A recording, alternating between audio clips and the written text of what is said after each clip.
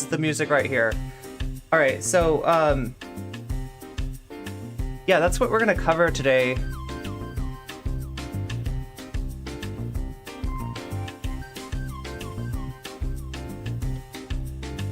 Why do I love Bender so much? I don't clip that, okay? I don't mean it like that, okay? I don't. I'm not parasocial for Matt Bender, but no, I have had him on. I have talked to him. I grew up with him on Majority Report. Him and Michael and Sam, and so in some ways, you know, he's instrumental to me finding the lane that I have in social media. So yeah. So when I watch Leftist Mafia thing, I always watch it from Matt's perspective. See, look, you got the intro. Look at this. This is the Leftist Mafia intro, and I swear to God, like, it's like this is what it's like. This is what their show is like. Wait, earlier stream? Wait, what? Was I referring to an earlier stream or? Also, YouTube, are you there? Are you there? We have unified chat now, so yeah, if you post something, I should see it. Unless my stuff is broken. That's the other thing I have to do. Is every single time I have to fix my stuff.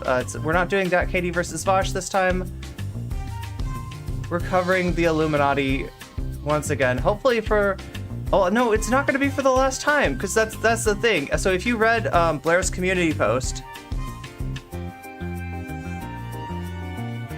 you know that Blair is promising more receipts. Blair is promising to clear her name. Blair says that she did nothing wrong and that it's only a matter of time until the truth is made, you know. You thought I was starting the stream later. Wait, because I'm always starting the stream so late. Fired. Okay, I don't know. She's kind of fired, I guess.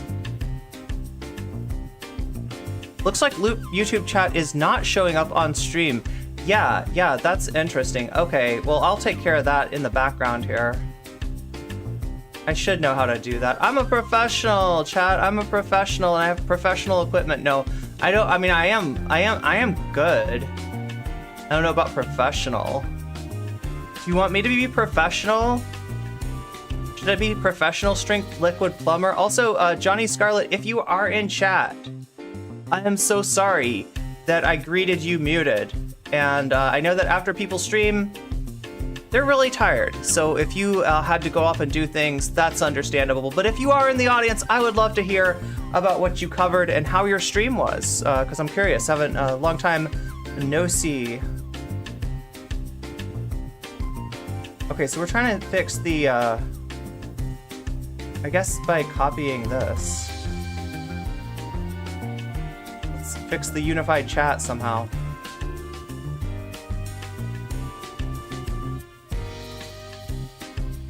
Do I really have to embed each time? Alright, we got that.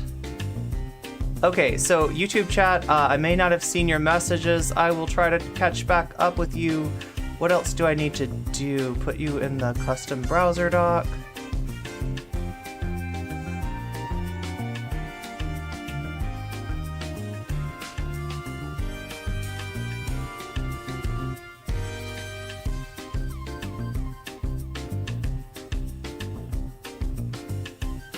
Okay, I'm gonna do one more thing.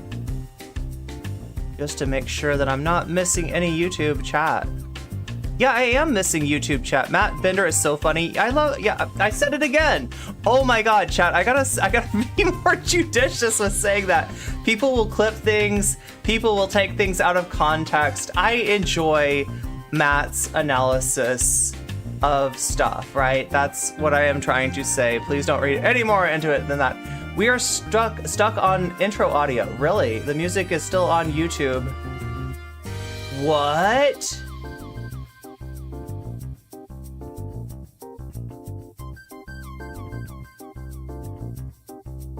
I mean, YouTube, is everything okay now? Yeah, I'm gonna do one more doc just to see if I'm missing anything, because I have a feeling that I'm missing some chat. I was responding to an old message. Oh, okay, so Quabena is on here from Johnny Scarlet's stream.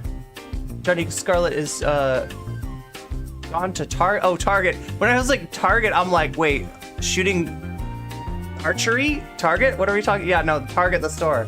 We talked about Gold, Sudan, and Wagner. Richard Wagner, of all people. What's up, Sparkle? Hey, the sound is fine now. Okay, good. I'm glad. I want to get everybody on the same page. Now you're literally on the same page. You're in unified chat. That's why we did unified chat, so everybody could chat together. Oh, one bit of housekeeping before we get started with Leftist Mafia and their decision, right? Because that's what we're about to check into, is Leftist Mafia's decision about Illuminati. These are old messages. I came over from YouTube. I was reading old messages. Okay. Hopefully I'm not.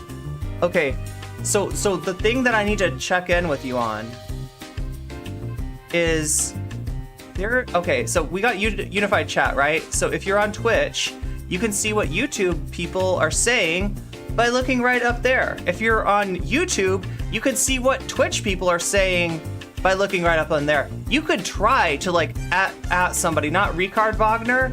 Oh, the Wagner group, my God. Yeah, I thought that was really strange. Yeah, Gold, Sudan, and music. No, I like all the music to be like, yes, Wagner. Look, I'm not gonna judge you if you love, if you're a fan of the, what is it, the Ring Cycle? I've never seen any Wagner. I mean, obviously it's very influential stuff, and you know, but I'm familiar with some of the music, but I've never actually seen like the Wagner experience. We're talking about the Wagner group, though. Okay, so Johnny was doing, it sounds like a world events stream talking about Ukraine and Gold and Sudan, yes.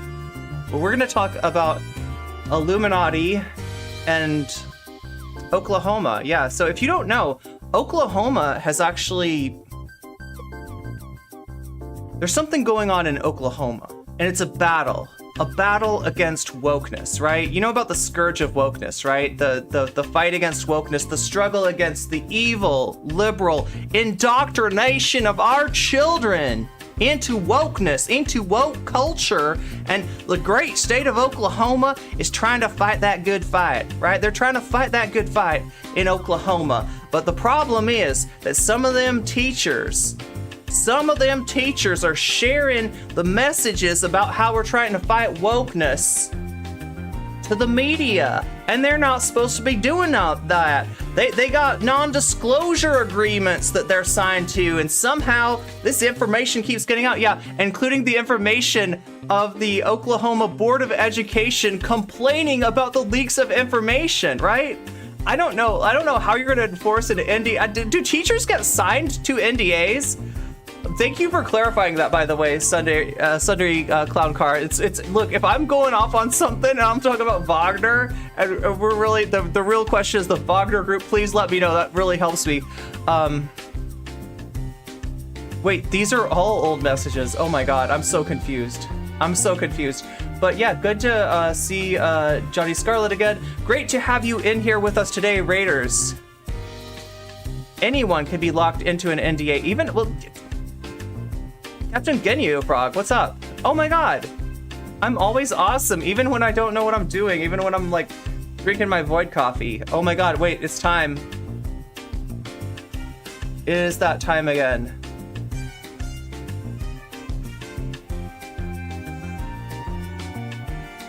Time for everyone's favorite beverage. Void coffee. Void coffee. That's right.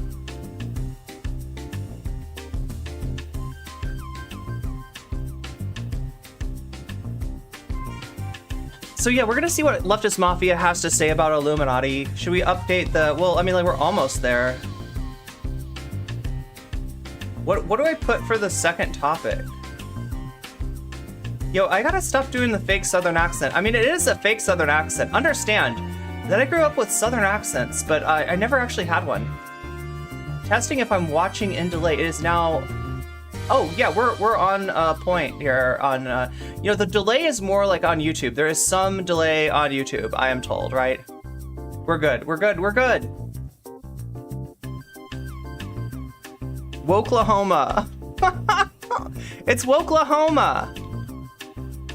Yeah, so I don't feel quite as bad about doing a Southern accent because I'm not like trying to, I don't know. I'm not trying to imply anything about Southern accents, right? It's the Oklahoma leaks, but well, I don't know, Woklahoma. Yeah, that's what I want it to be, Woklahoma. And here's what I want to do, right?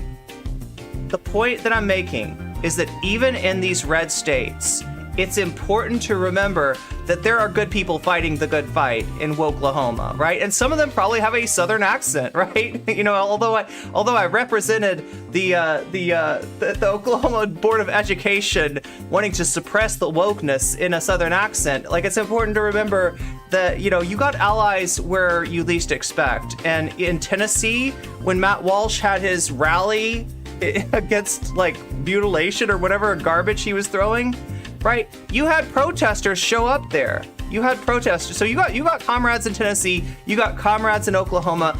They're fighting the good fight, and it's important to remember to support them and to not like oversimplify a region in this way that we're tempted to do. We think of red states and blue states, and everybody in the blue state is cool, and everybody in the red state is a hog. Not exactly true, right? There are enough hogs to vote hog politicians in the red states, but there are also some good people that are stuck under that hog government. You know, we got like, you know, trans people in Tennessee, we got trans people in Oklahoma suffering under this garbage, right? And it's important to remember that. So yeah, lest my accent make it sound like I am looking down on the, you know, the part of the country that I have, you know, some connection to. I swear I'm not a Southern hog. Yeah, right? Woklahoma would make a great satire. It sounds like a musical to me, right? All right, well, I feel like I've edged you for long enough. If you're on YouTube, make sure to hit that like button, right? It helps me out extremely more than you could imagine, right? When you hit that like button, you're basically thumb wrestling the algorithm. And yes, you only have one thumb and the algorithm is like a big thumb in our face, right? But when we put all our thumbs together, we could maybe just like wrestle that thumb down. You know, we could, can you imagine that? Like 1,000 thumbs versus one thumb. That algorithm is gonna have no chance. If we could ever hit my stream with 1,000 likes, right? That's gonna push me out to all kinds of new people. So if you want this stream pushed out, if you want more people to be aware of this, if you want more people to see this, right? If you want less of the hoggery that we get from the online left, because that's a really frustrating thing, right? We got hoggery coming from Oklahoma, sure. We got hoggery coming from Ron DeSantis and Donald Trump and his minions, sure. But we also got hoggery coming from supposed leftists that should know better, right? And I feel like I am on the cutting edge of representing something new, leftism with leftist characteristics. There we go, right? I don't know, it shouldn't be a big deal, but it actually is. There has been especially on Twitch, there's been a campaign to get rid of us, to purge us, to eliminate us from the system. And I have been fighting that for a long time. Now I've got more comrades than I did back in the day. Now there are more people on to Twitch Politics ways and fighting that good fight and putting their thumbs together. Put your thumbs together, chat. That's solidarity. Is when we engage in thumb war together and we wrestle down that algorithm. Has anyone else seen this TikTok channel that's making arm wrestling whisper? What? The arm wrestling whisperer? What is that? No, I've not heard of this. Tell me more, Natalie Marie. I am so curious. I have much curiosity about this.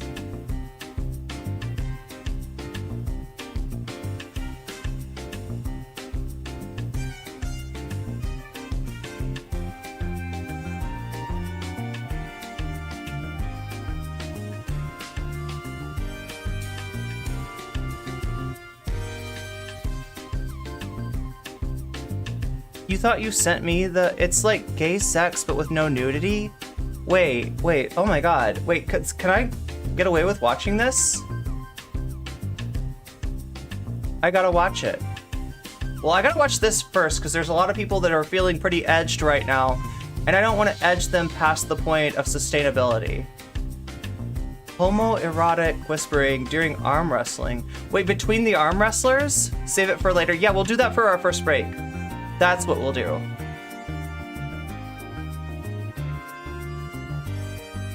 You know, it reminds me... Okay, I gotta admit something. Okay, so you all probably know that I am a bit of a Dragon Ball fan. It's hard, it's embarrassing, right? Because there's like, I don't know. I feel like Dragon Ball fans have a certain reputation, don't they? Like, I'm not the typical Dragon Ball fan either, right? But like, when I first encountered Dragon Ball, it was because one of my guy friends was watching it, right? And I think this was like... This was actually like in college. So, I mean, you know, I'd seen anime before, obviously, but that's a shonen anime, right? It's generally for like, not entirely. I mean, I guess tons of people watch One Piece. One Piece is a shonen. JoJo used to be a shonen. JoJo has kind of grown out of that. It's more of a seinen these days, but like, right. So, but anyway, like my first introduction to Dragon Ball were like two of my guy friends watching Goku go up against Frieza. Like it was the Namek like saga, you know, where they're on Namek. And like I just remember like them being like, you know, that the thing like that, I don't know, they're fighting and they're like making these sounds. And I legitimately was like, is this like, am I gonna walk into some gay porn? Are my friends watching gay porn? And they weren't. They were watching Dragon Ball, but it sounded a lot like, you know, it could be gay porn. So, yeah, like that was the joke, right? Is that like with the audio, you couldn't tell necessarily if it was corn of a homo. How do I say this in a way that's friendly to the algorithm? Hey, this is really annoying. I've got flies in my house and they're like attracted to the lights behind my camera. So if you see anything weird going on up there, that's why. The yelling that makes, yeah, it makes the rocks float. Yeah, for the garlic, the VA for the voice actor for the Garlic Jr. called it, kama hama ha. It's one of these sounds at the end of these. It's one of those sounds at the end of the arm wrestling. I've never forget the time that I sent you Dragon Ball Z meme. And you corrected me that the form of about Perfect Cell. Yeah. Right. I know a little bit about Dragon Ball. Look, my favorite character though in Dragon Ball, okay? My two favorite characters, and real Dragon Ball, you know, fans are gonna hate. Well, wait, oh my god, I've got so many. Wait, I got a few of them now. Wait, okay, so Kale, Caulifla. Oh my god, I'm trying to remember what is like.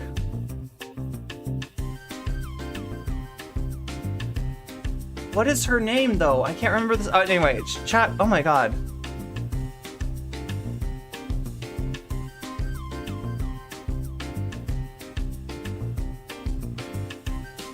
List of Super Saiyans. Wait.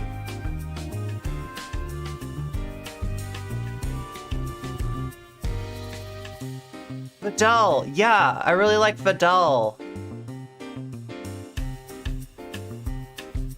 But people are gonna hate me for saying Caulifla and Kale, because true Dragon Ball fans, they don't consider Dragon Ball Super to be part of the canon, okay? And I gotta say, if you don't consider Dragon Ball Super to be part of the canon, like, there's like, okay, Android 18 is like the only like strong like female fighter in Dragon Ball Z, right? I thought Dragon Ball Super was fine. Look, I mean, I don't know. Like, I mean, there's some stuff, like, look. Dragon Ball Super was tasked with integrating certain Dragon Ball movies into the canon, right? They wanted the revenge, or what the return of Frieza. They wanted that in the canon. They wanted the Beerus thing in the canon. They wanted Beerus as a character, and I'm glad that they have Beerus as a character, because Beerus is a pretty cool character, right? I feel like I could take care of Beerus. I feel like I would get along with Whis, right? Whis is a tough teacher. Don't get me wrong. Whis would put me through the ringer. Like, Whis would kick my ass out there, right? But I would love Whis for it, right? I want to train, is what I'm saying. It's like, Beerus, Whis, if you're out there and you're looking for a new Krillin is married to Android 18.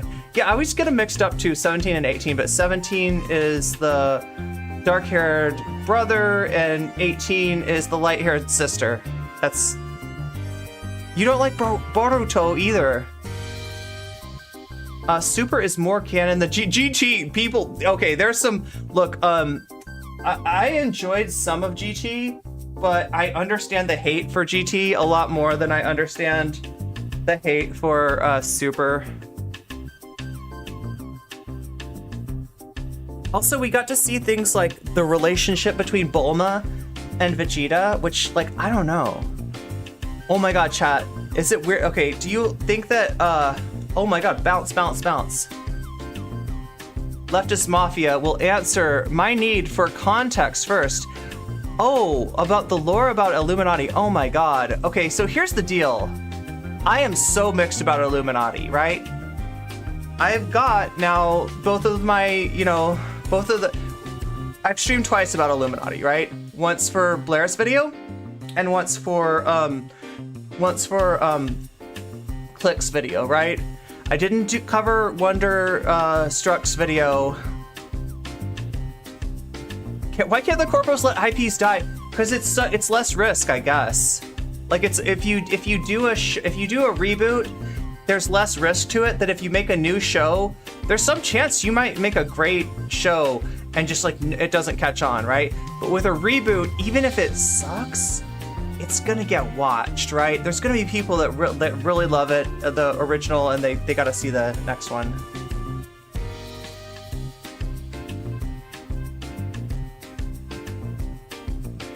Yeah. So like, yeah. Here's why I'm conflicted, Jules, about the Illuminati thing.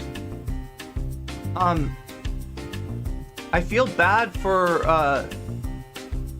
the situation that Wonderstruck was put in. Kind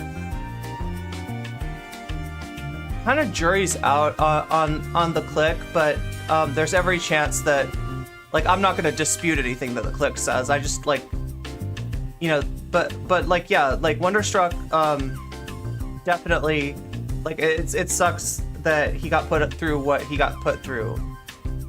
But at the same time,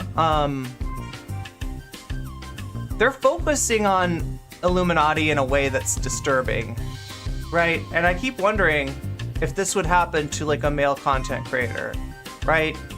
I don't know. Like, I mean, I understand Leftist Mafia making the decision that they made.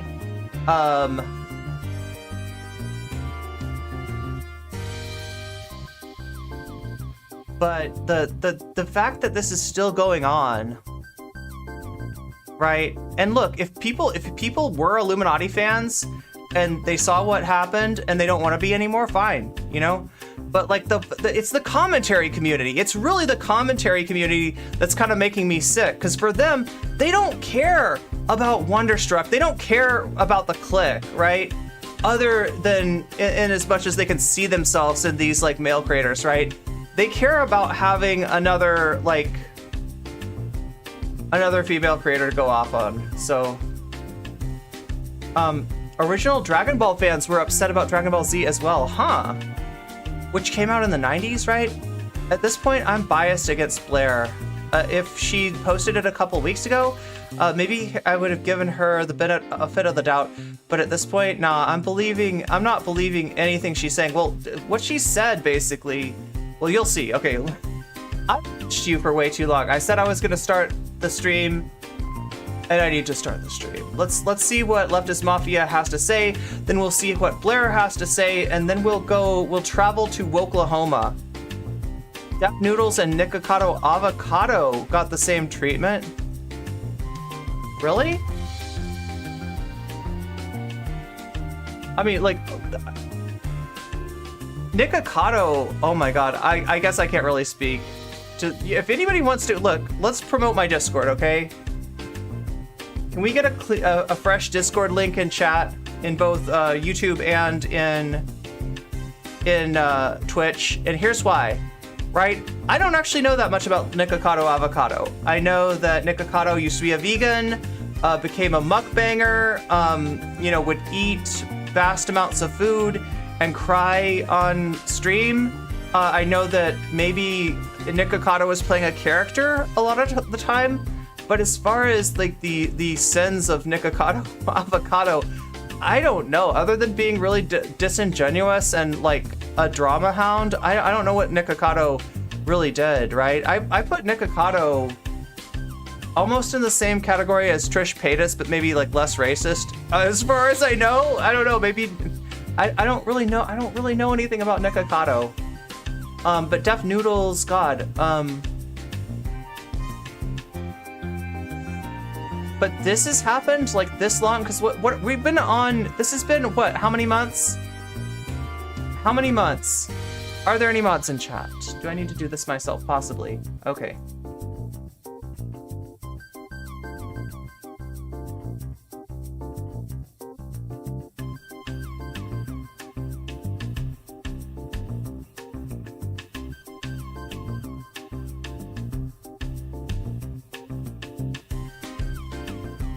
You're here? Okay. Well, what I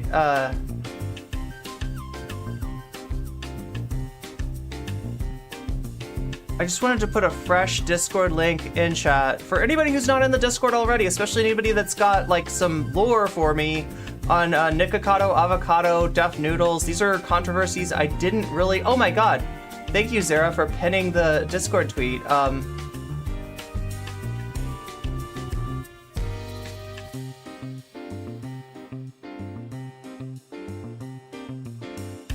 It was made by the original creator, true. I will never not love the butterfly in your hair. Do I own multiple colors? Where can I buy them? Oh my god, this actually came with a cosplay, right? Are we still edging? Yeah, we're still I'm trying not to. God, we're going tantric today. I don't know what's up with that. I don't know what's up there. All I know about him is that his content kind of moved into the segs work thing, which is fine. I have heard there. Wait, are we talking about Nikocado, or are we talking about Deaf Noodles?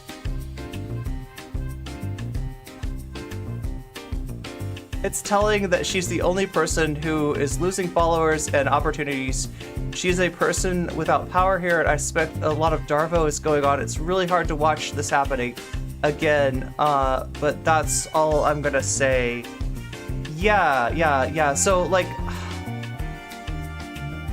this is basically why I'm like conflicted about this, right?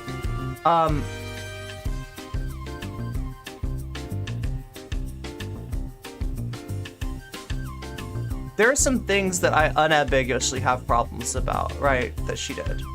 Some things that were bad, right? That were wrong. But is it wrong to the point where the commentary community and all the harassment that goes on with it is justified? You know what I mean? Is it wrong enough to make her like the new Creepshow art? I don't know. But I'm gonna at least get, you know, she says that she's gonna come out with more receipts, right? So we will look into those, because it wouldn't be fair not to, given that I've covered the Clicks video, and now we're gonna cover the Leftist Mafia's video. And here's the reason for this, right? I like the Leftist Mafia. I'm encouraged by the Leftist Mafia.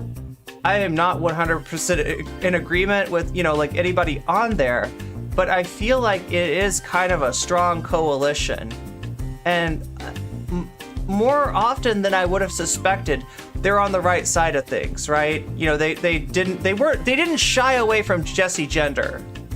You have no idea what the issue is with all of this. Oh my God, really? Oh God. Well, I mean, they're gonna go over this a little bit, but I don't want to put out videos on Illuminati. I really don't, right? Because anything that I do is gonna add to the dog pile.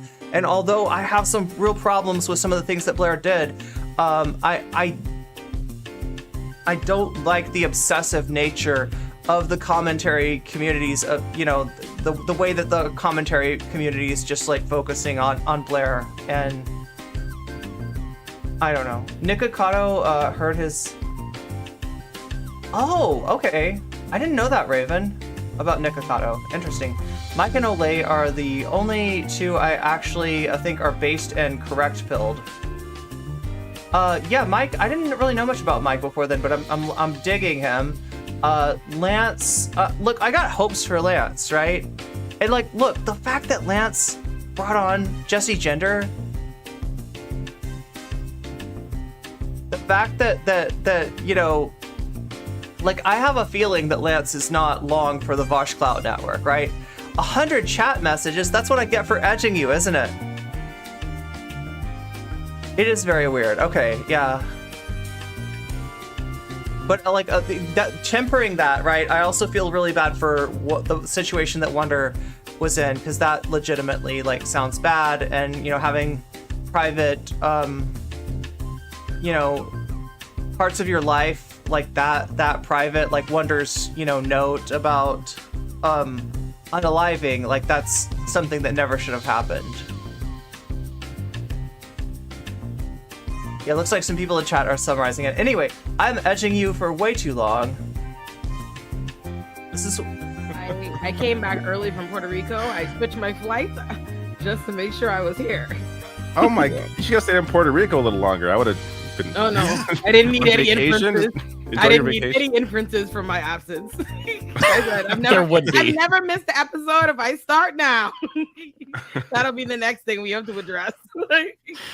Yeah. Yeah, so I've got a video of the Jesse Gender thing. They had Jesse Gender on Leftist Mafia, and it was in the midst of Vosh people absolutely like character assassinating Jesse Gender, right? So that impressed me, right? Especially with Lance, because Lance has every reason to be like, oh, I don't know if I want to do a show with Jesse Gender. That seems like a little too much drama for me, you know, right? No, Lance did not do that. Lance did not do that.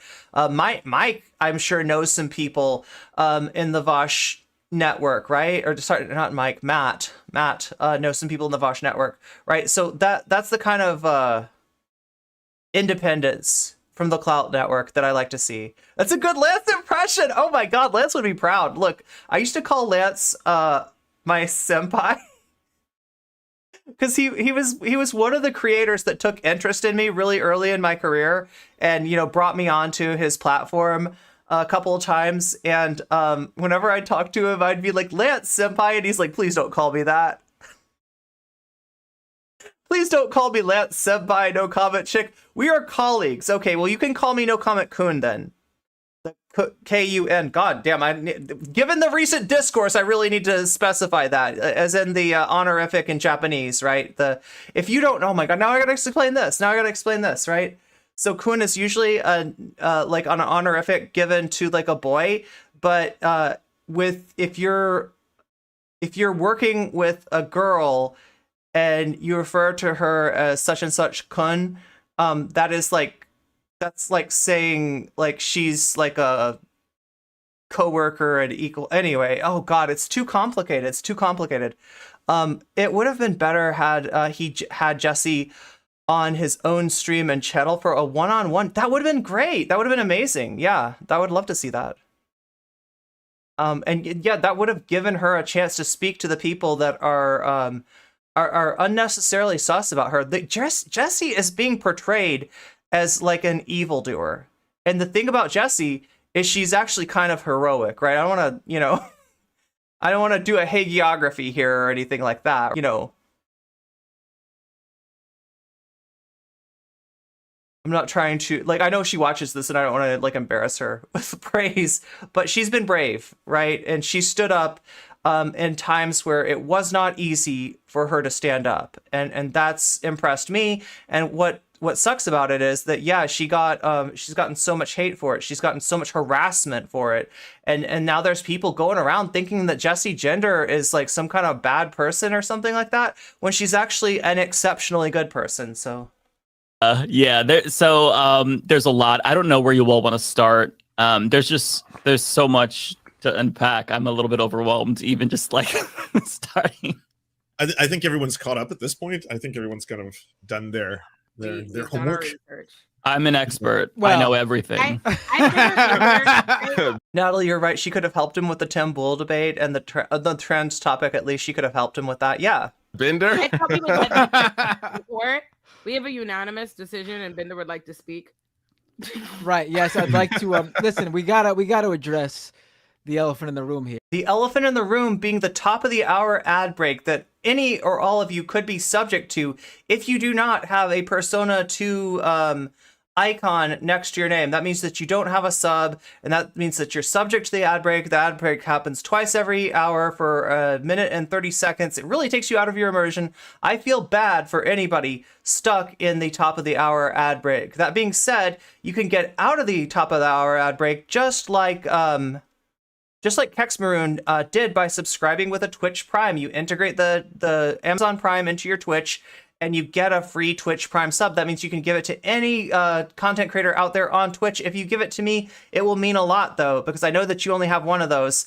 And if you park it here, that really means something to me. Saving that, you can spend $5 on desktop, or I think it's $6 on mobile, to subscribe to Twitch yourself. That'll get it taken care of right then, no questions.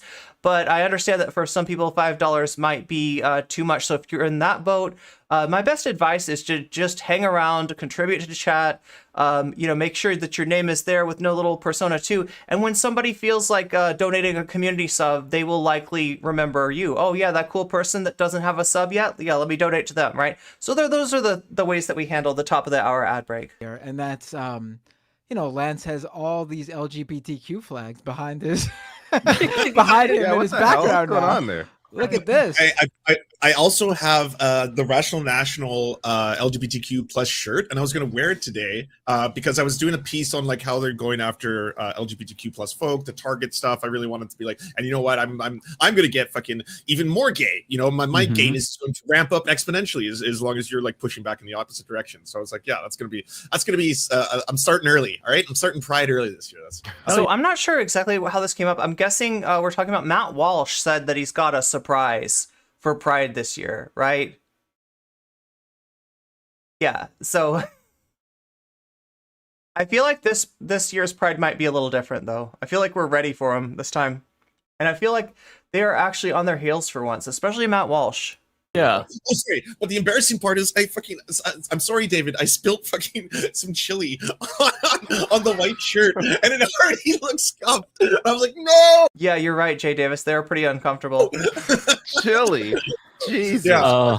Really do me dirty. God damn. I know. Man. I'm sorry. That's desecration. It's okay. Buy a second one. It's all good.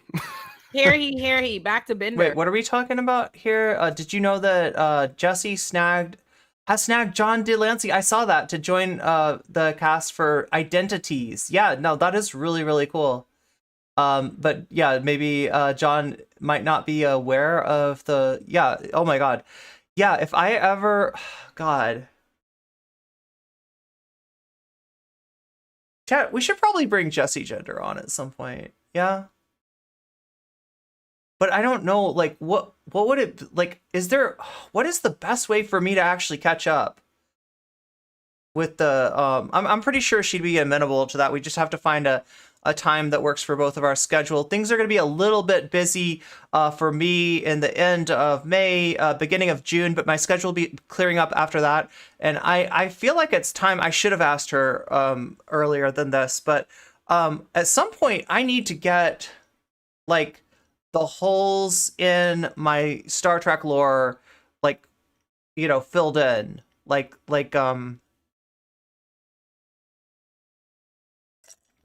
You'd love to have Jesse on Bird Brains. Yeah, no, that would be cool too. We should start up the panel aspect of Bird Brains. I kind of like the one-on-one interaction. I'm getting like at first I wasn't comfortable with that, right? It took me interviewing somebody, right? If you're not media trained, is like a little bit of a skill, and I think I remember my first few interviews went really awkwardly, but I'm sort of coming into my stride now. So yeah.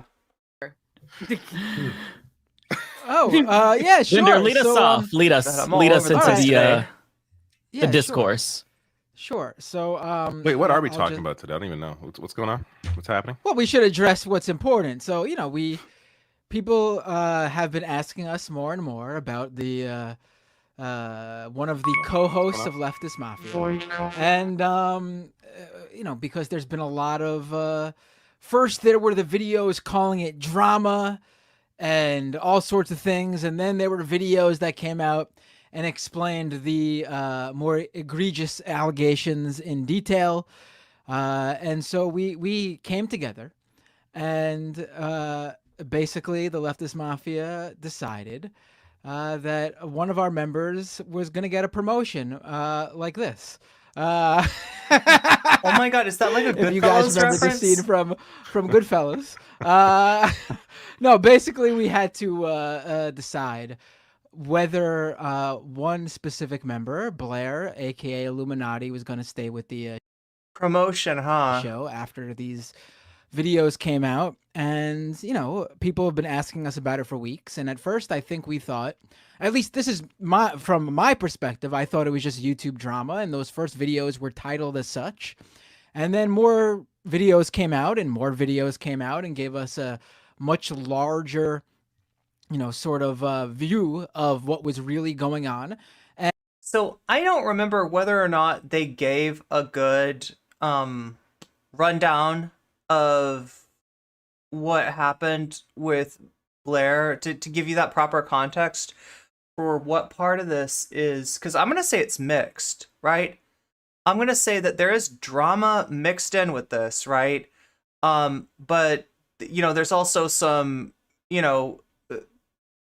things that are, concerning, right? About the situation that Wonder was put into, about the revelation of information about somebody's like mental health, and about the the plagiarism question, right?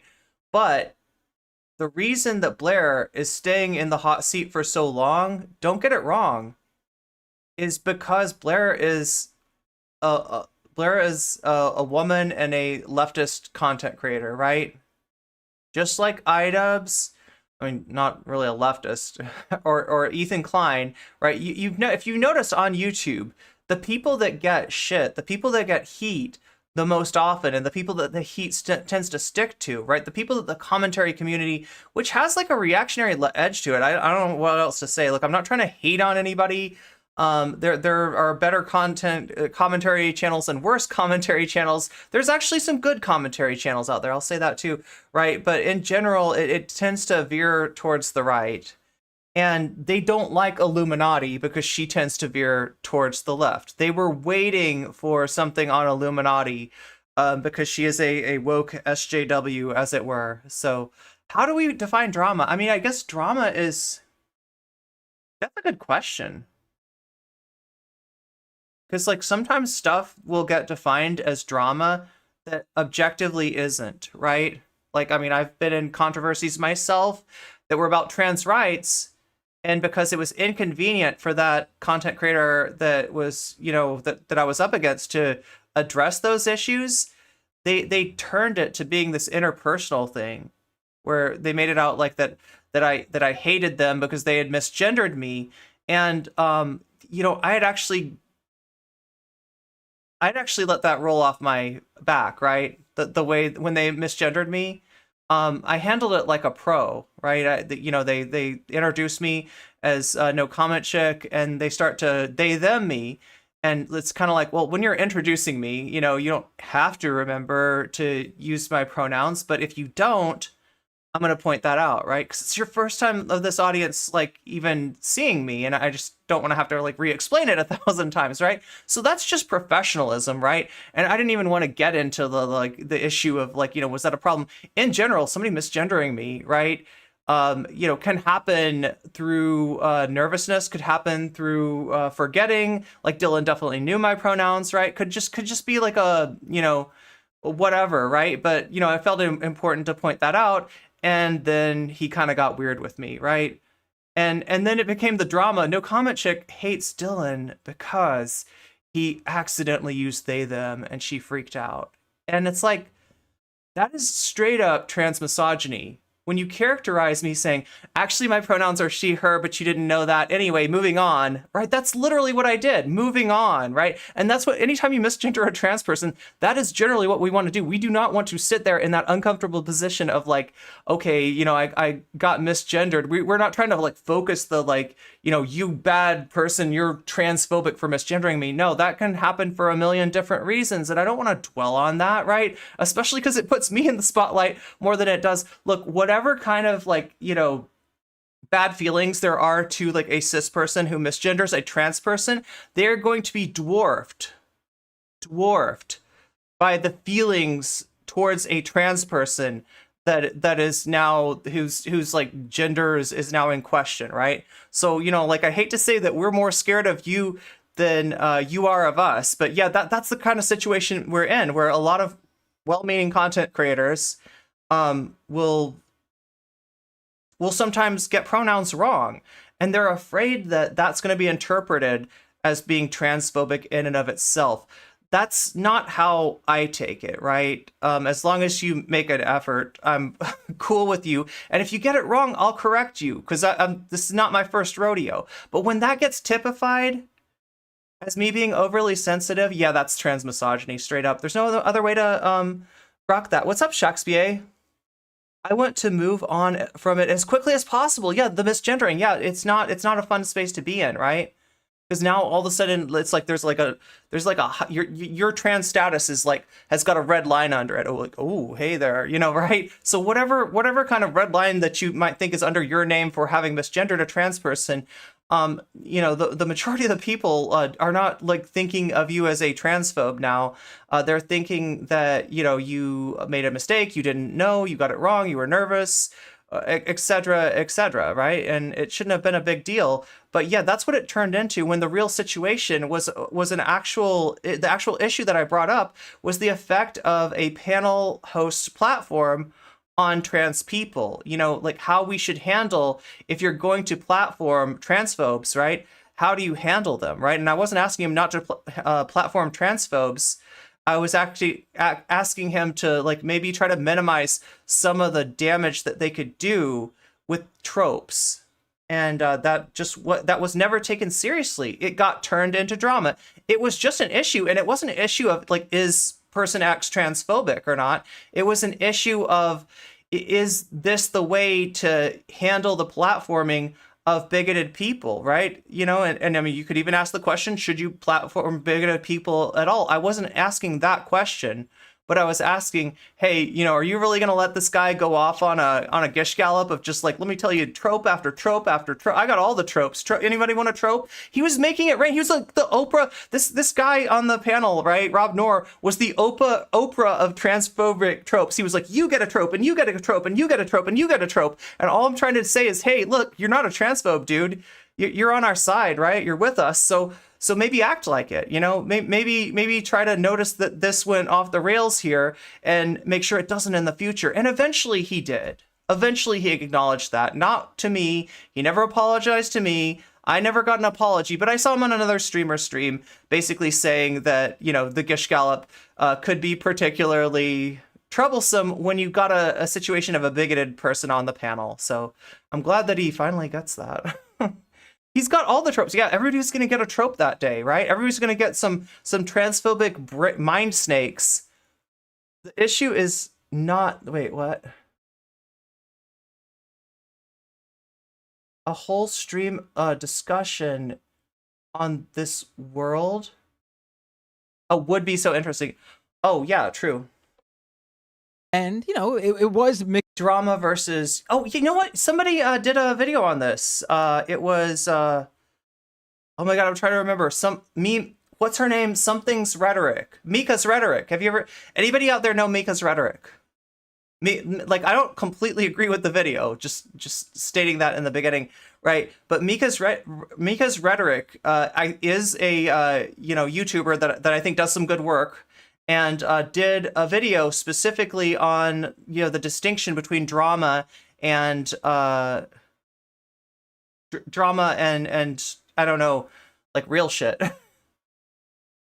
Mixed in with some of that like YouTube drama stuff that we just assumed it all was at first, but it wasn't all that. Some of the issues were very serious, and I think we had a meeting, which is actually the first time we met when we weren't doing a show, just to let you all know how serious we took this.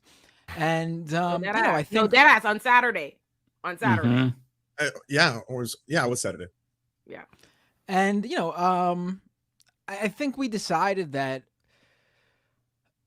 the combination of how serious some of these allegations were, combined with the fact that, unfortunately, iiluminaughtii was not addressing the more serious allegations, and also, she had mentioned that if it became too much, she would have stepped away on her own, but we decided that Oh yeah, Ellen Kennedy says we're not a fan of Olay thinking that Blair being a landlord wasn't important. Did we get to that part already? I know that definitely happens in here. It was detracting from our work and what we do, and the allegations weren't good, and we couldn't really stand by without the council has decided her fate. Any sort of addressing of the situation on her end, but it just wasn't happening in the weeks that we gave her the chance to do it. So as of now, here's a question I want to ask chat, right? Now I know some of you haven't followed this situation. I need to try to fill you in. I'll try to fill in the gaps where I can, right? As far as the situation, they talk about it a little bit, but I'm sure they're not going to give like a whole description of that. But was Blair given enough time to respond, understanding that she did do a response video to the threads by Oz Media, by Wonderstruck, and by, I think maybe even One Topic at a Time did a thread, and of course the Click. Right, so Blair did a video responding to those things. In some ways, that video caused like more controversy, brought more questions into the thing with the exposition of some private information about Wonderstruck that a lot of people, myself included, were not a fan of. Right, but she did that video. Then the Click came out with his video like a week or two later. Wonderstruck came out with his video a week or two later.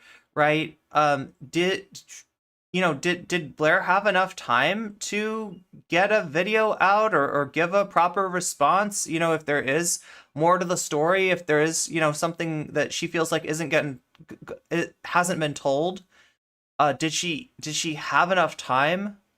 And like, I know that a lot of people are going to be tempted to say yes, and I would too, because like, it's been a few weeks, right? But you got to understand, as a full-time content creator, time moves a little differently, and a lot of your time is spoken for. It's been 3 weeks since the Clicks video, more than enough time. Didn't even know who any of them are.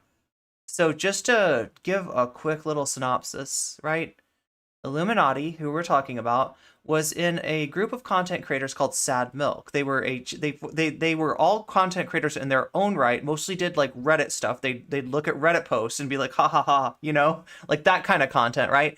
And then they said, hey, we're all Reddit YouTubers. Why don't we do like a channel together where we can like, react together and then, sort of cross-pollinate and do all that good stuff that, in addition to all the good stuff that you get through starting a group like that and doing a collab like that, you can get some bad stuff like drama, interpersonal drama. Some of this drama is unavoidable. Some of it is just people have different ways of working, and when you work with people together, there's going to be some like hurt feelings over maybe people have a different workflow than other people, or people feel like one person feels like they were doing most of the work and other people feel like they were, being hounded all the time, right? You can have that, but you can also have, a situation where, somebody does really, put somebody in a bad situation, right? So honestly, unpopular opinion, but I don't think Blair had enough time. The amount of videos criticizing her, she only had enough time to apologize to her former employees in private.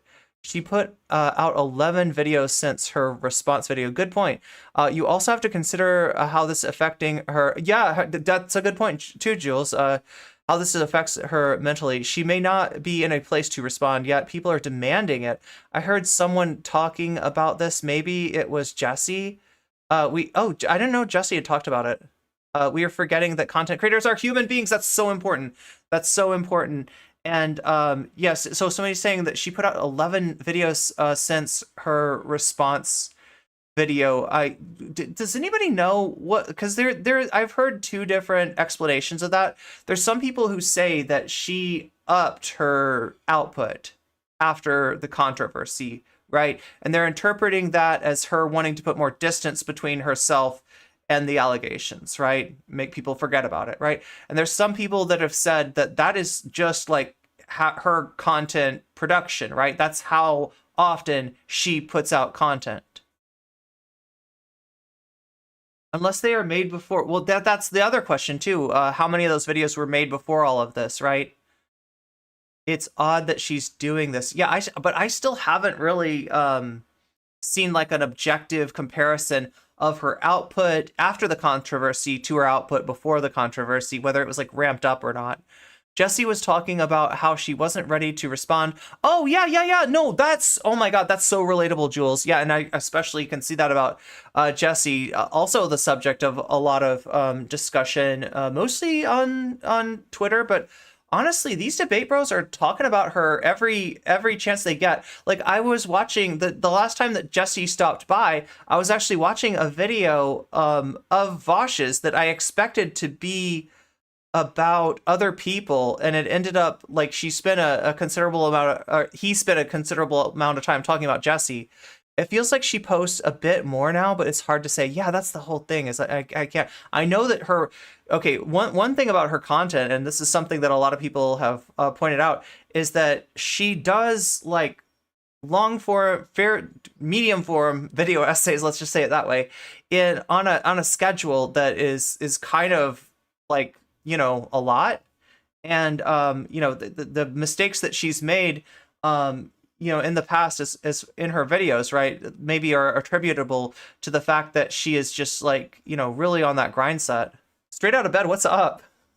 Are you straight out of bed or no? Today. That's just your name. The Leftist Mafia is Mike Figueredo, David Dole, right? Ole, Lance, and I don't want to make the assumption that just because somebody's name is straight out of bed that they are like literally getting out of bed being like, hey, what's up? Just an FYI, Blair has posted a response on Twitter. Interesting. I did not know that there was a Twitter post. Okay. It's just your name. Okay. Me, Matt Binder. And that's it. Look, maybe that's just because I feel straight out of bed, right? Like I'm still half asleep. We also decided that based on how the past few weeks went, Yeah, she doubled down. So what Straight Out of Bed is saying is that she wants to clear her name. That's the tone of... I haven't read Blair's Twitter post. We'll take a look at that too, but Blair made a community post. Do you know, Straight Out of Bed, if Blair's community post is it just like, or her Twitter post, is it just like a screen cap of the community post, or is it different? Month, our audience will vote on which one of us gets kicked off the show next. And we will continue that until there's none of us left. Just one sole survivor. Can I also add to that as well? Just on a more serious. Yo, don't say stuff like that. That's spooky. Look, if you ever knock on wood, just got off of work. Good to see you, Len. Like if you ever are a content creator and you say anything like that, make sure to knock on wood, right? Because like, as much as that's a joke, it's a joke until it isn't a joke. I don't know. No, I do apologize to the audience for not taking this seriously. I just want you to understand from our perspective as public-facing people, every single week, if not every day, we see a bunch of drama about each other, about, oh, did you know that Lance said this, David said this? And so instinctively, I dismiss a lot of it because a lot of it is bad faith. So I do feel bad that I initially didn't look at the situation with severity. And sometimes not taking a position is taking a position. So I do feel bad that people felt like we were, I guess, inadvertently endorsing Blair's behavior here, because I absolutely, and I want to be clear about this, I unequivocally denounce what she did. And I really feel bad for Wonder and the Clique. I think that her behavior was manipulative, controlling, it was deceitful, and it was downright abusive. It's something that you can't do this to people and then just not respond. Like, there needs to be accountability, there needs to be an apology, and like, I believe in restorative justice, but in my opinion, it's getting ratioed like crazy. Yeah, Blair has not even started to take those steps for restorative justice. She hasn't. I genuinely don't even know if she thinks that what she did is wrong. Yeah, I think I see somebody in the chat said, objectively, this sucks. I would much rather have Blair explain herself and have a conversation with all of you instead of just dropping her no potential for change. This is why the left loses. Respectfully, that's ass. That's not the case here. We've actually been incredibly to our own detriment. We've received respectfully, that's ass. That's ass. No, yeah, we've received an excessive amount of criticism because we gave a lot of grace in this situation, and we have given Blair ample opportunity to explain herself. Blair has a massive YouTube channel, bigger than all of our channels, even with the loss of subscribers, bigger than all of our channels. She is continuing to upload videos. She is choosing, for whatever her own reasons, not to address it, explain herself. And again, I made clear, and for that reason, I have seen my face on several thumbnails slandering me, because the last time we addressed it, because I said that I did speak to her, and obviously she did not share with me what the name. Wait, somebody reminded me, did she mention the pro Jared situation? Because that's a situation that comes to mind here. I feel like I heard somebody bring up pro Jared, right? So if you don't know, pro Jared was a streamer that had some really bad allegations against him, right?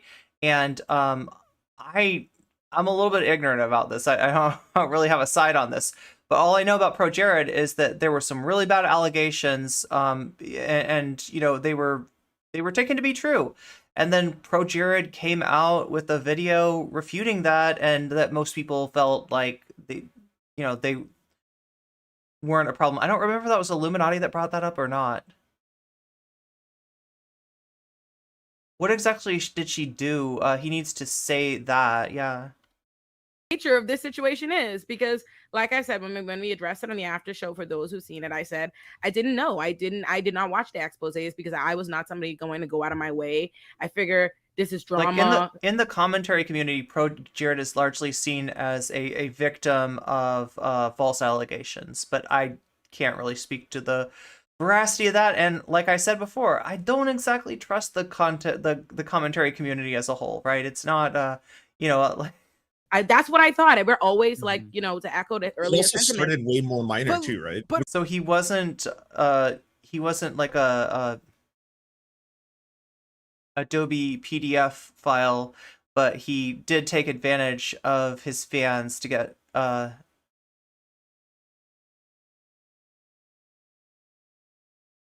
curious about what receipts Blair is going to gather. Yeah, that's it. Well, I mean, she said she's got her team working on it.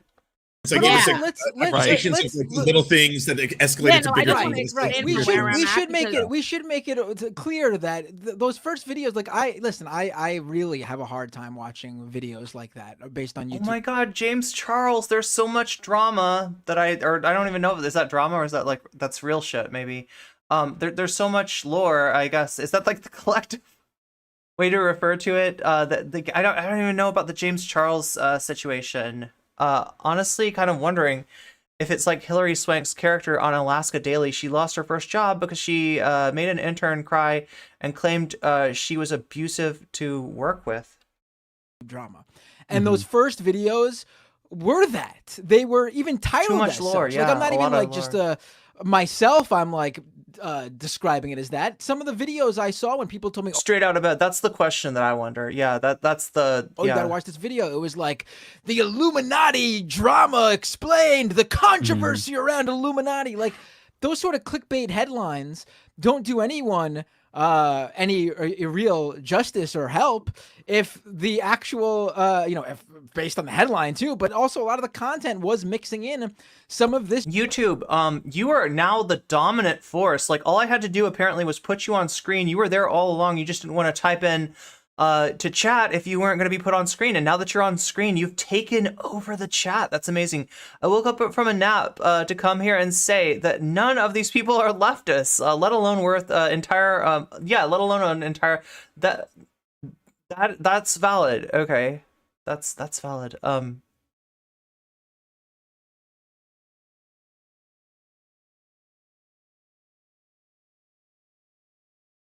YouTube chat, rise up. Well, if you want to rise up, make sure to hit that like button while you're doing it, right? Rise up and hit that like button. Because like I said, like I got a left thumb to wrestle with the right thumb of the algorithm. Obviously, my left thumb alone is going to lose. But if we put all of our left thumbs together, I think we've got a chance against this thing. Let's wrestle that algorithm. Let's show it who spots. And then let's make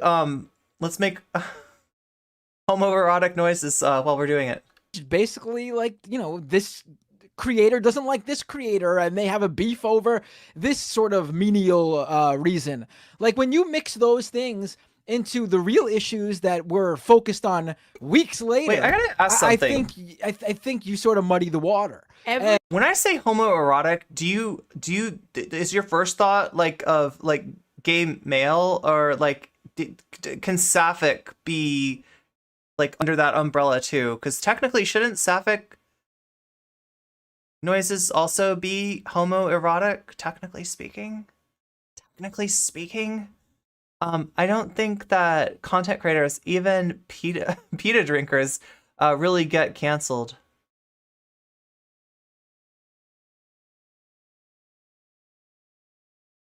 You keep Twitch for art and tech solely. I've never checked out those categories. That's interesting. Sapphic do be gay. Yeah, exactly. Yes, I feel like, I feel like sapphic is homoerotic as well. Yeah, exactly. In some ways, it's the gayest form of homosexuality. No, I'm not gonna put a hierarchy on homosexuality. That would be weird. Homosexuality tier list coming soon from No Comment Check. And that's why I was so confused at first. Oh, look, now the rest Twitch is waking up. Too. Every week there's 6 of us. Every week it's like a battle. Someone is tangentially in their own internet controversy with some backstories and pre-existing relationships and things that I don't know about. And that just is par for the course. You know what I mean? It goes past. To me, I assumed that a friend of yours who does some tech streams actually recommended me. Oh, that's really sweet. I assumed, yes. I thought she was in a huge... I might know who you're talking about, but I'm not going to jump into any conclusions. Scandal, but I thought it was because her platform is huge. I thought the drama is commensurate to the size of her platform, not the level of the true seriousness of like this being a thing. And I'm not somebody, like I said, I wasn't going to go out of my way to go spend my time like watching, what I assume is drama with controversy in a bunch of videos, and I just didn't really know, and I just kind of was going about my business. It was the gay talk that brought Twitch out of that brought Twitch to wake up again. Because what's up, Pup Tetris? My understanding, all that had ever been presented to me on this situation or from Blair or anything was that there are people that did not like her that she's previously known, you know what I mean? Because she now I want to say something. There are people who don't like Blair, and I'm not talking about Sad Milk, right? There are people who really don't like Blair. And I'm talking about the commentary community. Now, I don't know about some of this old lore, right? But apparently she had like some connection to like your Augie RFC, Nicholas Diorio. There were creators who maybe you could classify as anti-SJW creators, or at least have a past of being anti-SJW, that Blair used to be okay with, and that hate her guts because she's definitely veered away from that. So that's kind of what makes me that's what makes me question like some of this, right? And the concentration on her, like, right? If like, if Sam Hyde has a scandal, it's gonna be like water off a duck's back, right? because people don't care. They're like Sam Hyde funny, you know, Sam Hyde irreverent, Sam Hyde edgy, right? So Sam Hyde it doesn't stick to. But if it's iDubbbz, right? If it's iDubbbz and we think that iDubbbz is being too much of an SJW, then iDubbbz is going to get talked about for weeks and weeks and weeks and weeks, right? And I think there is some of that effect going on as far as the concentration on Blair, but it's mixed in, right? Because like legitimately, there are, you know, some people, you know, like myself included, you know, feel bad about what happened to Wonder in that situation, the, you know, kind of what he was put through, right? So it's mixed. It's like iDubbbz, people really get angry if you try to change. Well, yeah, and more, look, if you change, well, yeah, you're right, actually. Because you could look at Keffels as somebody going the other way. Somebody that had a reputation of being an SJW and has now completely, well, now it's basically a Leafy, I hate to say it, but Keffels is like a Leafy clone. I don't know if that's a meme. But it feels like that's where she's legit, like trying to be a commentary creator. She wants to join the people who were doing video after video about her last year, right? So yeah, Keffels is an example of somebody that's trying to change but going the other way. I think if people would care if she were a dude, if he's doubling down the way that she is doing. Well, no, that's a good point, right? That like a lot of the trouble that like, you know, I don't think that like this would be half as bad if, you know, there hadn't been the divulging of some private stuff about Wonder in the midst of the pushback against the claims against Blair, right? I think in some ways that, you know, that did. She was always edgy. Oh, Keffels was always edgy. Keffels is just so enemy-centered that she's walking into being, well, what she is today. Well, yeah, she relates to Vosh, right? Because of that. And, you know, like, that's who's in her ear giving her advice, so, I don't think people would care if she was a guy. And did her own thing and jealousy. I see now that appears to be the opposite of such, right? But that was all I thought. I thought this is some whatever thing. And I've since, like I said, I've since gotten informed. The whole thing about information in this life is when you get new information, you come to an opinion, a conclusion. And I will say this, I understand why there were somebody in the audience last week I had noted, I'd seen say, you know, we're worried about y'all. You know what I mean? Is why we're, and I was like, in my mind, in my spirit at the time, I was like, what the fuck are you talking about? Whatever. And then by the time I watched 15 exposés, you know, it's really an unfortunate thing to piss off excellent video essayists because, you know, fascinating drama as a person who loves reality. All of them. Yeah, I understood what people were saying. I see, you know, what's up. Yeah, I understand why y'all were like, we need to watch the videos, we need to this. Oh, I understand. Yeah, and I want to add also that like the only context that I had was Blair's initial response video, and at that point when I watched that, I thought that the totality of I'm absolutely against Blair in this situation, but I do think that the fact that that accountability is being actually demanded has to do with the fact that she's not a guy. Yeah, that's it, right? Yeah, and that's why I'm so conflicted, and that's why I don't really want to be talking about this. I just feel like I covered Blair's video, which meant I had to cover the Clicks video. And now that I've covered the Clicks video, I think I have to cover Blair's response to that, and it's just it's like a whole thing. It's a whole thing. But yeah, like the last thing I want to do is add on to a dog pile. The degree to which this is fueled by the hatred of Blair for being like a SJW, like, you know, being somebody that like makes videos about the how the right wing is always talking about the woke mind virus, right? So some of this fuel is coming from that, right? So Click wouldn't have made a video if she didn't make accusations against him. True. Well, no, actually, Taco Cat, I'm not sure about that. I remember, correct me if I'm wrong, but I remember the Click saying in his thread on Twitter that he had a video coming to give his side of the story, and that it was like I remember Click talking about doing a video. I remember Wonder talking about doing a video. You don't know who that is? What, the Click or? Oh my god! At some point, I gotta just stop and like give my best synopsis of the situation. Is this a good time for that? Are y'all ready for that? Some of you know this, right? Some of you probably watched more of and know the lay of the land and the timeline better than I do, right? But here's the basics of it, all right? A month, 2 months ago, I don't know, like a while ago, Illuminati did a post where she said, "Not legal eagle poaching my editing team and trying to steal techniques from them," right? And what she was referring to was some emails from a member of Legal Eagle's editing team saying, "Hey, you all did this effect or these two effects. I was wondering if you could give me some advice on how to do this. I'm new to the Legal Eagle editing team, and I can work it out myself if need be. But it would be awesome if you would just kind of give me the basics so I didn't have to reinvent the wheel."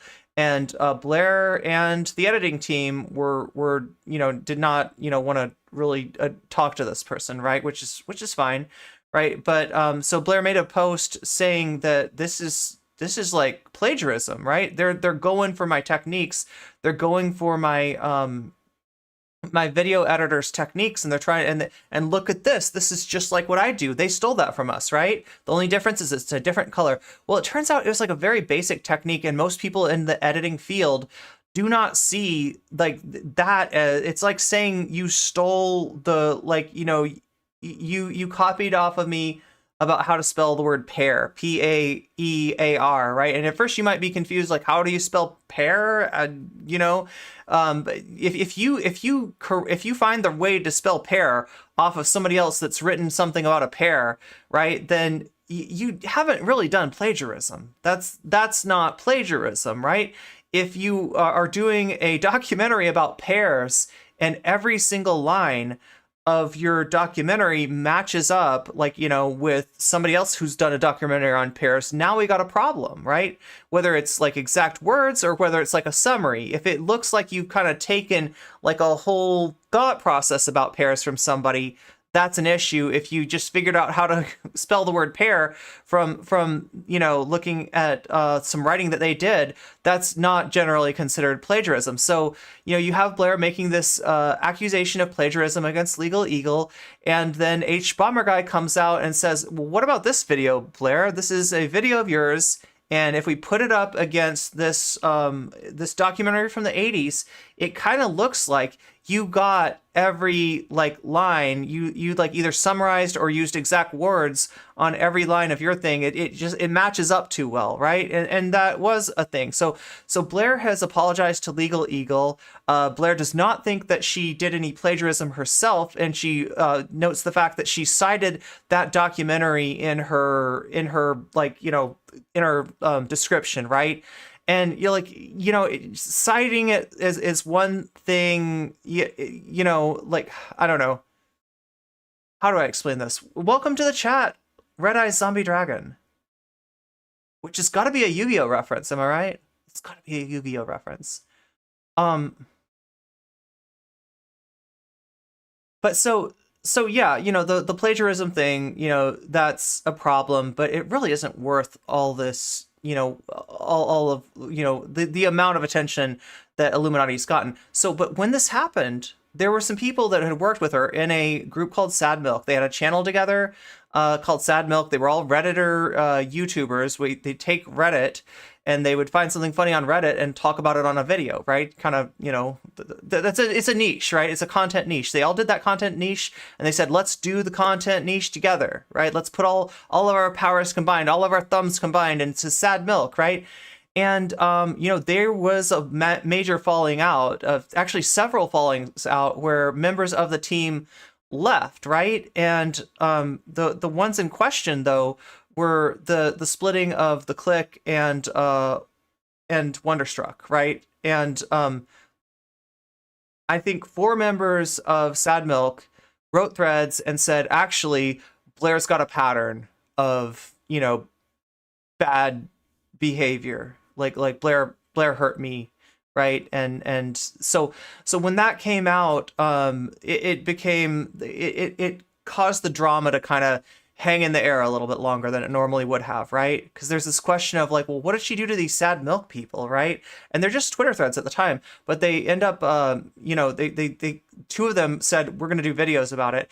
Blair did a video where she apologized to Legal Eagle, exonerated herself in her own mind, right? Now, whether you believe that or not is another question, of the plagiarism claims, and then went on to say that, although she felt bad about how things had ended up with Sad Milk, in the case of the Click and Wonder View, who were the people, making allegations of mistreatment, she thought that they were bad faith actors and, turned the blame around on them. And, this included a revelation of something that Wonderstruck had, a note of implying, unaliving, like, right, that Wonderstruck had written to somebody.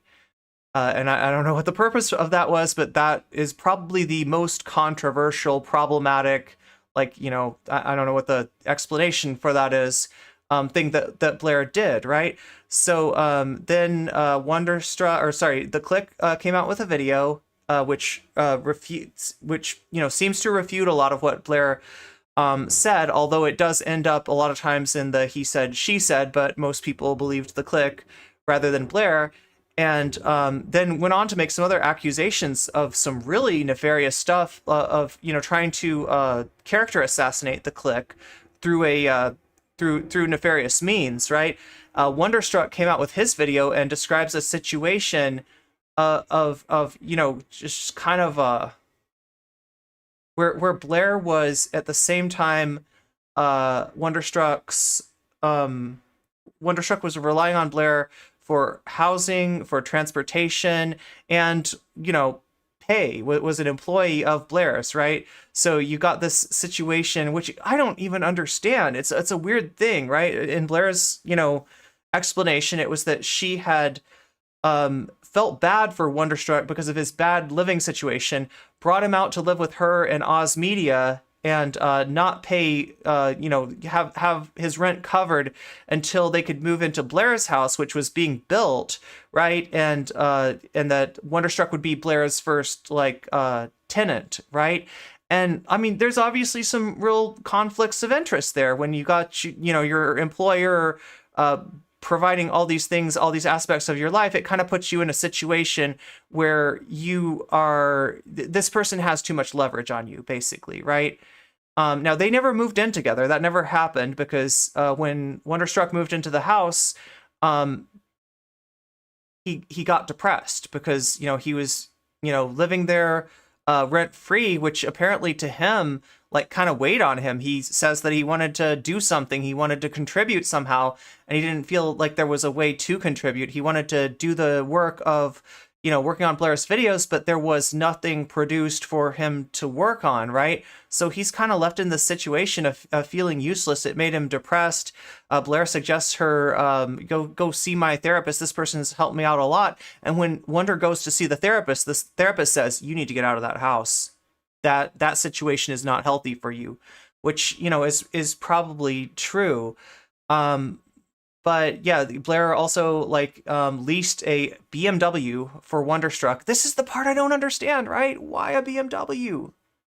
Like Wonderstruck has a perfectly, functioning car, but Blair gets on this whole thing of Wonderstruck needs to have a BMW and I'm going to help him get it. I'm going to take out a loan and then I am going to, work out another sort of repayment with Wonderstruck, where it sounds like he was getting, he was able to get it would have been easier for him to pay back Blair than it would have been had he gotten the loan, right? So there's some aspect of this is sort of charitable, but at the same time he's still on the line for a pretty big car payment, right, that a person in his position probably can't afford. And in this situation where he's going to be so reliant on Blair that he doesn't really have the ability to go where he wants, right?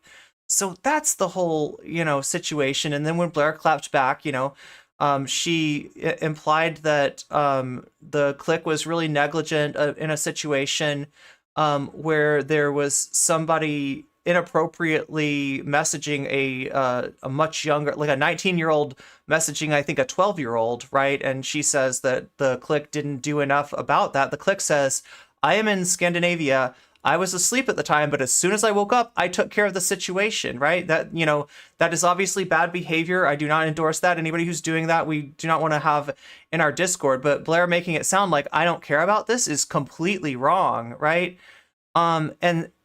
And so, you know, that's the kind of narrative, counter narrative thing that went on between these people. So hopefully that caught anybody who's not caught up with the situation up a little bit more.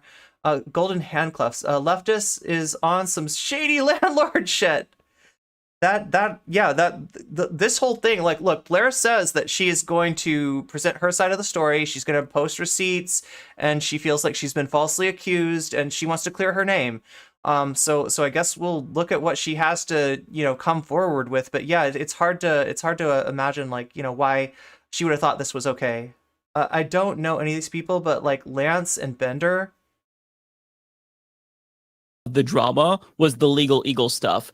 Watching her video, I didn't have any additional context. I thought that it was fine. But after going through watching, recap videos, watching the Click and Wonders videos, I actually feel really disappointed in myself that I didn't watch her initial video more critically, because there were red flags. Same. I assumed. Here's the thing. I watched it in a vacuum. I watched that in a vacuum. I've never seen. I don't know any of these people. I've never seen anything. I assumed, my rational mind could only assume that she must have been responding to them. You know what I mean? Like allegations they made. I never thought, I would have conceived, like when I watched that it was her presenting his mental health for the first time and bringing it. I didn't look at it. I didn't see this note. I didn't, you know what I mean? In my mind, oh, she's in drama. Here's a video. This is somebody, I have a friendly enough relationship that I host a thing or whatever.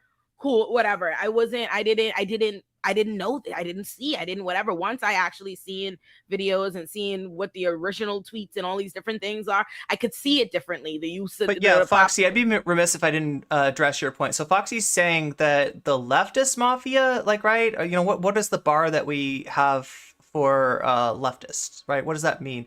Now, generally, my answer to that is a leftist is like an umbrella. Leftism is an umbrella term for post-capitalists, right? So if you have a structural critique of capitalism and you want to move beyond it, right? And beyond it, I mean not move back to something more feudalistic, right? That's generally like what a leftist is. I think that's the proper usage of the term. In our media, because of the control that the right wing has over it, and when I say the right wing, I mean an operation with the far right at its helm. And that's really what's going on with the right wing today, right? We don't have a right wing with like a centrist, center-right kind of person at the helm of it. We have a right wing with Donald Trump, Ron DeSantis, like these kind of figures. These kind of figures are driving the train, and they, so in an effort to try to kind of both sides this, in an effort to minimize their reactionary nature, they will call any liberal, half the time even like a centrist liberal, right? They'll call them leftists, right? Because okay, so we're right wingers, we're far right. Well, guess what? You're a leftist. You're a leftist, and all of that is McCarthyism, right? Eisenhower, Republican President Dwight D. Eisenhower got called a communist by John Birch Society people. Like, that was the far right of that day, right? And it's this great tradition of McCarthyism, and then expanding that guilt out towards, you even hear Jordan Peterson. If you watch my Jordan Peterson video about communism, right, you will see Jordan Peterson trying to say that the problem with the left is that there's no contrition over over Marxism, over communism, over socialism, right? These things are every bit as bad as the Nazis. And yet the left is not contrite, whereas he thinks the right is somehow contrite for Nazis. That's Peterson, and he's full of shit. But I mean, that's the kind of thing. So in a lot of ways, the fact that we've got this idea of a leftist being anybody on the left is people on the left absorbing a right-wing narrative, right? Accepting the right-wing terminology, accepting the right-wing language, failing to counter that, failing to understand. There's leftists. No, let me speak that correctly. God, because the language is so screwed up at this point. And I'm glad you brought this up, Foxy. There are liberals that think that they are leftists because they have been called leftists, and to a point where they're just like, I guess I'm a leftist. I'm on the left. I'm a leftist. Is that what a leftist is? No, it's not. If you're buying into capitalism, if you think that's okay, if you think you can reform your way out of the hellscape that we're in right now, then you're not a leftist. And that's not me being mean, and that's not me gatekeeping or criticizing you or saying you're bad or anything. It's just an objective fact. Liberalism is a form of conservatism at the end of the day. What does conservatism conserve? It conserves hierarchy, right? And liberalism is just another way of conserving hierarchy that doesn't that's a little bit of a velvet glove. Let's put a velvet glove on the cruel hand of hierarchy, right? And like, you know, at the end of the day, that's my problem with it, right? And I don't think that the people that consider themselves liberals realize this, right? They are liberals because they don't have class consciousness, right? So while I hold out some hope for them in one day maybe attaining a structural critique of capitalism, I gotta, you know, call it like I see it. They're not leftists, right? And you know, people, yeah. Now as far as this group, like, right, Lance would consider himself a leftist. What is he like? Is he like a market socialist or something like that? Bender, I really don't know. Bender, I know that when I talked to him, he was more of a liberal. He was more of a progressive. But I don't know if he's changed, if he's, you know, evolved, if he's thought, you know, some different thoughts, if he, you know, if he's on board, right? If he's read his theory. I don't know any of this stuff about Bender. So Bender, if you ever want to come on and talk about this, not in a confrontational way, this is not going to be me trying to take you down. Remember, I handled you with kid gloves before. You're my hero, okay? I grew up with you and Michael, and I respect you a lot, and I'm not going to try to do like a takedown of like exposing the liberal Matt Bender or anything like that. But, you know, I think that this is a conversation that needs to happen, right? Both in terms of why we're accepting right-wing definitions of language when we know that that produces framing that makes it, that gives too much ground to them.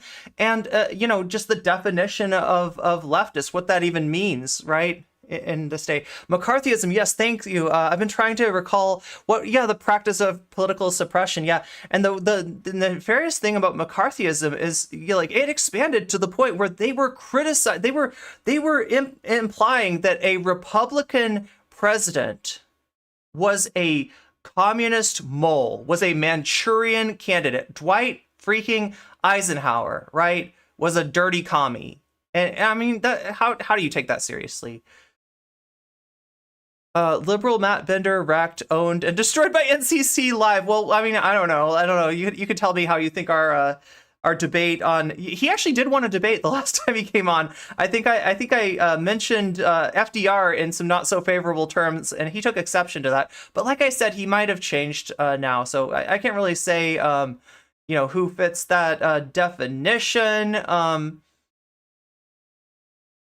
this panel or not. But I didn't have any of that context. And like, you know, I thought about it. It's just, I just did not realize.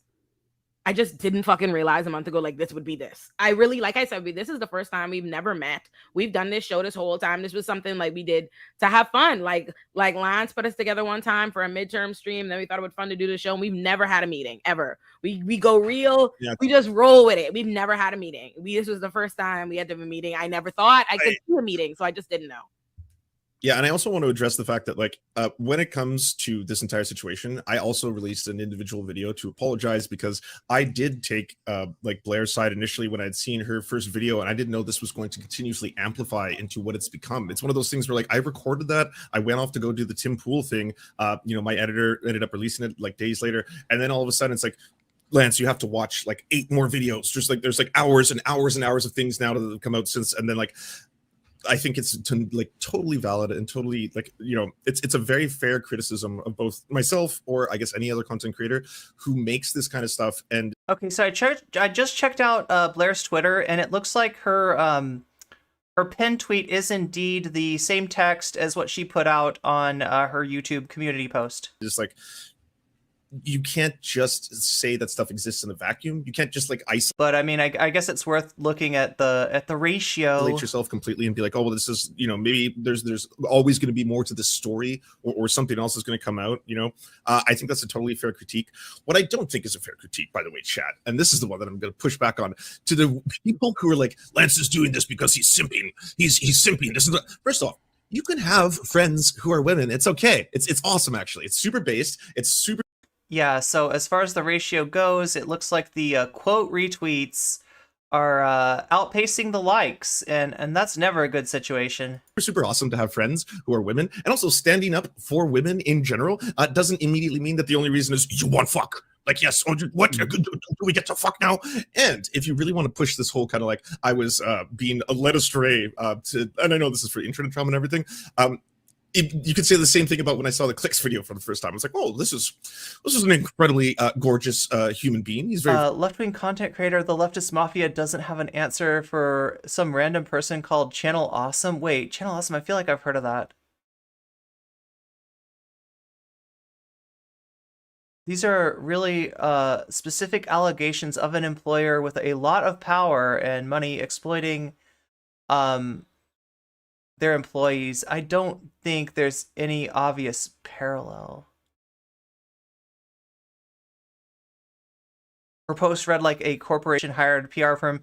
That is what some people said in the comments. Yeah. Wait, Nostalgia Critic is what? Nostalgia Critic? Is that right? very beautiful. Am I being swayed by that in and of itself? Am I not like going to listen to the arguments that come out right afterwards? Oh, Channel Awesome. Yeah. Did Channel Awesome make a video about her ROM? That's who owns Channel Awesome is a Nostalgia Critic. You know what happens? It's absolutely ridiculous. That's the one that that Lindsay Ellis used to be on, right? The guy with the glasses, the guy behind Channel Awesome. But did they do a video or something? Is that how this is? I think people are wondering how they're involved in this, if they are involved in it. Not gonna lie, I'm surprised at how naive Leftist Mafia hosts are. Maybe I'm cynical because of all the horrible leftists online. Yeah, I mean, that's understandable. She used to work for, Lindsay used to work for Doug Walker. Ridiculous. Yeah. Mm-hmm. I see people Lindsay was the nostalgia chick? Oh my god. in the chat saying for anybody who might be confused, I don't know how y'all have missed it at this point. If we're finally up to date. Chat, I'm not supposed to tell you this, but you know, like, yeah, like we do have the same last name and like we're both from the Chick family, so I don't know how y'all don't know what's up, but basically take that as you may. The summation is Blair has been accused, and a significant amount of evidence that has not been rebutted has been presented to show that Blair basically has a pattern of abuse. She seems vengeful. It seems like she has a pattern. Oh, she has a pattern of. So Doug never put a video out making accusations against people such as Lindsay. Okay, so that's what you're saying about there not being a parallel there. But wait, did I like for some reason I thought somebody was saying that Channel Awesome had you know, or Doug Walker or somebody had done a video on the Illuminati situation. Yeah, the Chick family, and also Minecraft Chick too. Yeah. Being vengeful towards content creators in her path. That's what it seems like. Like that's what the accusations are. People who've worked with her. It seems like that from watching a million exposés. It seems like what it seems like perceived slights lead to massive. And there's also a power imbalance here. Wait, now, so what Alimi just said, right, is that perceived slights lead to massive, like, I don't know, like going to war with somebody, I think is what Alimi's trying to imply there, right? And that is something that I recognize from the debate sphere. Yeah, from the debate sphere. That is definitely how things roll in the debate sphere. And I've always made the assumption that it's like this. You've got Destiny, who in some way is this like Peter Pan-like figure who, you know, was a mid-level esport competitor back in the day at a esport that is no longer really, very, I don't know, is Star Trek still a thing as an esport? I feel like esports in total has kind of like fallen off, right? So, you got Destiny and you got his community, and like the apple doesn't fall far from the tree. The apple is Vosh, right? So you got Destiny and his community, you got Vosh and his community. The way that they handle things is very mafia-like. It's like a seedy underground world of content creation. A lot of what goes on in terms of them fighting goes on behind closed discords, right? Is kind of, cloak and dagger. I don't want to over imply it. I'm not talking about like real life stuff. If there is any, I don't know about that, right? But what I'm talking about is like character assassinations, like coordination in Discord, utilization of Reddit threads and suspicious upvotings of Reddit threads. I've had that done to me, both with Dylan and with Eris, right? In order to sell a certain narrative, to make sure that and in general, it's like that they're not able to just like kind of disagree and be like, well, I don't like No Comment Chick. I think that she's a damn SJW. They have to destroy No Comment Chick, because No Comment Chick has said something that implies that their platform might be harming trans people. And that's way too close to you are transphobic. That's way too close to threatening the part of your audience that cares about trans people, right? And in their minds, right, my understanding of the drama, that I was involved in is that the reason for the severity of that response is because these people felt like I was getting in the way of their, paycheck, right? Their paycheck does not come if they don't have the audience. And me bringing up a point where, I thought I was handing them an olive branch. I thought I was giving them a chance to be better. But in their mind, I was trying to cancel them, right?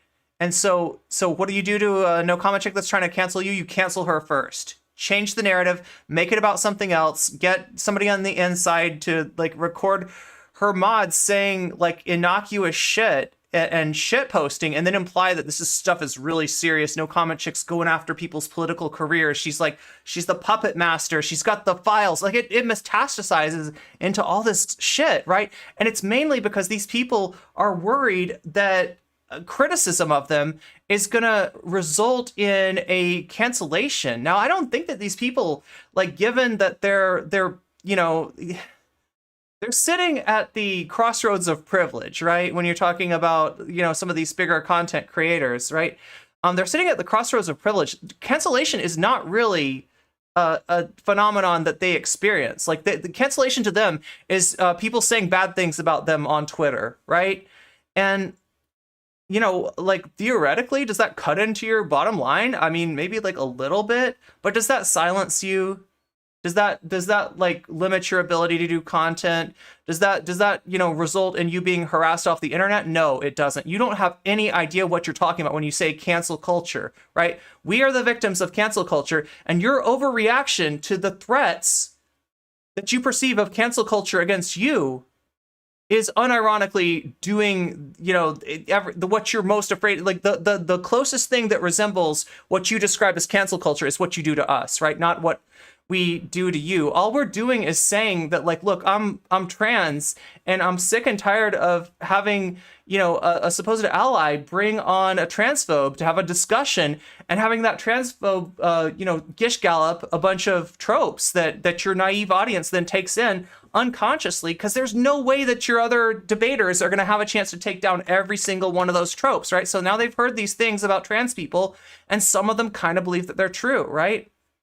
It's simple enough, and if anything, it's an invitation to be better, which, like, a content creator that really cares about marginalized people, that, like, they claim to, should if anything, like, thank me for, right? And especially the fact that I'm not coming at them in the sense of, like, you are trash, you are garbage, anybody that likes, like, right, like, the fact that somebody's offering you an olive branch rather than a sword. And honestly, let's be real, I'm trans, okay?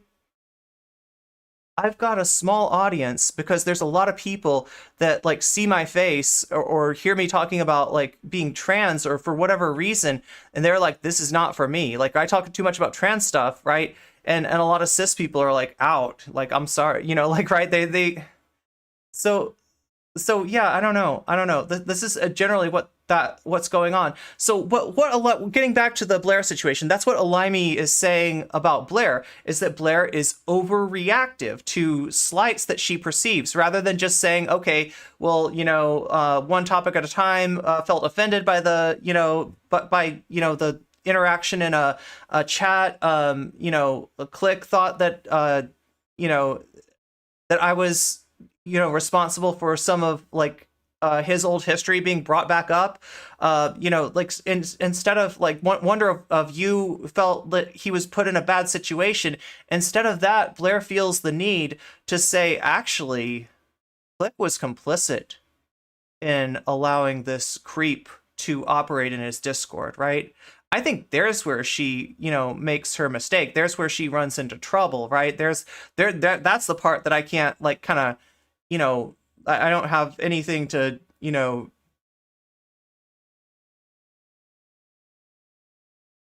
but yeah, in general, I would love for the content creation space to be less of a life or death situation, less of a like, you know, all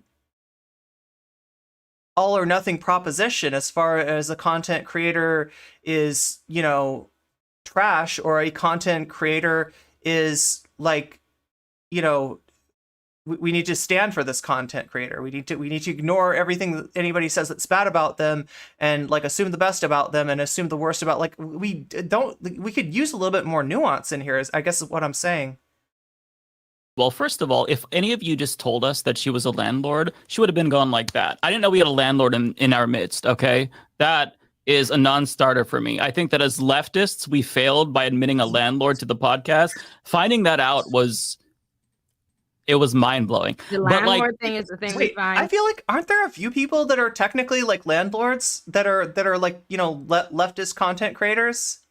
I mean, I'm not excusing that. Obviously, like I have look, I don't even want to say my opinion about landlords because they have so much power over me, and I'm in a situation, you know, like right now where I'm dependent on a landlord for the place that I'm living. But you know, like I feel like housing is a human right. Obviously, was she a landlord? So now here's the deal. Yeah, they were living. So Jules brings up a point. Was she a landlord? I thought it was in somebody else's house. Yes, Wonder and iiluminaughtii and Oz Media lived in Oz Media's house, right? The plan, though, was that iiluminaughtii was building a house because, you know, iilluminaughtii's pretty well off and stuff.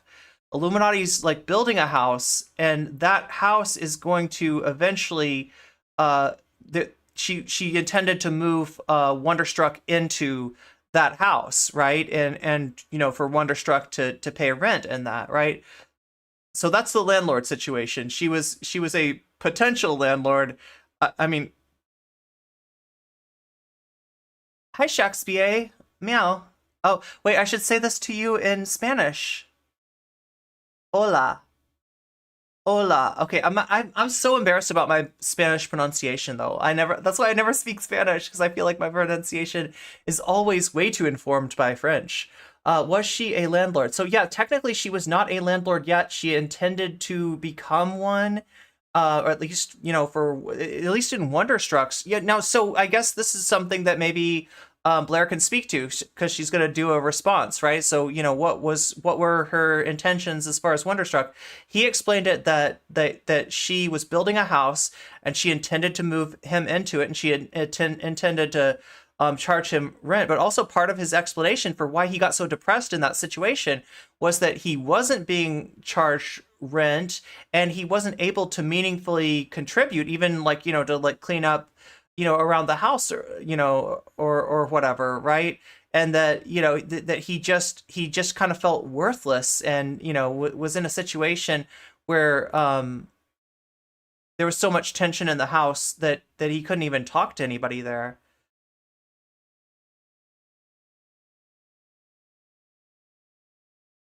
Wait, what am I missing?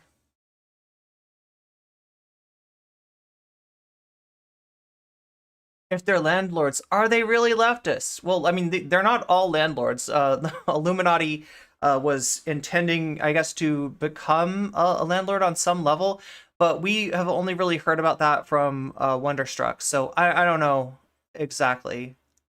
Right. The real issue with Illuminati and Wonderstruck, right, was that that he was getting put into a position where Blair was going to be both his employer and his landlord, and that you add a few more pieces to that, like like renting a car, leasing a car to him, and it starts to look a little bit like a company town. So that's the issue there. Most horrifying of the things we've learned. No, not most. No, not most. It would have got my attention quicker. But like overall, going through a landlord thing for we can go through. I think it is important to go through some of it. I don't care about. I mean, I'm not a landlord, but I don't give a shit about that. I mean, whatever. It was the deleting. It was really, a lot of shit made my like hair stand up. Like what made me, like I said, I'm really prepared to. I said to all of y'all, I was like, oh, for the one time, I'm like, I'm really the audience was right, and that we need to look into it. I see what they were saying as far as like, yeah, right, like this is something we need to address. It wasn't just drama, like it was way more than drama. And that's our fault for not. Yeah, it's and again, we are in a position where we are constantly presented with drama, and a lot of it is bad faith. So, when we're on this massive platform, when you have I mean, Blair says often in her videos that she's pretty okay with how people decide to make their money until it starts to hurt people. So maybe she doesn't see factory towns as harmful. Her explanation was that she brought Wonderstruck into this, like as. Not exactly. It's weird because like she phrases it like it was like about charity in some way, like getting him out of a bad situation, giving him a way to own a car that had some value to, like basically trying to pull him up is her explanation for what she did. But yeah, like I said, and like you're noticing, Foxy, that really quickly slides into the same principle, if not the, in substance, as a company town, right? And we all know the issue with that, right? That's how these things are framed by the exploiter, yeah. Different leftists from different spheres of the internet. I mean, you have a lot of bad faith bullshit. So we kind of have to have that baked in solidarity. And if you want to get out of the bad faith bullshit, that is the top of the hour ad break, right? You can use a Twitch Prime to subscribe for free. If you have Amazon Prime, you can hook that up to your Twitch account and you can get a free sub. Or you can pay $5 for a sub. Either of those will get a little Persona 2 icon by your face, and it'll save you from both the top of the hour and the bottom of the hour ad break, which Twitch makes me implement in order to get us out of the pre-roll ads, which are a whole nother nightmare. Imagine clicking on my stream and having to wait like I don't know how many minutes after minutes through ads before you even see anything from me. That's really frustrating. So we want to get the heck away from that, right? So those are two ways that you can get out of the top and the bottom of the hour ad break. The other way is, if you are lucky enough, you can get a gift sub given to you. And if you want one of those, just keep chatting, and you will be probably at some point noticed, and somebody will take pity on your soul and save you from that horrible existential angst that is the top and bottom of the hour ad breaks. By default, but in this instance, their solidarity was kind of it was bad for us, and part of it is because like being in a group dynamic. I think she thought she was helping out a friend, but there's a conflict of interest if you are also their employer / landlord. Yeah, true. I think she meant well, but the intention doesn't negate that. That's my biggest problem in really adjudicating like what's going on here, is that like I don't understand Blair's intentions. Like some of the choices, like, right, just do not make sense. Like, I mean, like letting, if you got somebody that's in a bad living situation, letting them stay for free for a couple months, like that, makes sense. But buying them a BMW and then putting them on like a lease, which like although it's you know like although it's a better lease than you'd get, you know, if you were actually, you know, leasing the BMW yourself, it's still like an onerous amount of pay that is coming out of your paycheck every month. The whole thing feels like a Tim Pool situation with Blair as Tim Pool.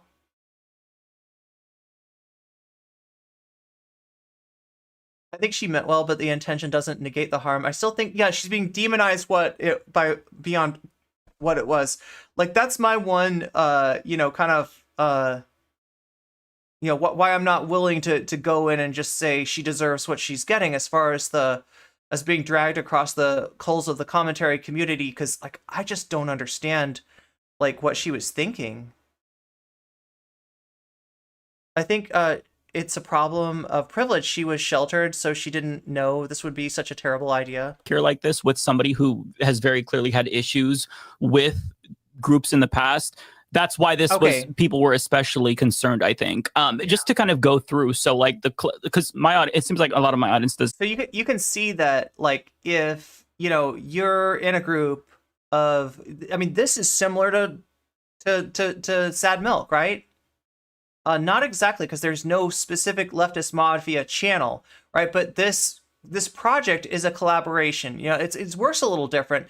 They all basically stream the show on either Twitch or YouTube, and they all ostensibly put it up on their YouTubes. And so it's like a collaboration. It's a way to get more eyes on it, right? If it was just Lance streaming it, then mainly just Lance's audience and whoever comes over would see it. If it was just David doing it, same thing, right? But instead they're all streaming it. So, you know, like Matt's got, you know, 500 viewers, Lance has got 400 viewers. I don't know. I'm just throwing out numbers here, right? I don't know what anybody's actual audience is, right? But it's a way to get your project in front of more eyeballs. But at the same time, you're also kind of, you know, you're kind of in this together, right? And if what you've seen from a fellow collaborator, is that in the past when things have gone south, they have moved to basically, you know, character assassinate their former collaborators, then that does maybe give you some pause as far as staying on board with them. Being a leftist and a landlord is bizarre to me. Yeah. No, just to give you a really quick rundown. So there was a bunch of allegations, but the biggest ones that stood out to me was there was this. Well, and especially in a situation like Blair, like it's one thing if you have like a big house. Although, wait a minute. Okay, so here's the one thing where I'll pause, right? Was Blair wanting to, because if you watch Wonderstruck's video, you get the idea that Blair wanted to full on become a landlord. Blair's getting into the business of landlordism, right? But if you have a big house and you own it, or you're like, you know, leasing it, right? And then you got like, say, 3 bedrooms. You're one person, you take up one of the bedrooms and you say, I got 2 other bedrooms. One of those could be my office, but what about this other one? What if her intention was just to move Wonderstruck guy in there in order to help pay the mortgage, right? That's like more understandable. I don't know. Do you consider that a landlord? Because technically technically that is a landlord. Like, right, this is the person that owns the housing that you're living in. But it's a little different than somebody that owns like a big ass building and has like a whole bunch of tenants, and you know, maybe hires one of the tenant or knocks some money off their rent in order for them to be the building manager or something like that. That when I think of landlord, that's what I think of, right? But you know, Blair, I'm not entirely clear on what she wanted to do, but yeah, you know, in general, like I'm not in favor of landlords. I do like regard like somebody renting out like part of their home as somewhat different though than like landlording. I don't know though. I haven't really thought about this a lot. Sometimes those types of landlord, yeah, that could be the worst. Well, I know that straight out of bed, because some of the worst landlords I've had were landlords who lived with me. And not only that, but like especially when you're in a house with your landlord, they are like, okay, so here's the deal. You're gonna pay this much for the room, all right? You're gonna help me defer the cost of my mortgage by paying rent to me. Okay, cool. So, that is a portion of what you're paying in the mortgage. I would assume, or I would, want to have, kind of like the same rights to the house, not necessarily like your property that you might have in the house. Like, I don't think that I don't think that paying somebody rent, like, in it, like that I have the right to like necessarily like use their dishes and stuff, but that like I should be able to sit out in the living room. I should be able to, right? And a lot of landlords, they don't see it that way, right? They want to they want to maximize the contribution that you're making towards their mortgage, and they want to minimize your rights to utilize the house, right? To the extent at some point where you feel like, okay, well, I'm renting a room here, right? All I really have, I can come in the door and go to my room and leave and go out. But anything else, like they're, really like you were in the kitchen for like 2 hours tonight. That is unacceptable. And it's like, excuse me, I had to cook some food. Excuse me, I was prepping meals for tomorrow. Excuse me, please, can I at least use the kitchen, right? There's some landlords that really do not see it that way. They really do have this like mindset that's very, very advantageous to themselves. And I'm talking about landlords that, that own a property, own a home that they themselves live in, and then they move you into, but they don't really denoting common space and respecting private areas. Oh yeah, or they want to like, sort of key into your room whenever. This guy worked for her, lived with her, rented from her. So much risk in one basket. But like understand, Paul Swall, that was the plan. Okay, so one thing that people don't understand about the situation, I found, is the timeline. And I think the misperception that a lot of people have is they think that the living situation lasted for longer than it did. When we watched Wonderstruck's video, we didn't watch that together. When I watched Wonderstruck's video, right, I was kind of wonderstruck even, by the fact that Wonderstruck wasn't even really living there for that long, right? And so the intention was Wonderstruck was moved into Oz's house where Blair was living too, right? And the intention was that Blair was going to build her own house and then move in Wonderstruck. That never happened. So Wonderstruck was never Blair's tenant. The intention was for Wonderstruck to become Blair's tenant, but the living situation was just too untenable, right? And Wonderstruck's own words, it's because like no one like talked to him, right? That there was so much tension in the house that like he felt alienated even while having two roommates, right? That's icky. I lived with friends for a long time. It's a different situation. Yeah, when you're all on the same, like kind of like when you're on like a lease together, like that's another thing. But like then some people end up in a situation where they're like a subleaser or something like that, right? And they don't even have access to like, well, how much is the lease that the person on the lease is paying, or like, I mean, there's all kinds of different situations. I've even lived in a house before where the landlord, the real landlord, did not know I was living there. I did not know that the real landlord did not know that I was living there. I was essentially somebody that was brought in during the summer to live there to help pay the rent.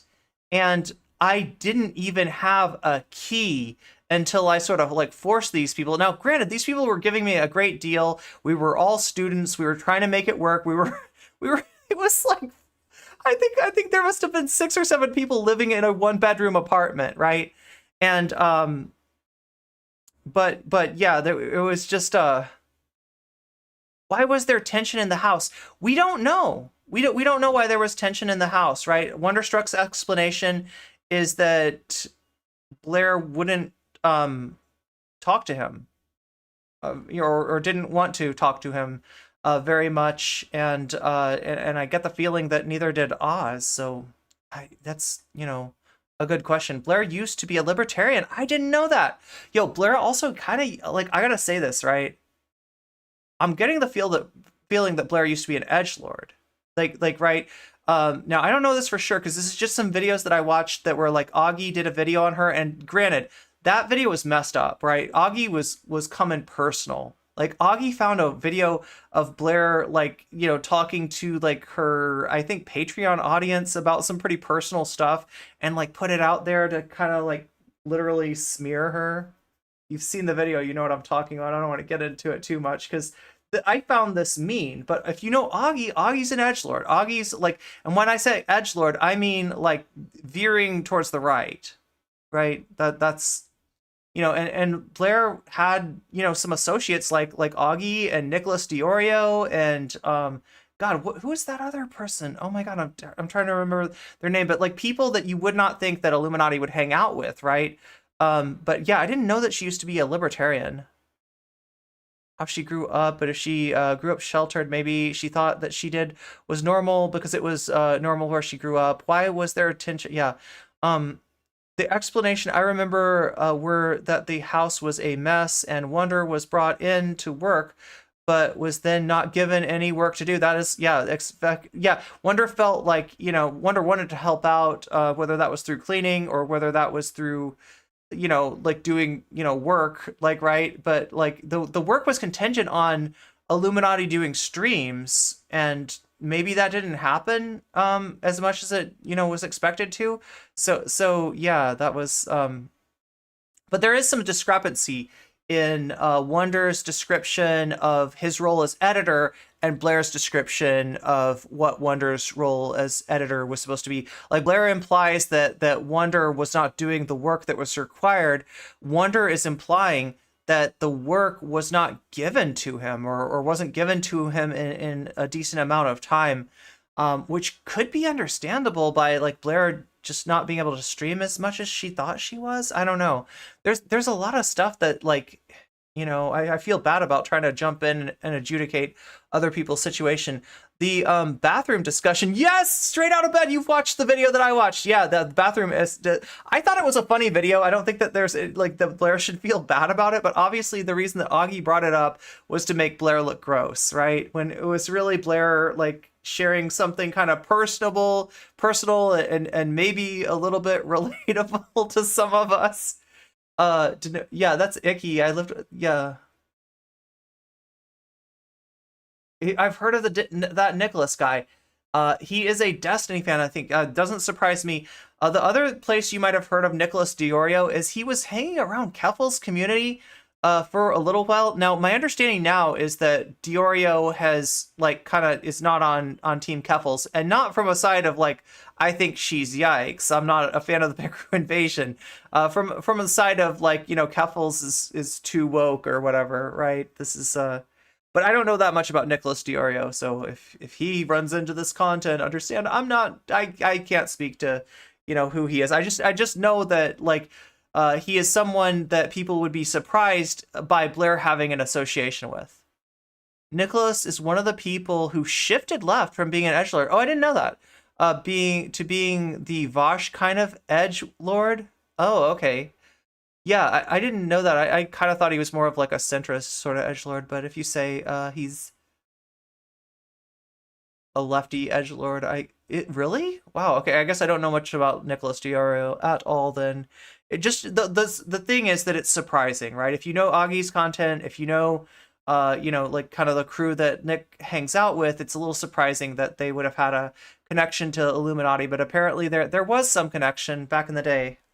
Group called Sad Milk, and one of the members, Click, she essentially pedo jacketed him. She smeared him. What do we think about that? I don't think that's accurate. I feel a huge Edgewood. Wait, where did you get that Beavis and Butthead? Oh my god, that's an awesome emo. I didn't recognize. I was like, what is that? Oh, it's Butthead. Okay. Nicholas is, yeah. Edgewood was actually the neighborhood that Blair was gonna move into with what? No, just kidding.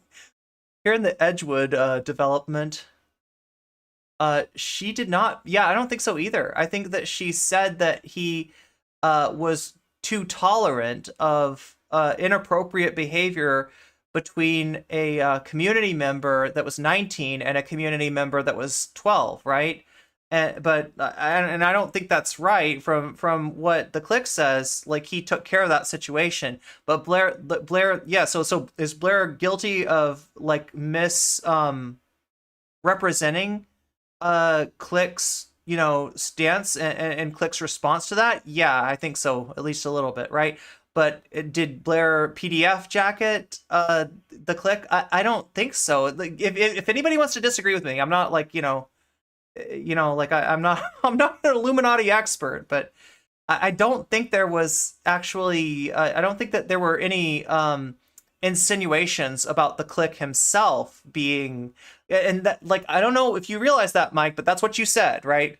When you said PDF jacketing, that implies that Blair was saying that Click himself was but maybe there's receipts for that. I don't know. Like, remember, there was a lot of receipts in the Click's video. Was there one that had Blair like insinuating that? I don't think so, but I could be wrong. And if you don't want to be wrong, then make sure that you are subbed up before the top of the hour ad break and the bottom of the hour ad break. These things happen every 30 minutes.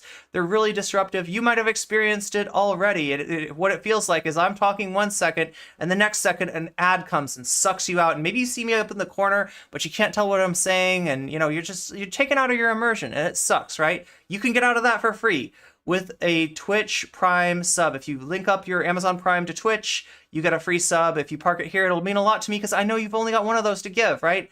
Another way you can take care of that is with $5. $5 will get you a sub. And the last way to take care of that is just by going on and being a good chatter, because if you don't have $5, I totally understand that. Just contributing to chat might be enough to get you that sub if somebody decides to take pity on your Persona 2 faceless name tag in chat. She paid people to dig up dirt on him.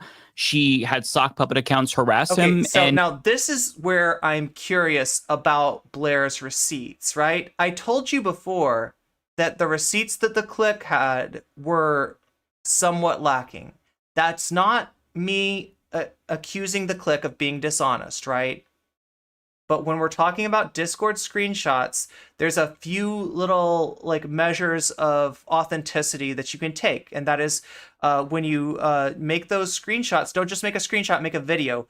Roll your wheel up and down to show that this is indeed Discord. It's moving, right? In other words, it's not photoshopped, right? And then also hover over the person's name to show their unique identifier. Now, this is going to be less of a problem going forward because Discord is implementing a one person, one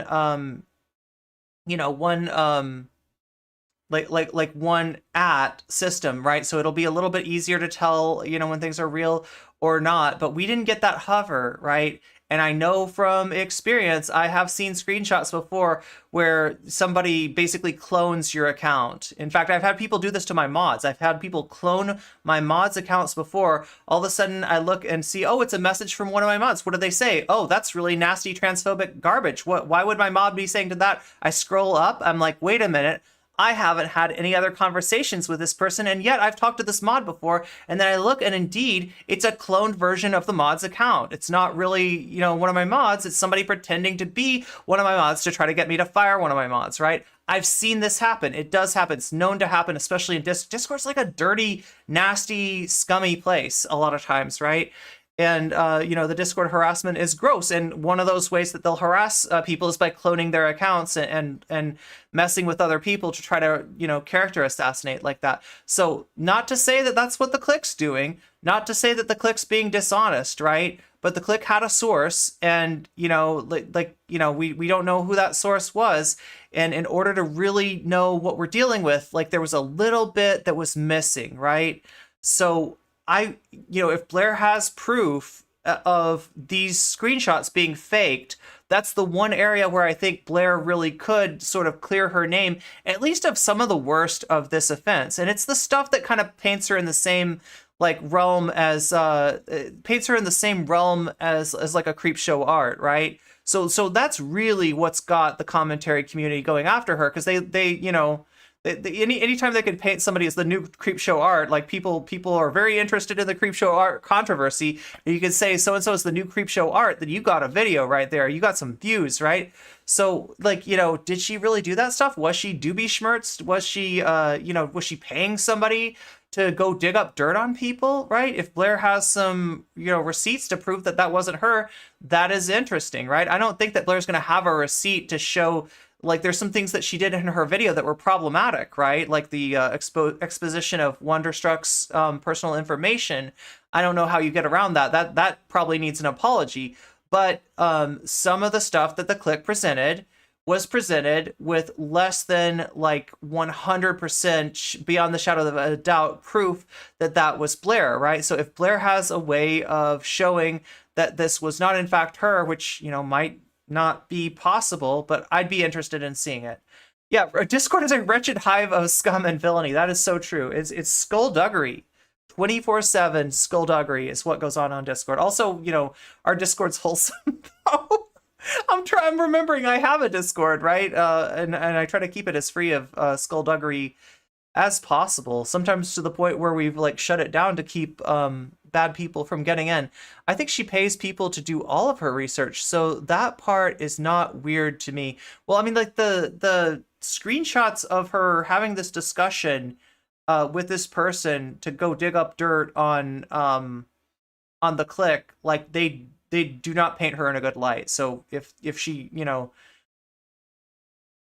if that is her, then, you know, it is kind of concerning. If Blair decides to show more receipts, she better call out all the alt-right and libertarian bandwagoners? Oh, you mean the people that are going after her? You know, think of the Jimmy Dore libtard 01 situation on steroids, exponentially worse. When it comes to Wonder... Okay, so libtard 01 was an account that would post, seemed like a Jimmy Dore reply guy, right? And at some point, it posted in a way that, like, sounded like this is Jimmy. Like, this is, like, so people interpret that as... or I don't remember if it was like there was something that looked like that maybe Jimmy Dore has this account libtard01 and was switching back and forth between that and his main account and forgot to switch, right? Like I think I remember what it was. It was like Jimmy, like libtard01 posts something to somebody replies, and then Jimmy Dore's account replies to that, and it's not replying as like, you know, hey, Jimmy Dore here, you're wrong about that. It replies as like, that's not fair to say about Jimmy. And then Lance replies, you're Jimmy, right? So it kind of looks like libtard01 is actually Jimmy Dore's alt, but of course he denies it. Jimmy accidentally forgot to switch his account. Didn't Matt Bender blow the cover? Yeah, Matt was the one who discovered the libtard01 situation, yeah. Although I feel like Jimmy kind of blew it more than anything. The account was posting from the same places that Jimmy was in. He was doing, oh god, that is even more damning. He was doing it while he was in Italy. I didn't even know that. Watching his full video, like I watched a bunch of recaps and then I watched Wonder's full video, and the recaps didn't do it justice. The Wonder video broke my fucking heart. I really identified with him because he was in this position where he was very young. He was 19 years old. She was his landlord. She controlled his transportation.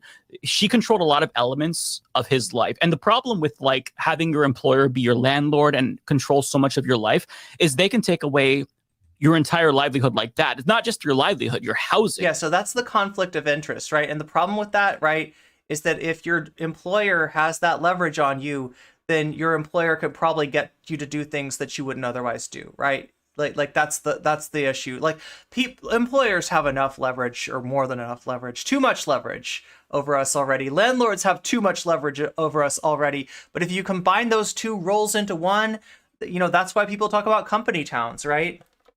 And basically that happened to Wonder. He lost everything and it nearly drove him... Wait, was it the other way around? I don't even remember. ...to the brink of suicide. And then she took that and she used that against him in his video when he talked about how, and this part really struck me in Wonder's video.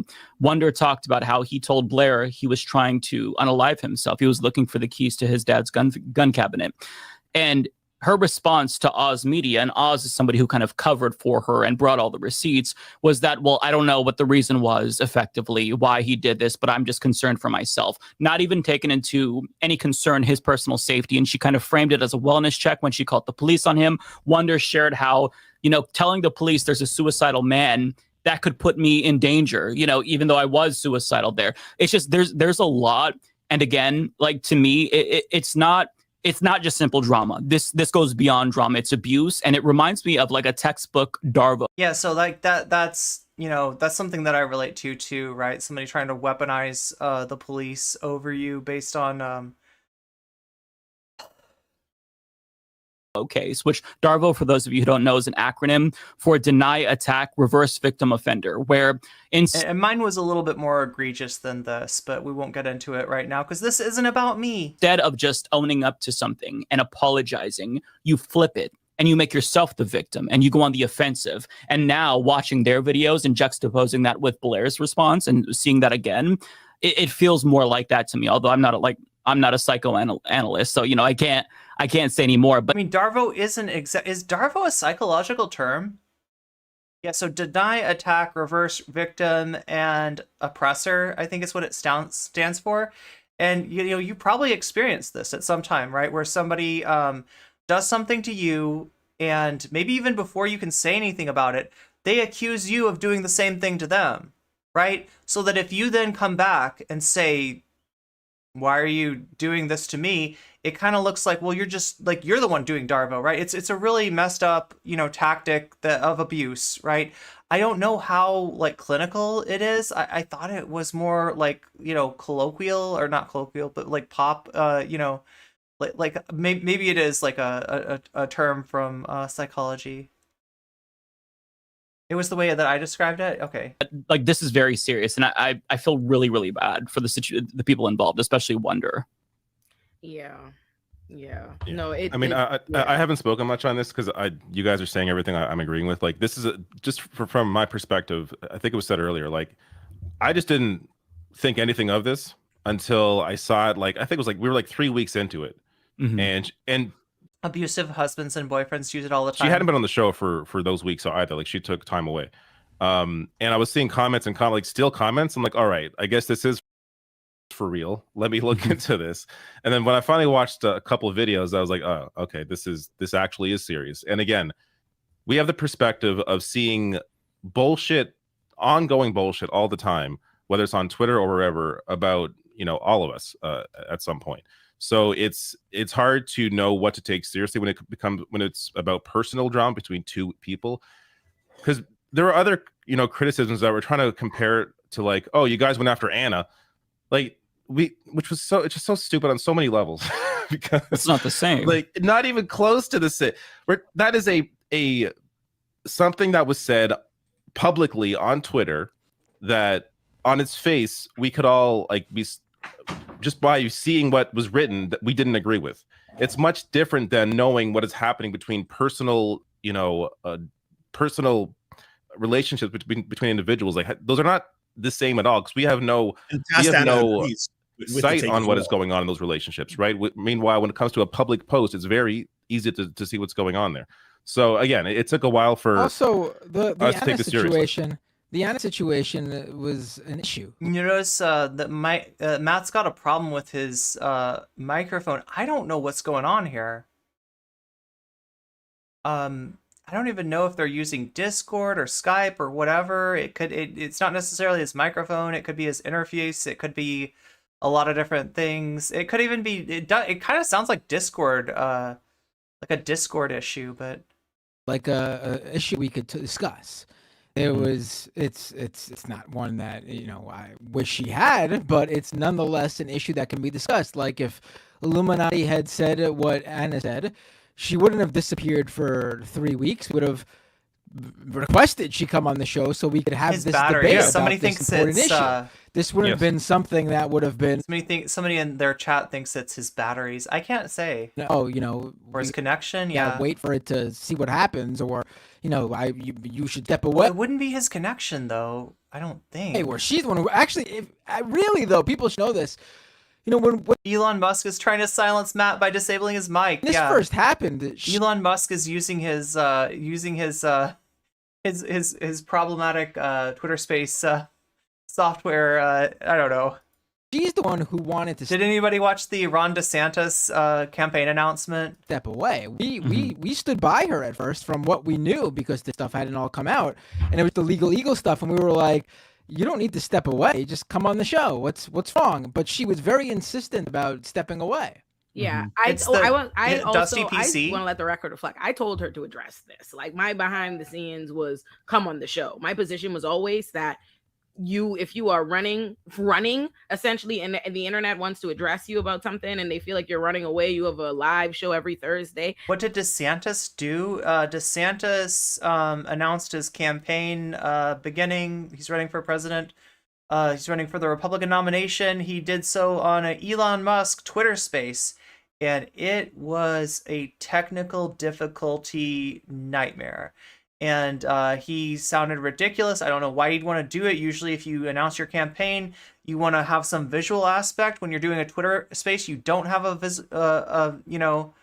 visual aspect. The actual people that were in there were people like Cat Turd, right? So it was like Elon Musk, Ron DeSantis, Cat Turd, and a bunch of chuds, right? But the Trump people memed this, right? And they replaced all the, Elon duck riders with like George Soros, Adolf, who, and like Satan, right? And they made a meme that his campaign announcement was with with Satan and the Fuhrer and George Soros. Ron announced his Twitter that he was running for president in 2024. Twitter has a bunch of audio issues. During that Trump got one of his fans to spoof that. Yeah, and I think they actually did they actually make like an audio track of like, Satan and the Fuhrer and all those people like talking, I think. They're only going to hunt you down. You need to come address it. That was always... Well, what does he call him now? Rob DeSanctimonious, I think, right? He's had various iterations. So Meatball Ron, I kind of like that one too, right? Meatball Ron, Little Rhonda, help me Rhonda, right? You got that one. And then most recently he's been calling him Rob DeSanctimonious. So it's almost like a Twitch streamer that gets your name wrong on purpose. Kind of like when I talk about Sansoy, right? Kind of like when I talk about Sansoy. My position, and it always was, but again, I didn't have the context of what the situation was, and I want to echo a lot of the earlier sentiments. The Anna Kasparian thing y'all are doing, that's a false equivalent with the situation in its entirety. And yeah, I don't know why they're bringing Anna in. And as really far as the Blair stuff, listen, it's very frustrating because y'all have to understand we're doing a live show across a bunch of different platforms. We have to look at a bunch of live chats and comments and things that get in your head. People are literally swarming our chats. They're being it's stressful, right? And then there are a lot of people who do not and have never watched our show. Now suddenly they're watching the show, screaming at us, saying all these negative comments about us, in the audience because we haven't responded to this or blah blah blah. But they have no other context of us, no other life of us. We were wading through a lot and trying to figure that out, and we're doing our best. And I think we're doing our best to be as transparent as humanly possible. I feel like a lot of other shows and places and stuff would not be having a conversation with you or anything like that. We are trying. I feel like y'all should give us a little bit of grace. But yeah, I want to echo what Mike said, and I want to be like, yeah. The thing about Ron DeSantis could win. The thing about him is that he is every bit as bad as Trump is on the issues, if not worse, right? If not worse, right? Now it's hard to parse this, right? Because Trump is like it's hard to say that somebody like. Well, here's what I'm saying, right? Trump is running on the issues that Ron DeSantis wants to cut Social Security and Medicare. Now, probably Trump does too, right? So, like, I'm not going to give him any credit for that. He's also, I think, has Trump come out and criticized him on the abortion thing? Yeah, Ron DeSantis actually did an abortion ban, and it's all because they're jockeying for the rightmost spot. Like Trump wants to call Ron DeSantis like a liberal, basically. And there are some never Trumpers that have embraced Ron DeSantis, which makes you really question them, right? Because, what exactly is your problem with Trump? And, the fact that they'd embraced Ron DeSantis implies that the problem with Trump is that they're on board for what Trump wants to do, but they think that Trump is too incompetent, too reactive, too bad of a politician to actually do it. Whereas Ron DeSantis will put a veneer of respectability over that same agenda, right? Like I said, I a few times, I want to be accountable at the audience. I think the audience was right to tell us that we should look into it. I don't think that makes us wrong for not realizing that we should have looked at it and been, super involved. But I do appreciate that y'all insisted and that we took the time to go look into it, because I see that it is a much bigger thing. Because I watch a lot of videos, and I kept learning more and more information and seeing that this is largely a pattern, and seeing like I haven't had any issues with it. But I think what I found very striking is of the information that have been presented to me, because I have, like I told y'all, I have talked to Blair, and since all this has happened, I talked to her. What was being given to me just did not at all present what was, you know what I mean? I felt very like, what the fuck? Like, hey, what the fuck? Right. And what the fuck is exactly how you're going to feel if you get caught slipping on the top of the hour ad break. That means that if you don't have a sub, you may be subject to getting sucked out of your immersion in this content, content, and suddenly be faced with an ad, and you'll be all alone there, and there'll be no one that can help you, right? So if you want to get out of that, there's several ways you could go about it. It is $5 to buy a sub. $5 gets you out of that ad break, gives you access to all of our emotes, and makes you a cool person, because you'll have a Persona 2 character that none of the Persona 3, 4, or 5 fans even know about. They can't name those characters, right? They don't know that, like, Lisa's nickname is Ginkgo. They don't know the difference between Tatsuya and Katsuya, but you will, because you'll have one of those emotes right next to your name.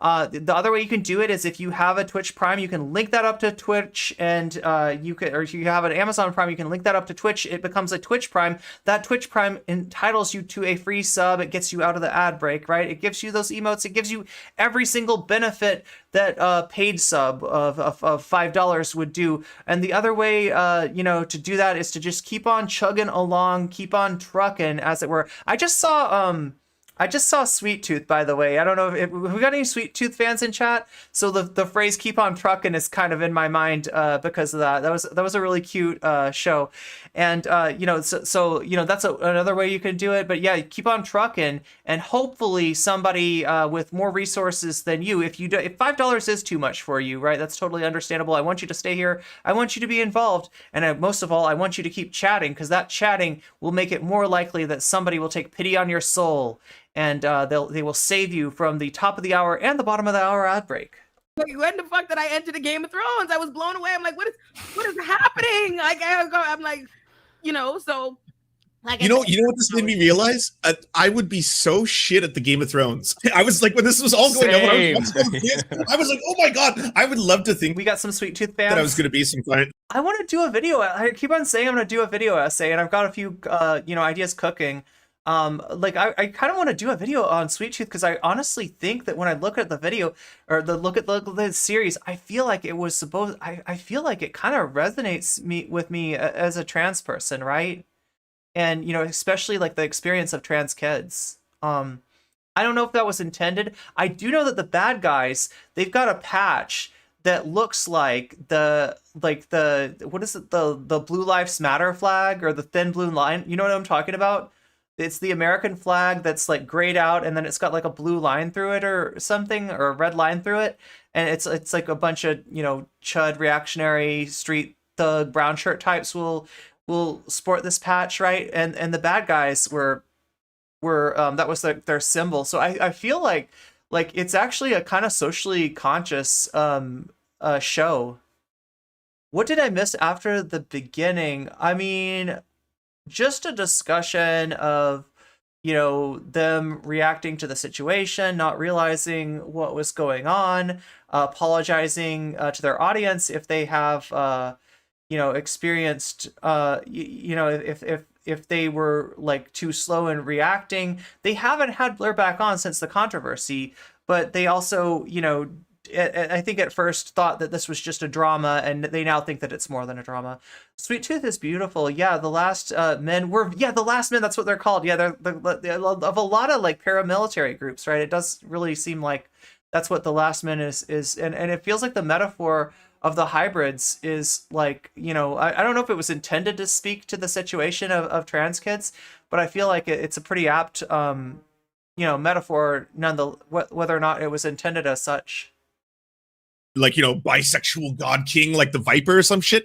No, I would get rolled. I would get so rolled. There's like so many moments where I'm just like, wait, what? Because I did get rolled.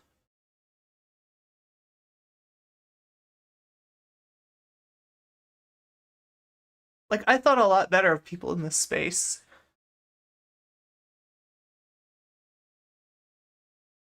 And I hate having to live in this environment, right? I hate the way that content creation has like a whole other side to it that you never see, that's very, very cloak and dagger, that's very, very evil. Like, there are, I believe, content creators utilizing harassment to drive other people off the platform, to silence other people, to character assassinate other people. Like, it is Game of Thrones. It absolutely is. And I don't know, maybe I'm not cut out for it. I'm too trusting. I would get manipulated. Honestly, I'm pretty good. I had everybody's reactions, like everybody in Leftist Mafia pegged for how we'd respond in different situations and stuff. And I gotta speak to something too, right? Because I did get manipulated, right?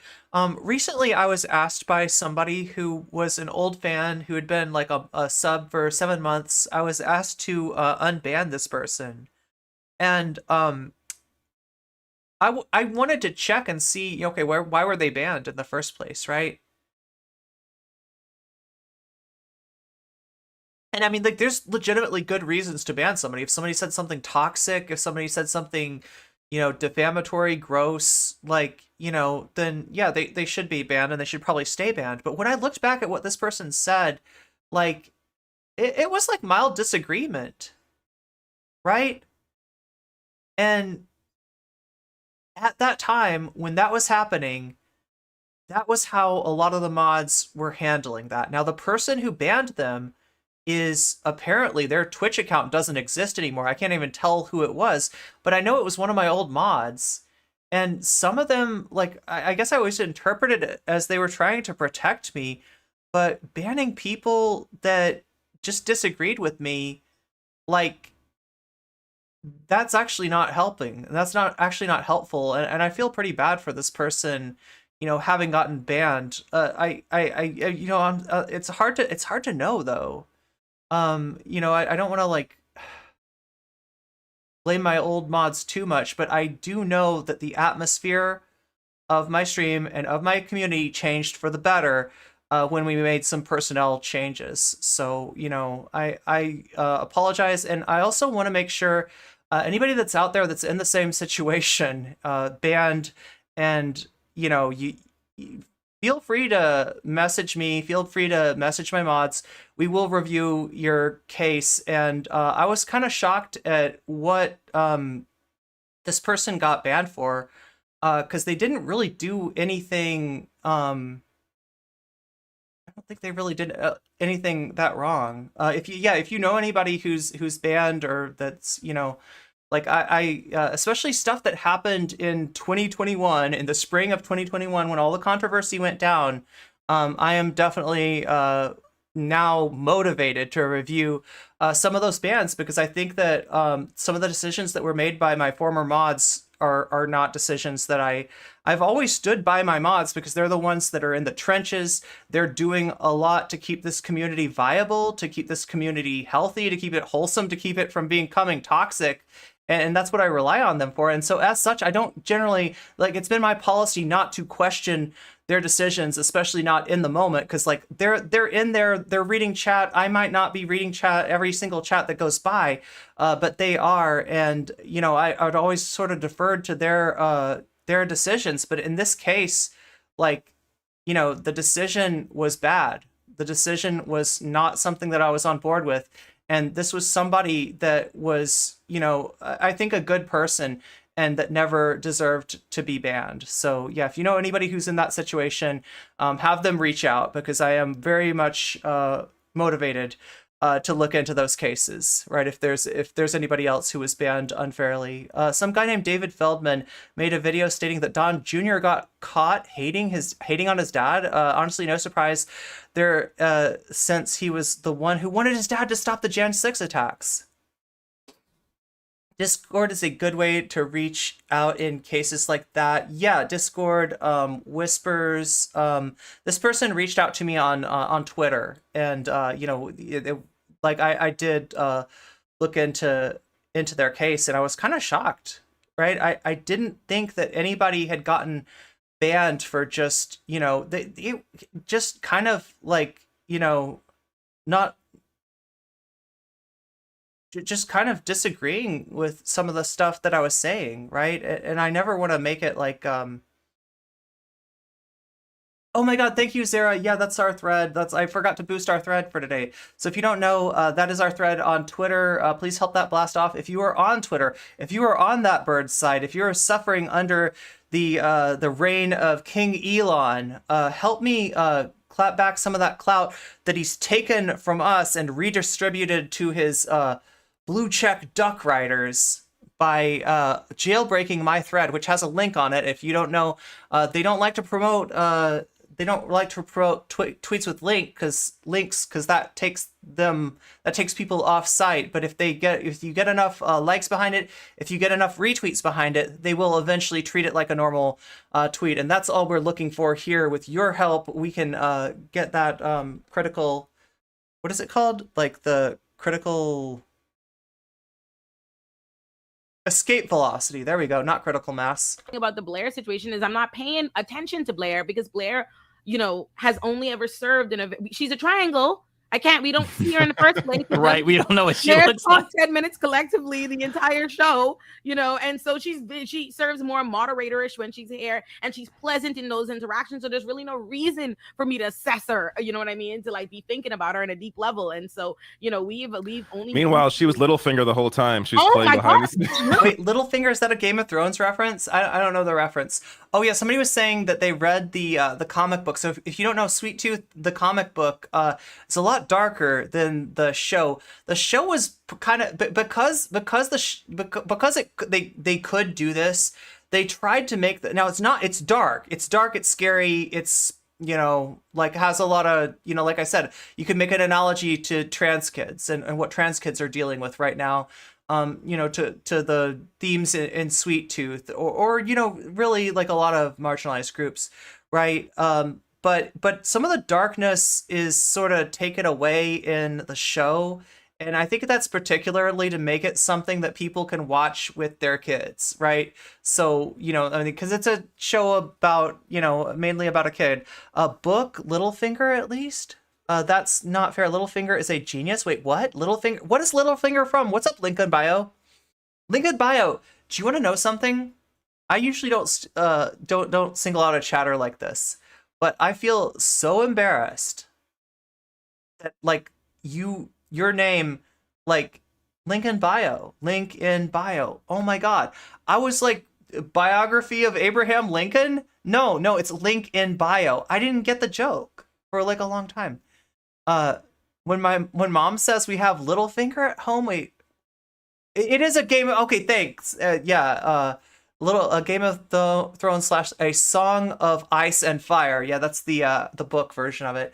Littlefinger was a character from Game of Thrones, manipulative and traitorous. Oh my God. So like, here's my deal with Game of Thrones, right? I probably have some Game of Thrones fans in the audience too, and I love you. I haven't seen Game of Thrones because I watched the first episode, and you can guess what scene bounced me right out of that, right? I couldn't. Thank you for getting the joke. It took me so long. And I like I think it was like, I don't remember when it was, but I was like rewatching, like I think I was editing VODs and I saw your name. I was like, Lincoln bio. Yeah, there we go. It's not a reference to Abraham Lincoln. It's link in bio. Game of Thrones went really bad after they stopped following the books. Okay, well, yeah, it was that first episode in that one scene, and I think any Game of Thrones fans know what scene I'm talking about. I just have some personal, like, you know, like issues that it was a little triggering for me. Let's just say, didn't watch it because people were talking about some sus problematic. Yeah. Nigga, Well, I'm I'm not hating on any fans of it. It's just like it's something that I couldn't get past. I'm so sorry. I was like, Lance! Hey, yo, look, like, and I had to like go to like, because me and Lance had pretty much been on like, well, you know, I would have been cut in season you know, one. I would make it past like, season one. I had to go to Lance on Saturday and be like, no, dead ass, hold on, wait, wait a second. I think we were. I literally went. I said, we might. I hate it. But David Dole might be right. I was like, let me go to the chat and get home. David and Binder had this. Maybe you should give more credit to me and my chat from now on. Then I think that's what should happen. Let's not You're beating the racism charges. Let's not get ourselves. But I will give you credit. I will acknowledge. I did come very. I told y'all in our official meeting. I said, wait a second. I have a new opinion. I watched the videos. I said I have a new opinion. A lot of effed up. No, I'm talking about the effed up shit that happens in the first episode, right? Humility and say when you get more information, you can come to a different conclusion. I see what's up.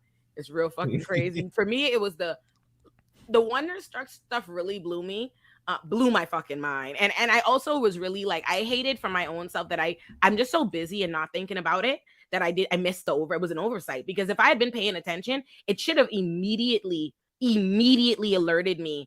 Why would a CEO or why would the boss be, you know, buying the car and all these different things? Like, it's so obvious once it's exposed and once the receipts, like, you know what I mean, what's happening there. But I just didn't fucking think about it like that. From my perspective, how it was being presented to me was very like, look at what I've done for this person, and this person is doing this to me. And I'm like, yeah, you know what I mean? And I also think, you know, I wished throughout this whole, well, I don't wish, honestly, because I think everything needed to happen. Like, everything needed to happen. It seems like this has happened for a long time. This is a long whatever. And this is this is not any, I don't got no personal beef with Blair Illuminati. I hope they figure out, I hope, not wishing any ill on them. They could do it however they want. But this is just what my objective thoughts are on the situation.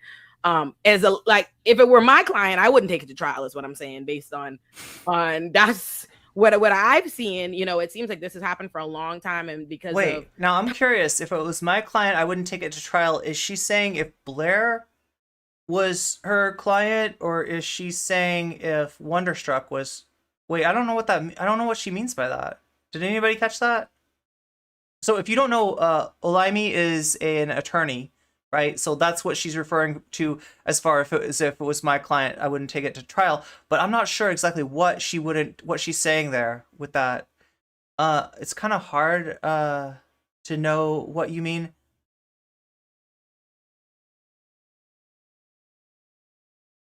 The books have more narrative cohesion and character development. The books have some sus stuff too. Power, you know what I mean, and having a large platform, it hasn't been exposed in this large of a way, but it seems like Wonderstruck. Yeah, we could play it again. Let's see, 29, 20. Let's try to go to 29, 28, 58. Let's see if we can rehear Not this. wishing any ill on them. They could do it however they want, but this is just what my objective thoughts are. No hate against iiluminaughtii is what she started with. On the situation. If it were my client, I wouldn't take it to trial, is what I'm saying, based on. If it's my client, I wouldn't take it to trial. Okay, so no hate against iiluminaughtii, but if it's my client, I wouldn't take it to trial. Was Blair... I haven't heard of Blair, like, you know, threatening any legal action. Is that the most sus in the books? Main character's main... Okay, so for anybody who's wondering what I'm hung up on about the first episode, there's just a scene that seems like violation of consent that was the reason that I did not continue to watch Game of Thrones. I was just a little bit surprised by it and, you know, triggered, I guess, based on my own personal history. So yeah, that was why I didn't continue to watch Game of Thrones. But again, no hate against Game of Thrones fans. It sounds like a very compelling, you know, narrative. If anyone threatened legal action, it would be Blair at this point. And that's what I've seen, you know, it seems like this has happened for a long time, and because of power, you know what I mean, and having a large platform, it hasn't been exposed in this large of a way. But it seems like Wonderstruck got the Yeah, it's a really tough scene, and like got the strength to I've heard there was more context to it, but I just like I couldn't keep watching it after that. Wasn't sure because there's also oh my gosh. Oh my come god. forward because the click did, and then everybody else did with their platforms, and that's the only reason why it's like this. And I think that that situation needed to happen, and maybe if we had been paying more attention from the beginning, it wouldn't have. Because if I'd been paying more attention, I would have told her never to tweet the legal stuff. But I wasn't paying attention then. You know, like when that happened. No, Binder said, yeah, but I couldn't. Here's what you have to understand: if you're not in this world, it's like yeah, that's you know, like I don't understand what possessed Blair to like, you know, tweet at Legal Eagle. Like, right, that there's a lot in this that I just do not get. Like, and that's, you know, like the big, you know, the thing that started all this drama is the biggest thing is like really like why would you take like somebody using a paper tear effect and a highlighter effect, which are like the most basic tools of video essayists, right? Like I said, the analogy I'd make is like, you know,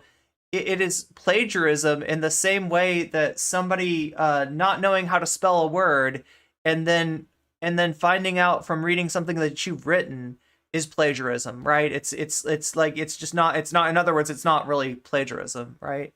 It's too basic to be considered plagiarism. I don't know people who do things like this. I couldn't even conceive that someone's doing shit like this. This blew minds. Like I literally went to the group chat. We went like, hold on.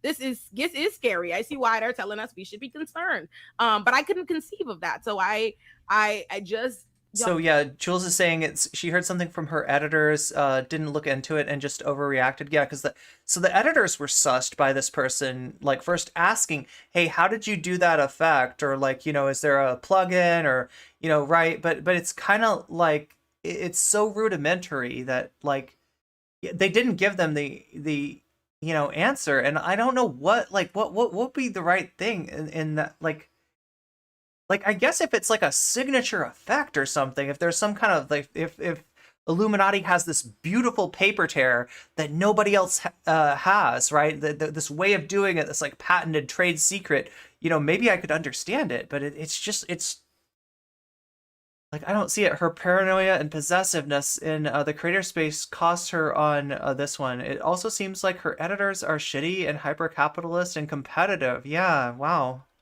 Oh, I was fucking shocked. Okay, I didn't fucking know. Yeah, blindsided. We were blindsided. Does she know how editing works? Yes. Good question. Now the only direction I can point you into as far as that, does she know how editing works, is to look at her video, her response video, versus any of her other content. And I think you can notice that the editing on her response video is much more pared down.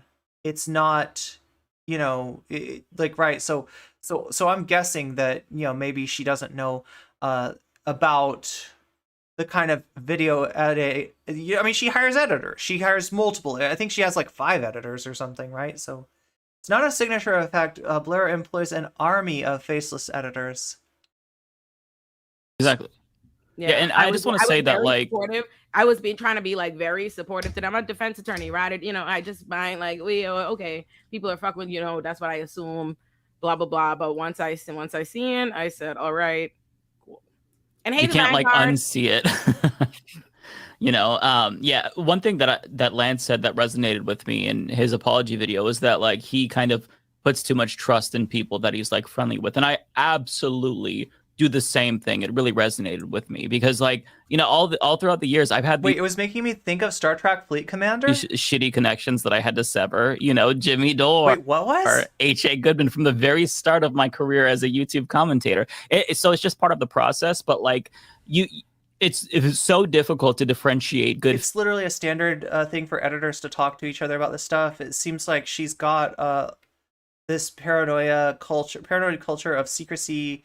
going in her content farm simp cult for something or something. I don't know. Faith Yeah. from bad faith criticism. And I think that's why a lot of creators end up becoming really hard-headed and doubling down. But like, we're not those types of creators. We actually do absorb criticism, even if it is difficult sometimes, even if I admittedly felt cognitive dissonance, but we're trying to learn and grow, and just going forward, we Oh yeah, we'll try to and do be better. flexible. Like we need to normalize this idea. Like I am so for. Yeah, I mean, look, especially I can relate to this. I've cut contact, I've cut ties with a lot of really sus people that I didn't see a problem with early on, right? Like people that like, people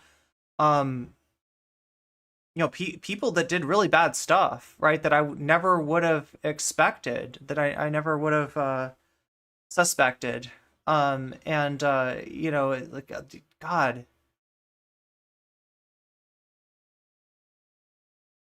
The fact that her editors don't talk to each other or are hostile to other editors speaks to the culture of her company and her brand. Don't talk to other editors, yeah. with large platforms, coming out being like, I was wrong, or I fucked up, or hey, by the way, I also deeply believe in restorative justice. So it's like anything else. I think like this idea of, hey, on the one end, you have been like credibly accused of something versus, well, why does the public like response have to be Taco Cat says, I wonder if she knew the Wonder stuff and Sad Milk stuff was going to come out and tried to distract people with the Legal Eagle stuff. If so, that was a horrible move, right? Because the main reason that people were interested in, this kind of,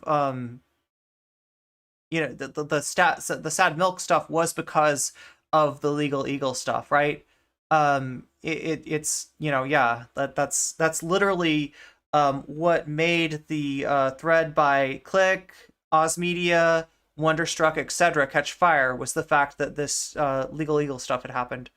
I don't think she thought it would come out. Yeah. And like, it may be that that's the only reason that it did come out, because, there was calculated and then meticulous, and then start this entirely new like drama cycle and all that kind of stuff. Yeah. It's one of those situations quite make sense.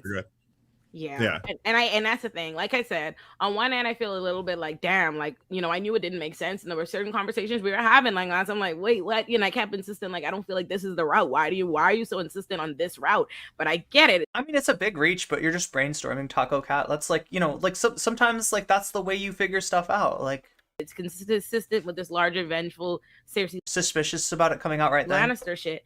And like I said, the Lannisters, if I became more attention that reference I do know. Probably put a stop to. I didn't realize that they would ever, even if they thought like the Legal Eagle thing, I didn't realize that like not jumping in and stopping them from thinking that would lead them to go on a Twitter thread and do all that stuff. Like, because there are lots of things that happen, or you think things, or you talk about other people or content creators amongst other people, but you don't go and make a Twitter thread. Like, you know what I mean? So I wouldn't think like not jumping in and being like, hey, this absolutely doesn't appear to be plagiarism. I swear to God, it doesn't seem to be. Needed to happen in order to stop a Twitter thread. You know what I mean? And then by the time Lance was telling me, like, hey, big Illuminati drama's happening in my mind. Wait, weren't the Lannisters also the people that did the Red Wedding? She said somebody copied a style in a video, or that like made the Red Wedding happen. However serious could the drama and the fallout from this be? all I know about Game of Thrones is the Lannisters send their regards. Send their regards. And so then, I'm like the way it's presented to me was like there was this just pre-existing drama with a few people that you're like friends with that needed to dress, and that's what I thought was happening. I thought they were doing all these other horrific, horrible things, and like if I had seen their videos, if I had seen their things, her video would have seemed nuts to me from the jump, because I would have realized she's not even saying shit in it for real, other than just disparage. Nothing that they said was ever addressed or blah blah blah blah blah. And like I said, I've been I was nice to Blair behind the scenes about all of this, and I wouldn't have gone and cussed her out, but I would have told her, hey, nigga, you seem dead wrong, guilty, so you should apologize. Like I would have said that, you know what I mean? I would have been like, you should do that, my guy. You should like address that and take that route. But I didn't know anything about it to address from that level. I could only go based on the information I had. And I didn't know that like again, I didn't know I was into Game of Thrones like that. I'm sorry. So well, and to be fair to you, Ole, like since the beginning of our show, when we announced our show, you were presented with a bunch of like dirt on us. Oh, well, did you hear about the humanist support? So and like I totally resonate with what Lance and Alimi are saying about like didn't know it was Game of Thrones. Olimi's fairly new to this game, so you know, right? I'm surprised that Lance doesn't know this. Listen, if you're going into the content creation game, listen to the song Heathens by 21 Pilots. Okay? If you want to understand what you're going into, if you want to know what you're dealing with, right? All my friends are heathens, take it slow. Right? Like that's what you're going into, right? You're getting in the van with Killer Croc and Harley Quinn and like Jared Leto as the Joker. I guess I haven't seen that movie, right? But I feel like that's like the that's the vibe. That's the vibe. That's incest. It's not incest. Oh my god. Not over here at least. Not outside of Chan culture, I guess. Isn't Ole's channel branded? Oh yeah, I think you're right. Sisyphean task. Sisyphean task. I think you're right. Yeah. I wonder if it affects her at all. I mean, she'll probably be changing some of that stuff, but yeah, she did. I can't remember what it was like. iiluminaughtii or something like that. She branded something kind of like as a joke off of something that Blair did. National, they're fake leftists. You have to navigate Okay, that. so yeah, iiluminaughtii, yeah. From the very beginning, who people hate the fuck out of us. So, and you didn't have any context because you were in a different internet space than we were. So, like, it's been constant. So yeah, exactly. And that's what I thought. It's like from the minute we announced the show, which to me is like, this is just supposed to be a pleasant, fun time, you know, blend these different, you know, areas of the leftist spectrum of platforms and stuff. It was always negativity. And I said it right. I can't believe Olay is with such and such. I can't believe Olay is with this one. She sold out fast. Yeah, I remember. I don't know. I think Ole's taking the wrong message here. I think she's got to get on YouTube and search up David Dole controversy explained, the real dirt on Mike Figueredo. Everything you need to know about the Lance drama. I mean, that's the stuff's out there. You gotta dig in now. Yeah, I just was like, I honestly, it was time to do your due diligence. Have you heard what I said about Tulsi Gabbard in 2020? Listen, in my mind, I've always tried to some level, I treat everything that I do like these are projects. And they are not like, I treat my own platform like iiluminaughtii, my shit. And I heard somebody in the chat be like, oh, Lay modeled her name after. You might be new to me, but like iiluminaughtii is the name of my Substack and my stuff that I've had for years. That's been my brand before I knew Blair existed. So respectfully, she didn't come up, and she didn't come up with iiluminaughtii. I know you know that. You know, I'm like, look, but I treat my own. That's a good point. That's a good point. If Olimi was you know, riffing off of Blair's thing, it would have had multiple vowels or something. It would have been like iiluminaughtii or something, right? Or yeah, it would have you know, because like yeah, Blair's not just like Illuminati. She's iiluminaughtii. I always thought that was weird about her name, right? That it's like, I mean, like part of it's like, you know, Illuminati. If you name yourself Illuminati, there's probably already a channel. If you just like straight up Illuminati, like, right, there's probably already a channel called that. So like doubling the values, but the vowels, like, but then like Illuminaughtii, I always wondered, right? So what's the naughty part? You're calling out MLMs. You're calling out multi-level marketing schemes, right? What is naughty about that? Are like this? I didn't get the naughty part, right? I didn't understand what that was about. To be responsible for it. There's a reason why I don't like stream Leftist Mafia. That is my show, like, you know. Blair would have sued her by now if she had taken that inspiration. All of our show, and I feel that or whatever, but it's not the way my show. I consider that where I'm responsible. Oh yeah, for. good point. Yeah, she has a full-time job as a lawyer. She does not have time to look up online drama. M&Ms are so naughty, right? Live stream. Well, that's what Tucker Carlson thinks. They became less sexy, and therefore they're I don't know. Don't do those things. I like to create a little like universe that I could be responsible with. Right. It's just a play on with words with no depth. Yeah. Olay does this show on the DL. She doesn't want her audience to know that she does. You're ashamed of What about the Illuminati? Yo, Raven, you just like made me like wonder: is there a behind the bastards about Illuminati? No, it's about the Illuminati. The you know, to the extent that yeah, the original Illuminati. Yeah, so basically though, I was like, that was basically no shit to be fully candid with y'all. Lance came to me about this, like, this is bad. This is affecting all of us. I was like, I was like, speak for yourselves. Like, speak for yourselves. My audience knows nothing about this. I literally told, I was like, I'm feeling a little siloed from the problem, Lance. So I'm sorry. Well, it's one of those things where it's like the more you like, everyone kept saying that, and correctly, by the way, like, go watch this video, my Reddit was like flooded with a whole bunch of things where it's like, please watch this, and yeah, it does take a long time, which is one of the reasons why I think everyone here wanted to wait, obviously, to like, you know, give a very fair opportunity to Blair. I don't have any personal like super negative experiences at all, having worked with her, so allowing enough time to go by for her to either make a statement or come back, or whatever it's going to be, right? I think there was a pretty long grace period in between that. And then, yeah, here we are. I mean, we should, you know, we to be completely open and honest, like, you know, we had that discussion. Lance told her what we were thinking, and she accepted the news.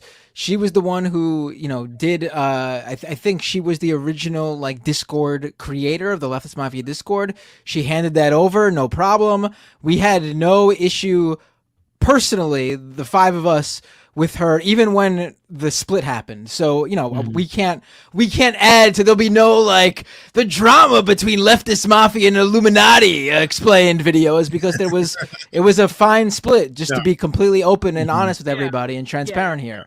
Yeah, she never did anything to us. I mean, other than me and Lance. I mean, other than lying.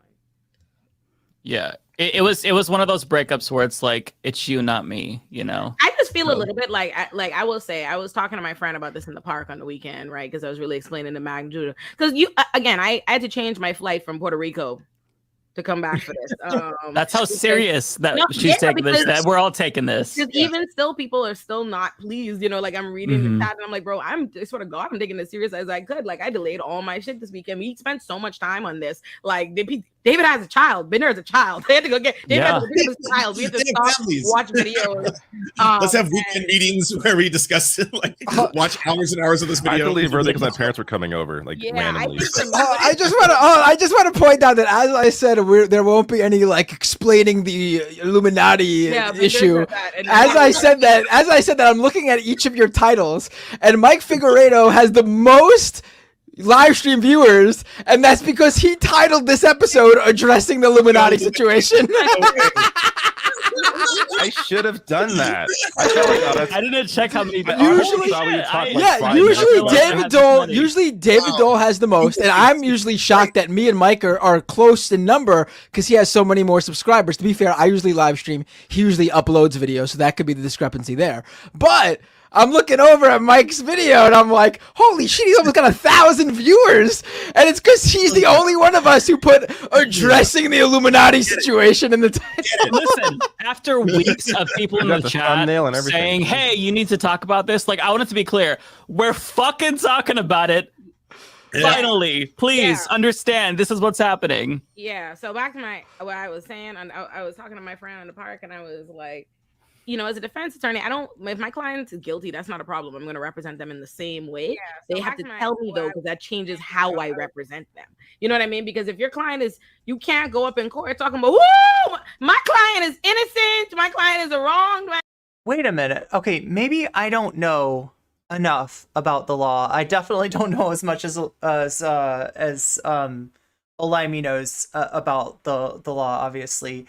But like, I was under the impression that if an attorney were to come to the conclusion that their client was guilty, that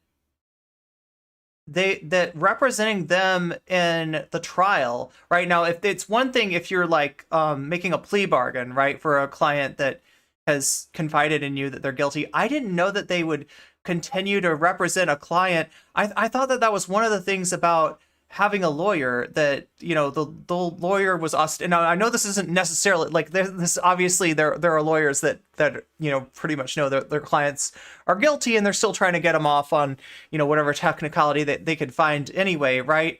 But I was under the impression that like that a lawyer who came to the conclusion that their client was guilty would probably quit the case.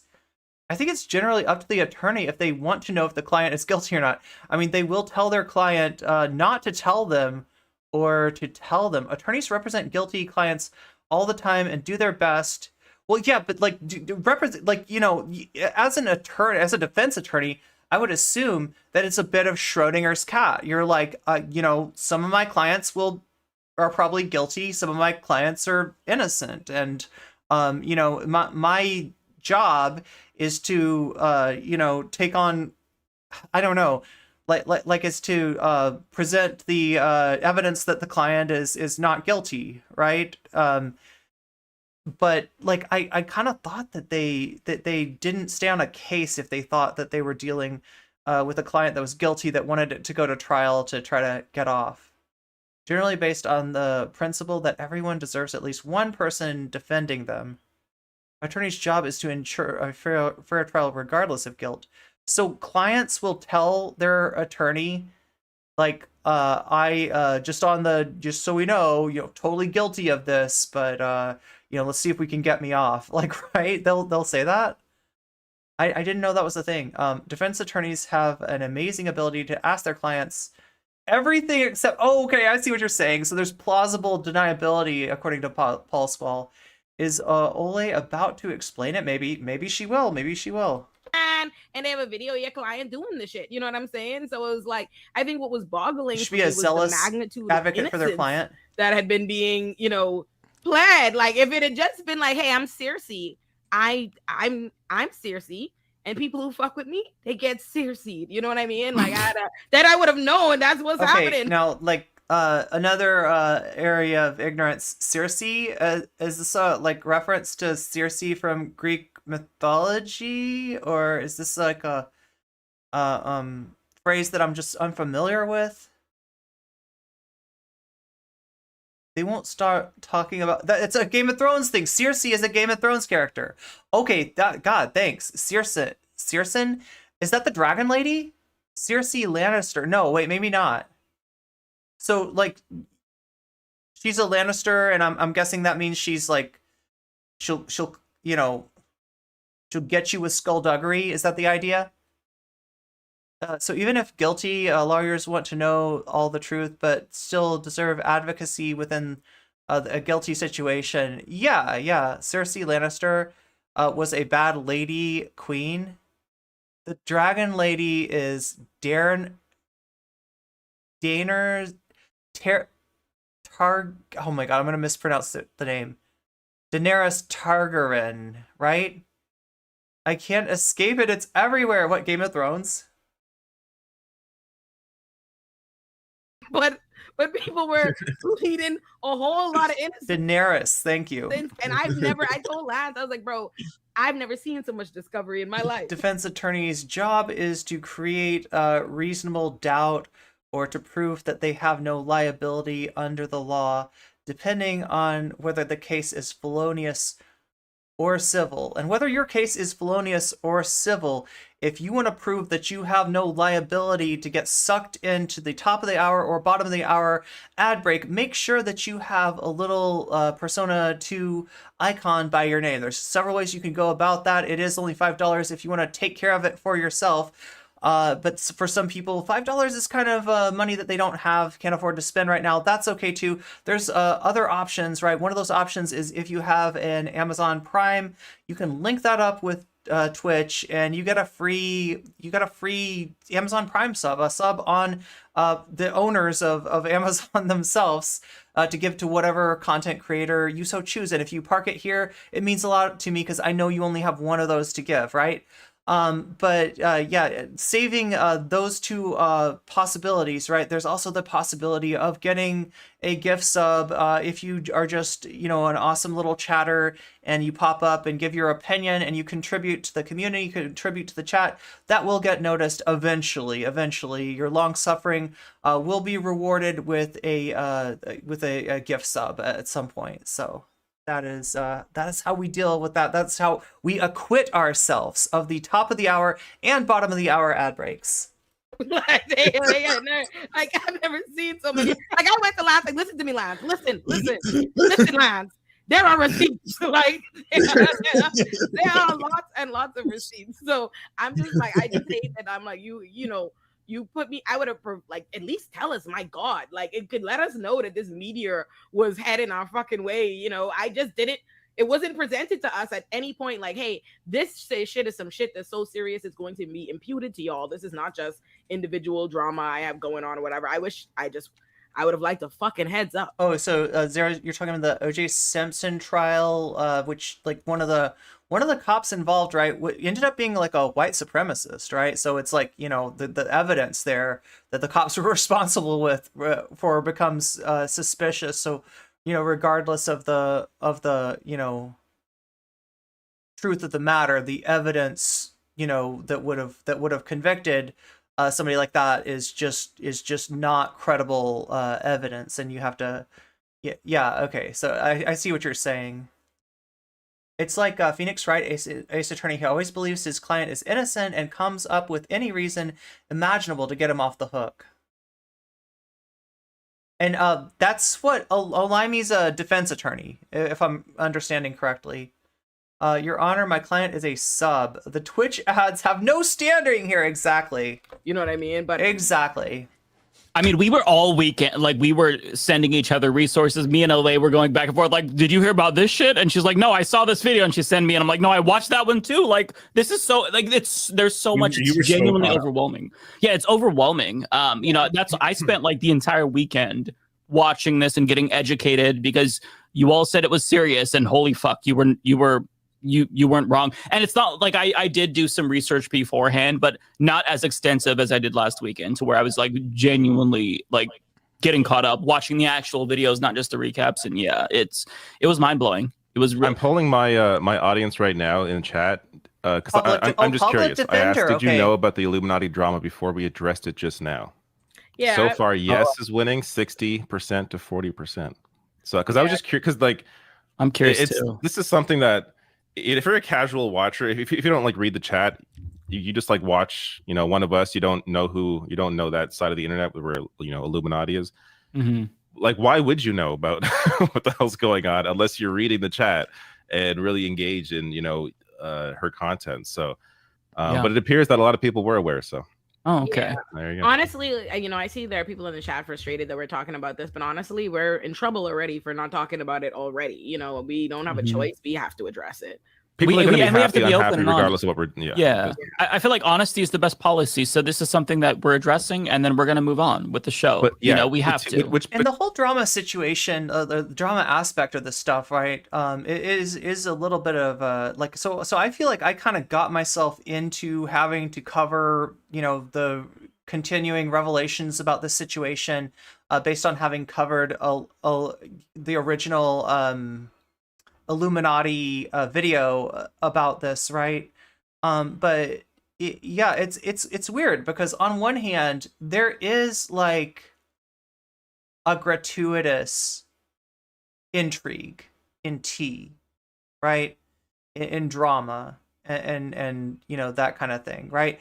But at the same time, some of the things, the adjudication of issues, like, when you talk about Jessie Gender, people would call that the Jessie Gender drama, right? Is that the Jessie Gender loves drama and she's trying to create conflict where there is none? No. It's, a lot of stuff that people in the Vosh Clout Network are putting on her just for standing up for, what she thought was right. So, that like, do I cover that? Do I not cover that? I tend to want to cover that kind of stuff because I see so much of a misrepresentation of who Jessie Gender is. And I feel like she deserves somebody, in her corner, if you will, pointing out the inconsistencies in their narrative about her. It's not drama when people are attacking her with lies and writing narrative. Yeah, exactly. So it makes me end up in the spot where a lot of content creators will see my stuff and they'll be like, oh, you cover drama. And it's like, well, I mean, I'm trying to think, like, is there anything that I cover that's just like tea? That's just like a personality yeah, I don't think there is, right? I'm trying, there might be something I can't think of, what it is really. Jesse did nothing wrong, yeah.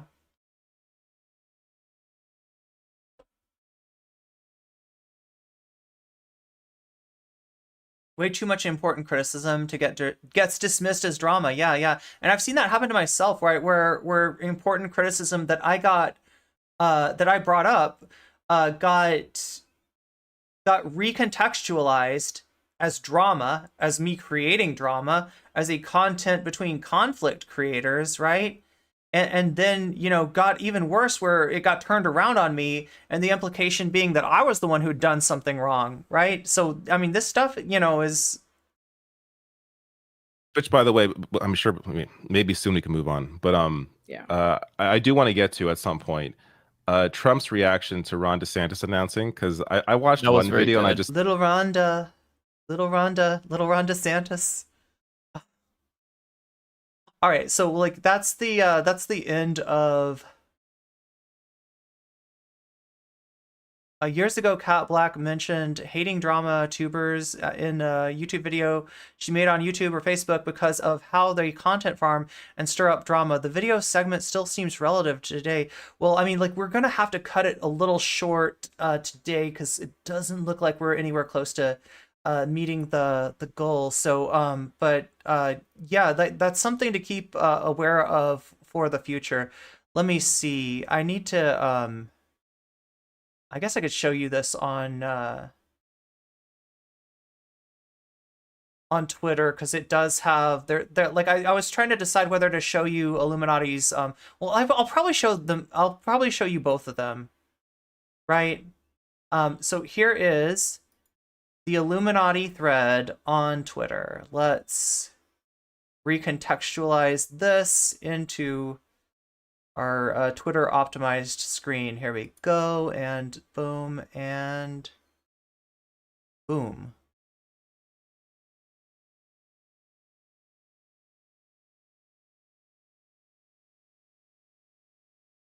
Okay, so let me read. This is what Illuminati has to say, and she has not, in my, to my knowledge, she hasn't said anything about this since the she hasn't said anything about this since the video that she made addressing the allegations, or is that what she called it? No, I think she called the video Illuminati Exposed, right?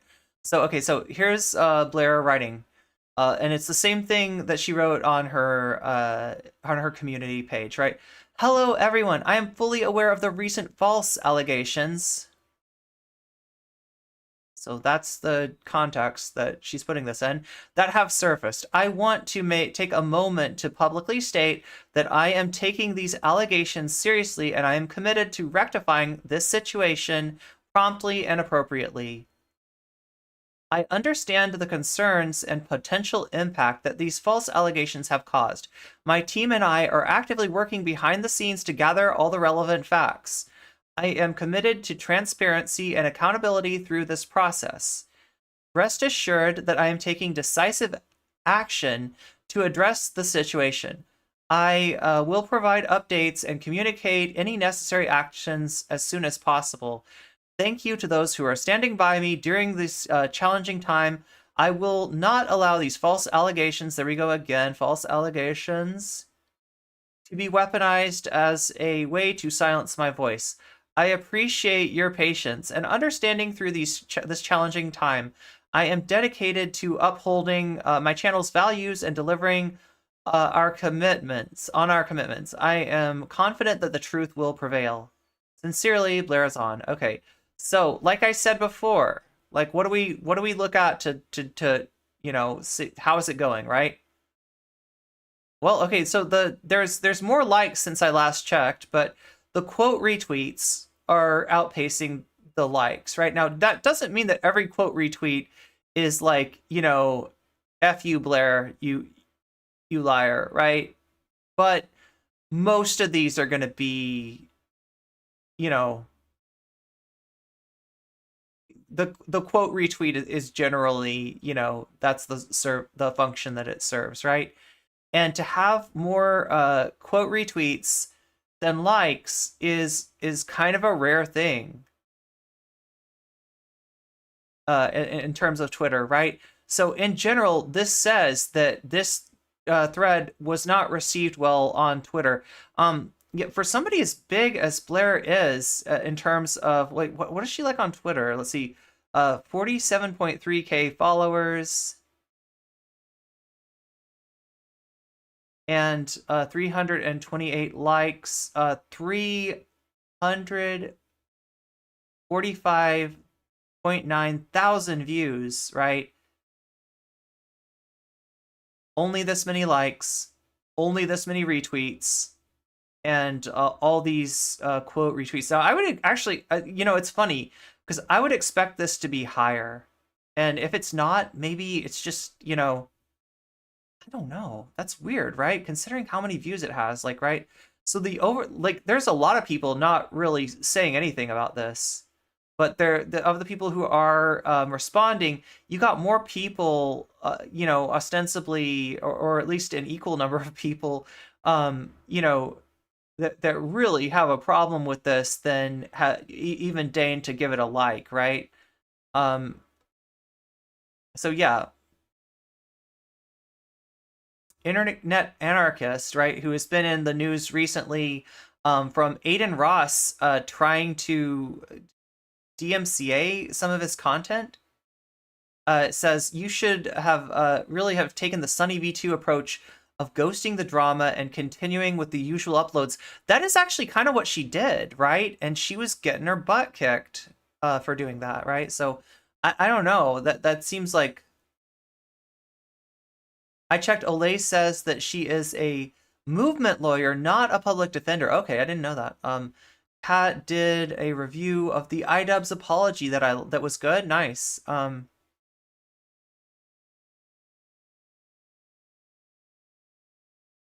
But yeah, I mean, like,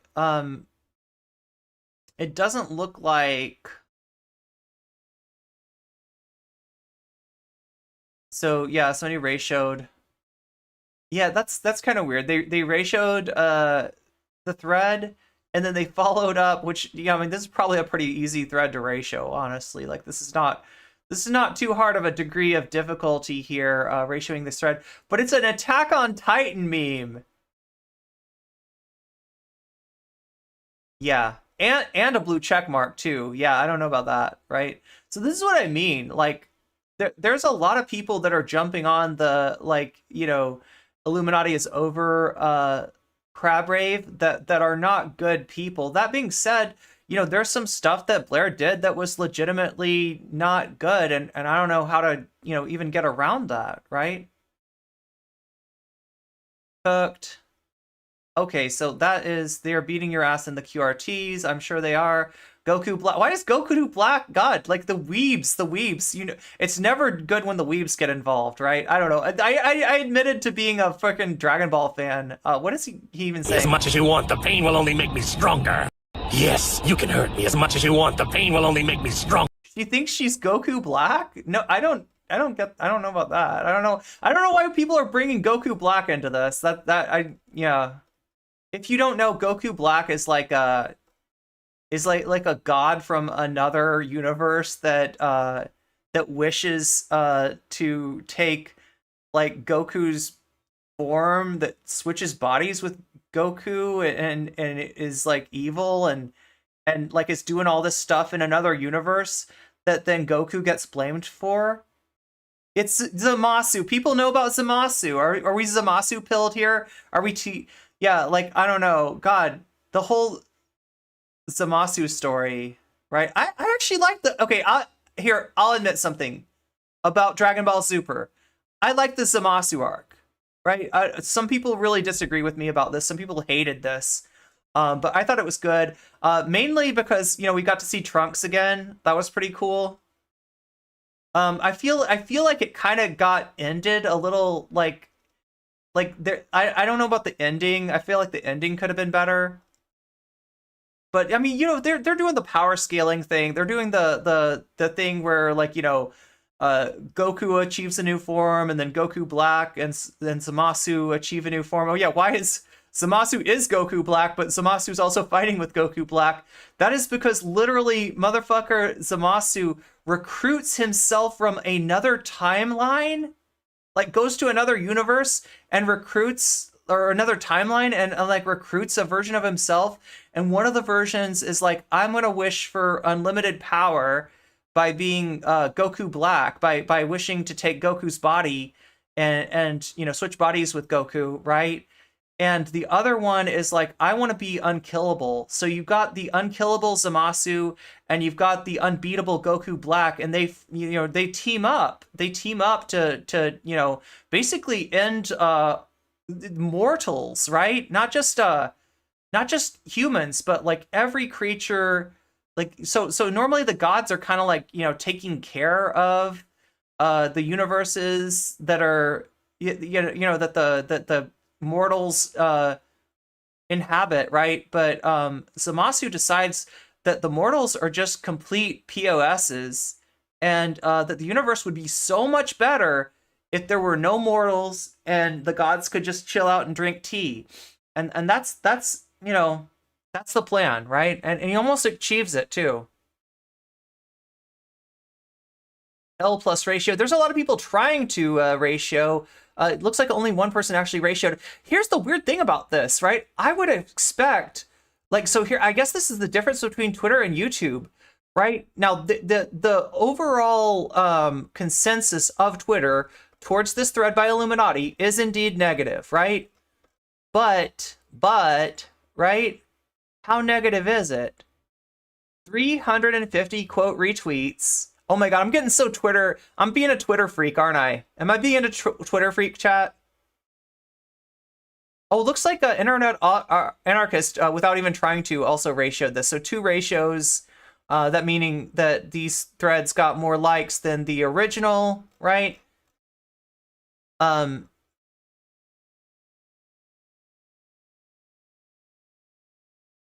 And then there's the other ratio by this Leaf person. But look, top ratio, only one. Oh, look, it's now leet. Do you see this? The ratio just became leet. 1, 3, 3, 7. That is a leet ratio right there. So, or even a leaf ratio, if you will, right? But like, here's what's surprising to me. This is the biggest drama, I think, that's going on YouTube right now. How is the top ratio? Like, people don't care about this that much on Twitter. I'm kind of surprised about that, right? And it's not like people aren't seeing it, right? Because look at that, 350,000 views. People are seeing this, but not that many are like, yeah, Blair, get him. And not that many are like, F you, Blair, and even like the people that are getting behind this ratio, right? Only like 1,337, which is a pretty significant number. And it's actually a number that you can donate. If you look at my donations, that's one of the options, right? I think we've got the option to donate $6.90, cause 69, $4.20, or $13.37, because those are the significant numbers according to Stream Elements. So yeah, I'm surprised at how little Twitter cares about this, huh? Interesting. I guess because most people who watch commentary channels don't have Twitter accounts. Yeah, because Twitter freaks. What's up, Polly? You get ratioed on the daily. I got let's see. I got ratioed by Vosh. Did Brianna Wu ratio me? I don't remember. Brianna might have ratioed me. I definitely got ratioed by SDL, right? I got ratioed by Destiny. Yeah, I got ratioed hard by Destiny. Yeah, those are my ratios. She can't ghost the allegations because she started it and was wrong, and she never apologized. Well, you could say that Sunny V2 started the allegations by saying that that Chris being trans was harming Mr. Beast's channel, right? You know, you could say that Sunny V2 is in the same situation. How's it going, Polly? So yeah, that is that. So like, yeah, I wanted to show you the Twitter thing. Now, I also want to show you. I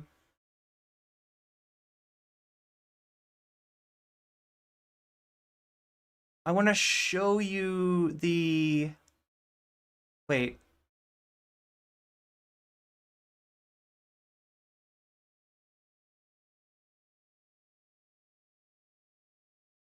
I want to show you the community post.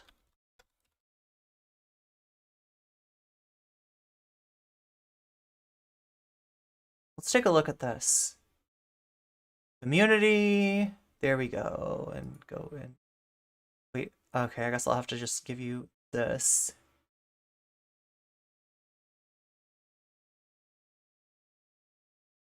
Let's take a look at this too, all right? So, like I said, this is posted on her community post. This is also posted on her her Twitter. Obviously, she got ratioed on Twitter. Not very hard, right? There's not that many people on Twitter that are, you know, tremendously interested, even though there are a decent amount of people that are like, I mean, it's not like nobody saw the thread, but like a lot of people just didn't seem to care one way or the other, right? Which is interesting because on YouTube, this is big drama right here. So look at this, iiluminaughtii, right? This is iilluminauttii's thread. 1K likes, more likes than comments. Normally, that's not surprising. That's what a post should have, more likes than comments. However, this is like the most hated person on YouTube right now. That's a little bit surprising. Now, understand this is iilluminauttii's home turf. People are less likely to you know, put disagreeing comments in on her community posts than they are on her videos. If you look at her videos, right, the videos here, let me just show you really quick. Let's take a look at a Blair video, the most recent video here. Scroll down here. I'm getting astounded that Blair is going to act like as if nothing happened. Reminder that Blair mistreated her employees. It's very satisfying when something about a person feels off and you only find out that they were shitty in the end after all. Remember when she showed her old friends blank note? Right, so these are, it's all hate. It's all like, you know, WTF, like right? So that's like on her videos, right? But when we look here at the community post, right, I was surprised by this. I was legitimately surprised to see that there were 1K likes, and when we look down at the okay, she needs a Phoenix Wright level plot twist for this to turn in her favor. Okay, that's negative. During these challenging times, so negative. Gotta love the fact that she's pushing these as false allegations, clown emoji. So yeah, there are a lot of people disagreeing with her, but like one thing I haven't seen on her videos is agreement, right? And you are gonna see some Blair stands here. If oh my god, I think that's this is some deep lore here. That was what Wonderstruck said. That was the inappropriate thing that Wonderstruck posted.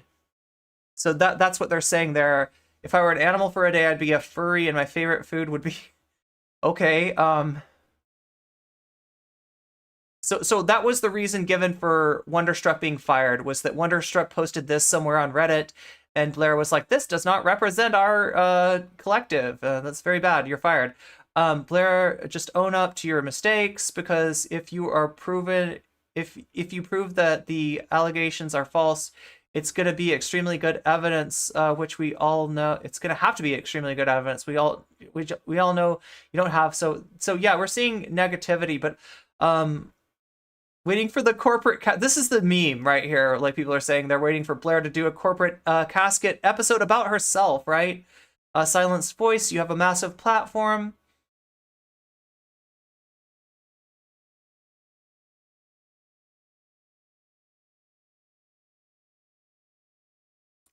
Like, this morning I did see some positive comments, and that surprised me. No, this is like all negative. Like, so at least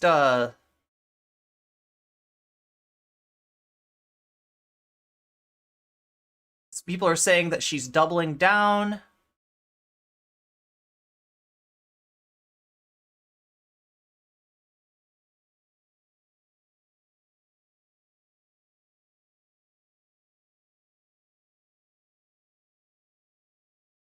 Okay, so like here's what I'm seeing, I guess. Like, the fact that you're seeing negative comments, like a slew of them in the beginning. Well, no, I don't even know how YouTube sorts these, right? Because it's not necessarily by the number of upvotes. Wait, how do you sort by newest? Let's try that. Okay, so there are some people, like, look at this. What happened? There are people that are fans of Blair that legitimately don't know, right? They're like, wait, there's drama? What's going on? You're a hypocrite. Tomatoes. Imagine. Okay. Can somebody explain this to me? Yeah, there was more people that just didn't know what was going on than I expected. And there were some people that were like, you know, fight the good fight, Blair. I am not seeing the fight the good fight comments anymore. So it looks like this is overwhelming. Hang in there, hun. Okay, hang in there, hun. There's a positive comment. Is anyone here a fan? I like her content. Yo, this is a fan, like, not seeing any other fans in the thread. There's some Bible stuff. First come pride, then comes the fall. Okay, wow. Blair, those were not false allegations. Good luck. I wish the best for you. I keep getting recommended videos about you and this situation. Honestly, it's quite sickening to see people using this to benefit themselves. I hope you keep making content. So there we go. There's a positive comment in the wild, assuming this is not doobie schmertz. They do seem to be some Blair stands still standing.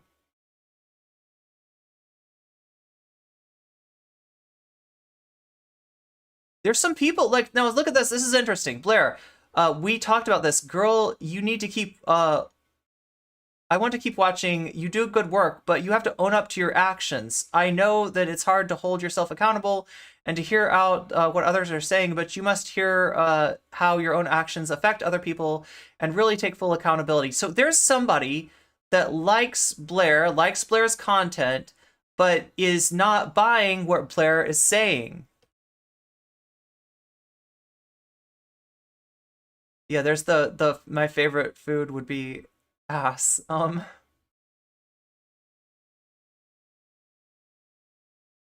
think your work stands on its own. There's always two sides to every story, and none of us in the audience were actually there, so we have to judge by the evidence shared. People love to do love to trash and attack their rivals online. I believe a lot of us who subscribe to your channel are trying to be fair to both sides. Yeah, so like that is what's missing from Blair's, like, from Blair's post, right? In here it's all false allegations, right? And I just don't understand how you call the allegation that you put somebody's note about unaliving themselves in a video. I don't know how you call that a false allegation, right? Blair's admitted that the, you know, allegation of you know, accusing a legal eagle of something that he blatantly, you know, is not guilty of is not a false allegation. So yeah, and people have also said that they're getting like PR vibes from this, right?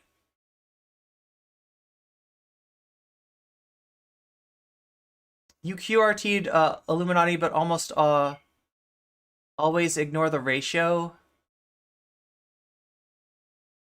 Yeah, well, ratioing that thread would be like 350 likes, so.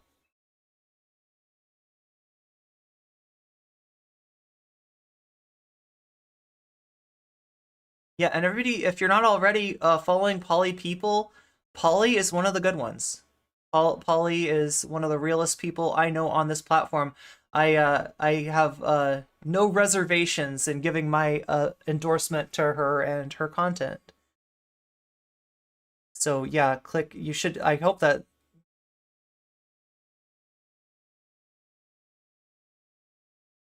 Fully aware of the recent allegation, she should have left the word false off that.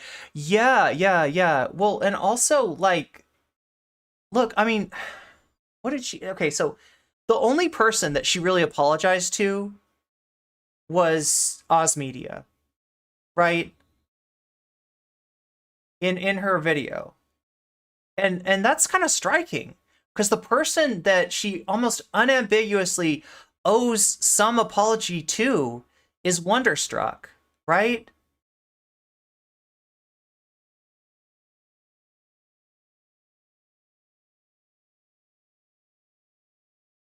And like, you know, like some of the stuff with the click, you know, falls under the I'm not sure, or, you know, it looks bad for Illuminati, but I'd like to see a little bit more corroboration in terms of, you know, proving the veracity of when you're talking about a Discord screenshot, there's things that you can do to prove the veracity. That is, you know, scrolling up and down and, you know, taking a video rather than showing a screenshot, and also hovering over the icon in question to let us know that this is indeed Blair that was talking here, not somebody that cloned Blair, because cloning people on Discord happens a lot, right? So no, that doesn't, I'm not implying that, like, that the click was dishonest, you know, by that, but I just would have liked to see a little bit more proof. If Blair has any ability to come back from this on certain issues, and I think it's got to be on certain issues, like, I don't see how you come back from showing the note of Wonderstruck, you know, wanting to unalive, right? That's just like, that needs to be an apology, right? I don't see like right, that one's like, I get there's no receipt that Blair could post to say, okay, that was okay, right? That's not okay. That's not okay.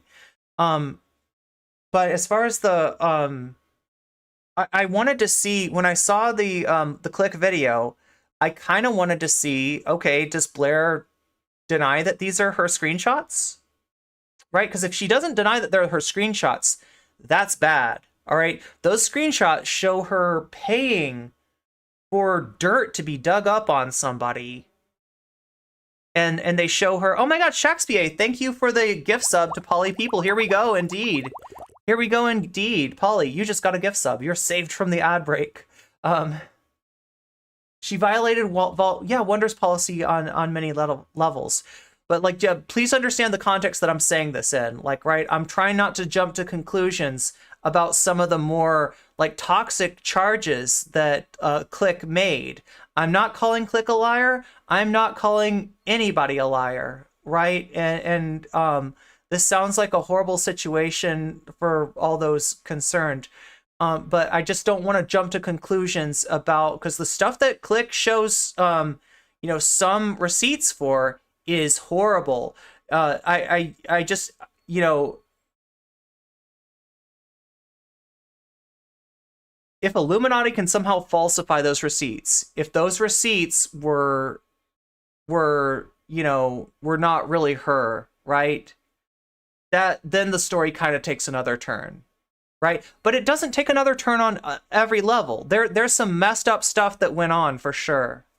But like, how messed up? That's what I'd like to see. And that was the first thing that I wanted to know when I saw Click's receipts, was like, does Blair deny this stuff? Because if Blair says, yeah, I paid $200 to get them to like find dirt on the Click, okay, that's messed up. Yeah, I you know, when around a character assassinated the Click, like, you know, through skullduggery, yeah, that's really messed up. But like, that's the one thing that I'm kind of holding back on, because I've seen Discord stuff faked before. We all remember the situation with Shark making accusations against Bad Empanada that had no substance to them, and then Bad Empanada turning around with a fake screenshot of Shark supposedly admitting to something that wasn't really a tweet of his, right? So we've seen stuff like that faked before. That's why I kind of hold back before jumping on, believing anything outright or not. False advertising, I suppose. Maybe a scam wasn't the best word.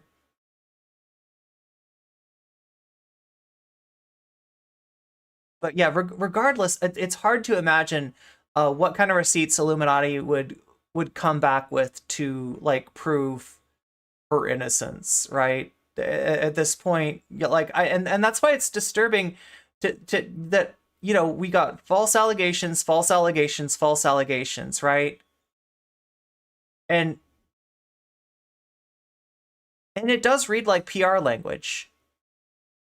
Understand the concerns and potential impacts of these false working actively between the scene to gather all relevant. Rest assured that I am taking decisive action to address the situation. Now that's the closest thing she comes to saying that I want to make things right. And she didn't say I'm going to make things right.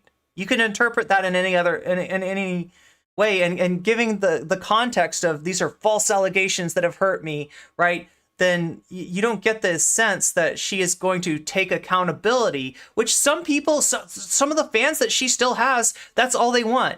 They want her to say, like, I'm sorry to the people I hurt, right?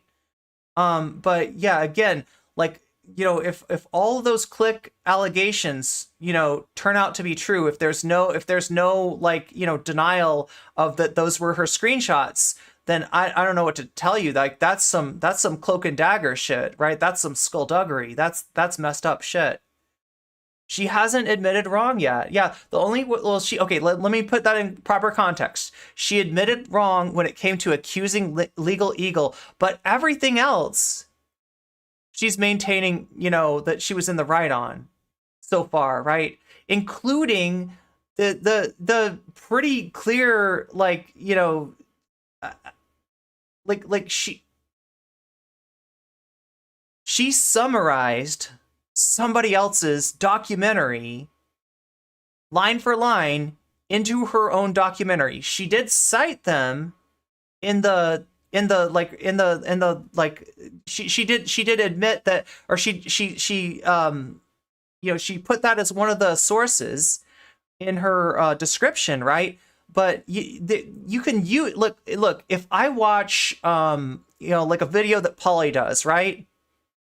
And that informs my video that I'm doing. Like, let's say Polly's covered a subject and I'm going to cover the subject, and I put Polly's video down in the description or in a Google document that's in the description or something like that, right? That's fine. But if Polly gave like an intro in the beginning of that, right? And you look at my intro and it's like line for line, the same intro, I probably would have done better just clipping Polly, giving her intro and giving her credit that way, right? That way you're clear. This is Polly's, like, writing, right? If I take Polly's writing and I summarize it in my own words and don't put anything on screen to say, like, so Illuminati did have one thing on screen where she cited a source that was cited in the source that she summarized, right? She indicated that she used this source, but she didn't indicate that, like, basically line for line, this like bit of text had come from that, right? So that's the difference, right? And that's some accountability that she needs to take. That seems like it would be very easy, because if she wants to say, look, I got sloppy, I didn't realize that I was summarizing this line for line, like, right? That this was given to me as research by one of my researchers, and it turns out that, like, this is kind of like line for line from another thing, like, right? Now, there's an issue where you got to say, look, I hired these researchers, I signed off of this, the buck stops here. But you can kind of say that, okay, well, she didn't mean to represent this stuff as being her own. She didn't realize that this was a line for line summary from another documentary. There's negligence, You got to take accountability for the negligence, but that you could say that maybe that's mitigated by, like, you know, she could claim that there wasn't an intent to rip somebody off, right? But she's got to at least cop to the negligence, and she didn't do that. She's got to at least cop to the weird, like, plan to rent or to lease somebody a BMW who obviously does not have the money to be paying for a BMW, put him in a situation where he's reliant on her for transportation, for housing, etc. And he's also an employee. Like, right? This is some basic accountability that needs to take place. And there's nothing in this in this community post that indicates that she's taking accountability. To the contrary, you know, so, you know, she says false allegations. There may be some false allegations, but when you try to, like, you know, lead with that, and there's no like acknowledgement given to the need to take accountability, then at the very least, what you're doing is wrapping up some stuff where you were where you were negligent, where you did some harm, you know, wrapping it in the stuff where you were, you know, where the allegations were false, right? So if there's a mix of false allegations and real stuff, like, she needs to say that. But, like, you know, like people saying this is like PR language, you know, this is, and some people are even saying that this is like a slow walk, right? That what a PR team will do is they'll tell you to give vague, you know, gestures to get people to maybe stop worrying about this, and then to kind of slow walk, be like, oh, it's forthcoming, and then maybe people forget about it. Maybe people's attention spans wane, and, you know, nobody really cares at the end of the day. And like, I mean, this is the kind of, and so one wonders, right? Given iiluminaughtii's, like, gigantic team in her production of videos, it is one of those team members a PR person, right? Is this stuff that, like, that's what people want, is authenticity and transparency, and this is not it, right? This is not it at all. We should develop our own intersectional leftist style citation manual. There we go. Yeah, because, I mean, the one argument that she made about that, right, was that it is difficult to cite something in line, because if you show text on screen, it's, like, less compelling than showing video on screen and reading text. And that's where she kind of that's her excuse for the thing that H Bomber guy pointed out, right? Is that the text would have been distracting, right? And it's not that you have to show the text, it's that you know what she needed to do, I think, and this is me being really charitable, right?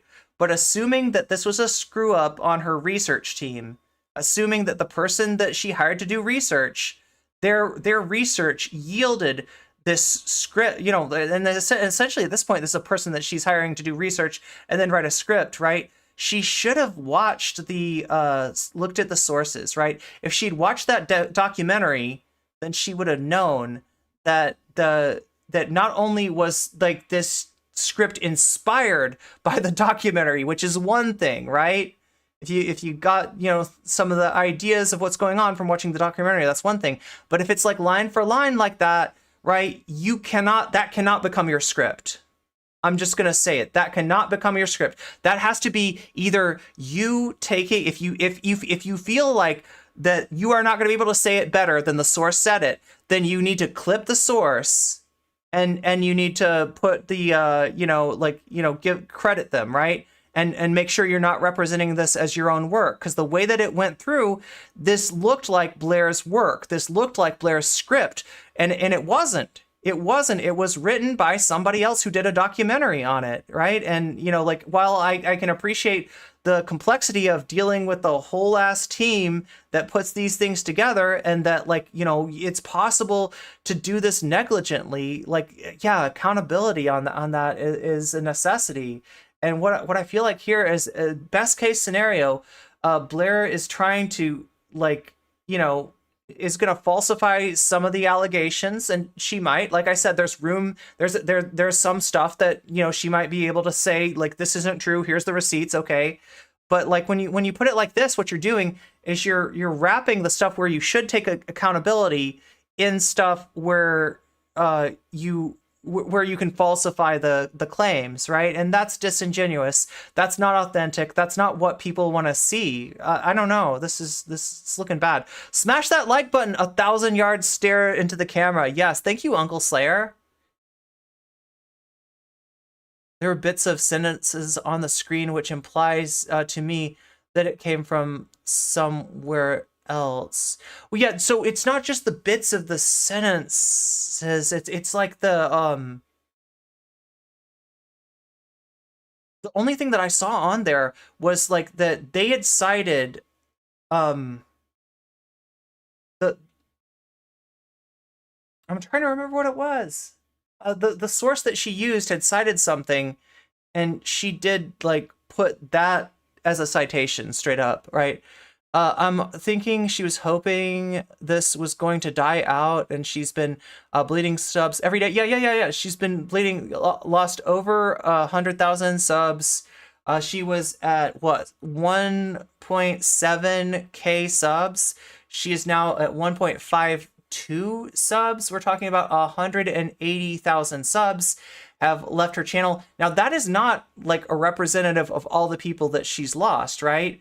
Because like there if you look at our views here, let's take a look at this.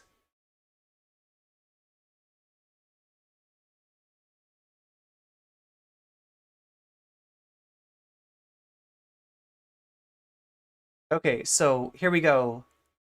That's a million views. So her last big video was Illuminati Exposed, right? Now prior to that, let's look at prior to that, right? These ones for sure I know are prior to that. 300,000, 300,000, 400,000, 200,000, 300,000, 300,000, 200,000, 500,000, 900,000, right? So this is her numbers before. Let's look at her numbers now. Now understand that these videos have also had a longer time to get views, but most of your views come in the beginning. 62,000, 70,000, 80,000, 69,000, 114,000. Okay, so yeah, this is this does look like a decline, a pretty substantial decline. So there's more people maybe that are subs. They're not going to bother to unsub, but they're not going to watch her videos anymore.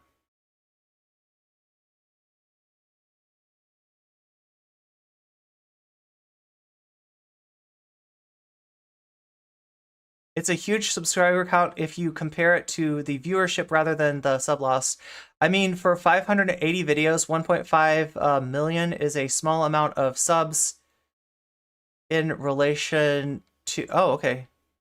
She had quotes for part of it. She also said that that part of it came from a script, that this info came from a documentary. Yeah, I mean, like, there was an acknowledgement that the documentary informed her video. It's just that like informing your video is different than like kind of cribbing like line for line.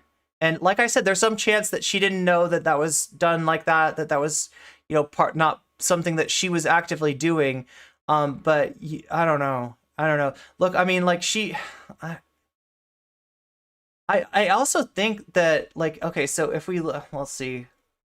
Oh, I'm not going to be able to show you how frequent her content is, but just trust me when I say that for these kind of projects, like these are coming way faster than most of the like, and these aren't like, you know, these are like 30-minute video essays, right? So they're not ContraPoints, they're not philosophy tube, but they are pretty, you know, there's a lot of research that goes into here. There's a lot of script writing. There's a lot of editing that goes into here. And they're coming out really fast, right?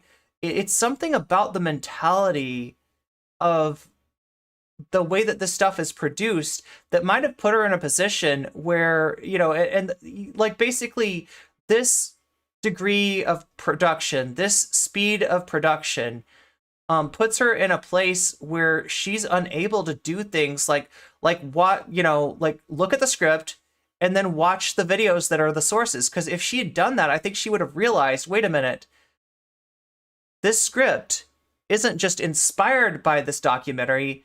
This script is the documentary, and I don't want to be reading that out and representing that, you know, without, you know, it's going to look like I'm representing somebody else's thoughts as my own, right? And that's, you know, a lot of what's going on here, right? And, you know, you could blame the platform. There are a lot of perverse incentives here. But at the end of the day, you know, the person whose name is on the door is iiluminaughtii, right? The person that is in charge of the team is iiluminaughtii. And, you know, there's gotta be, at the very least, some accountability here. The faster you produce something, the higher rate of error.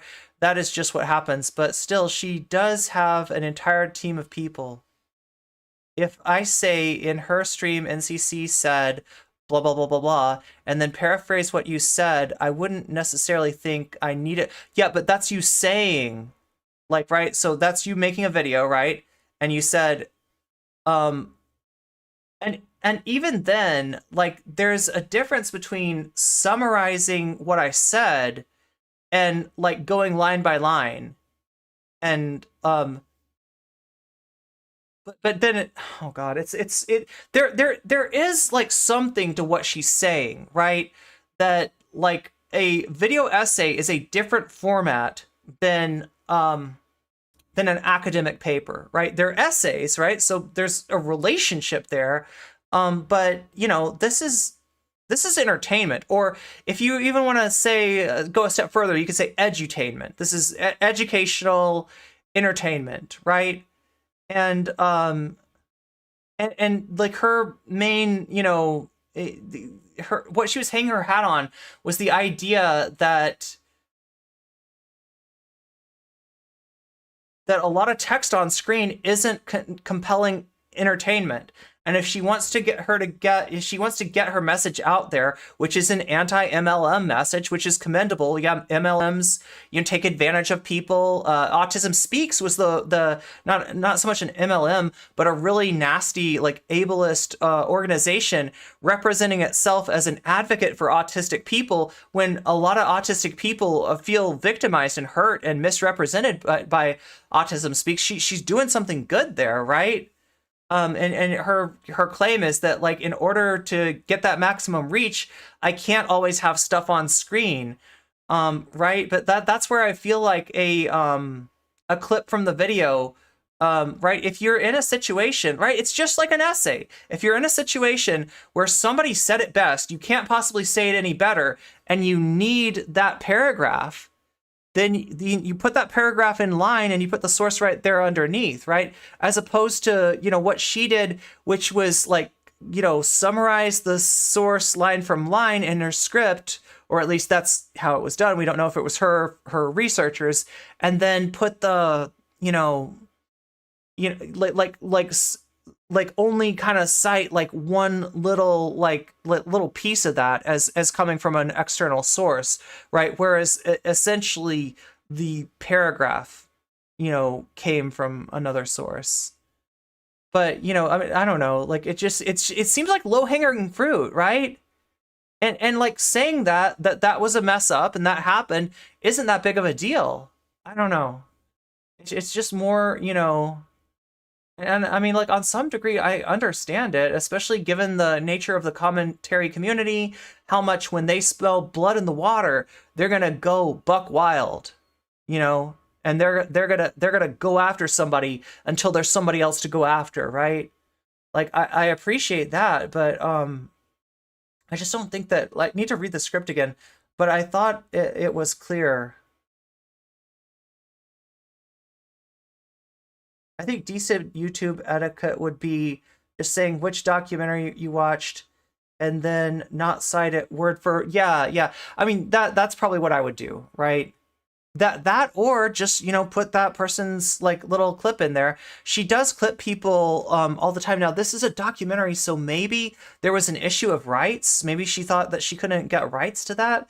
But oh my god, ending up in a situation where you're like summarizing line from line a source that you were worried about, like the impinging on the like intellectual property of, and that's the reason that it wasn't included as a clip. That is I would not play. And this is the thing, is like she puts herself in a situation where, you know,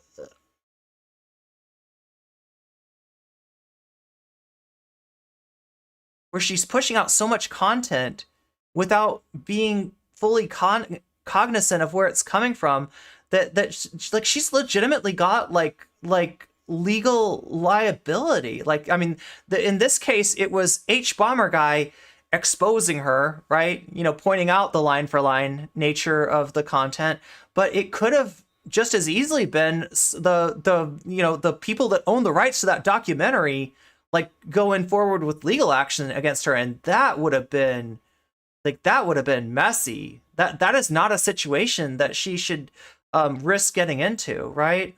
And that's what kind of makes me lean towards, like, you know, that this was negligence. But that being said, negligence is still, you know, something you got to be accountable for. It's just, you know, a degree of separation versus trying to get away with something. Wasn't exactly word for it. Well, you're right. It wasn't exactly word for word. It was summarized, right? And that is something that if I was like, you know, if I was a professor, like, right, and a student came in with something that like I look at their paragraph and then I look at the source and I'm like, okay, so this line is pretty much saying the same thing as this line. This line is saying the same thing as this line.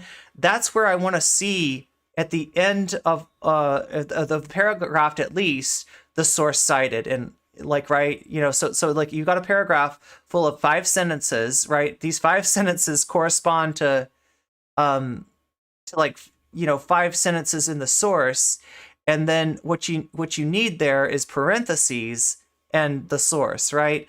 Now, if you just have that source in your bibliography, that's kind of what Blair did. So it's not the end of the world. It's not the worst, most flagrant case of plagiarism in, you know, that's ever been done. But it is something that, you know, that does like need like an apology, does need some acknowledgement, right? It's yeah, it's akin to having something in your bibliography, but then like relying on a source for a paragraph and not citing it in at the end of, you know, in the parentheses. So yeah, I don't know. That being said, this isn't, you know, we're not holding people up to academic standards here. But you know, there should be some standard. She's in the middle of an ongoing conversation. Oh wait, Obi Jaws said something. Let me go into here. Sorry, chat, if I wasn't fair enough. Enjoy the debate. Wait, what are we talking about? Can I come in here, ask some questions?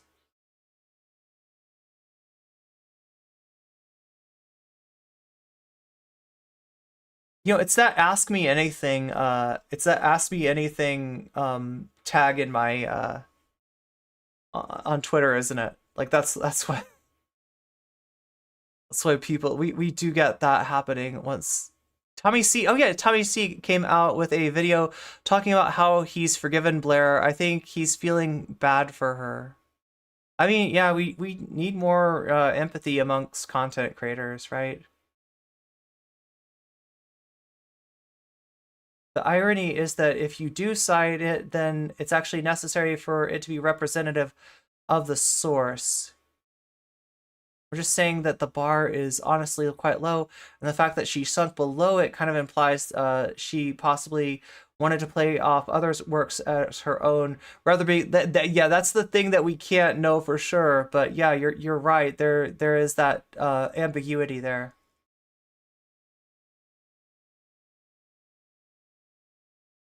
There's a difference between watching 5 documentaries and summarizing them without quoting them, and on the other hand, just ripping off the script for one documentary. And like I said, given the nature of her production, there's every chance that it wasn't her that did that. right? There's every chance that that was. Now that doesn't mean that, like I said, it's her, name on the sign, and the buck starts with her, right? But it's more understandable if, making an apology for a mistake that was being made through collaboration, is a little different than when it's like all you doing it.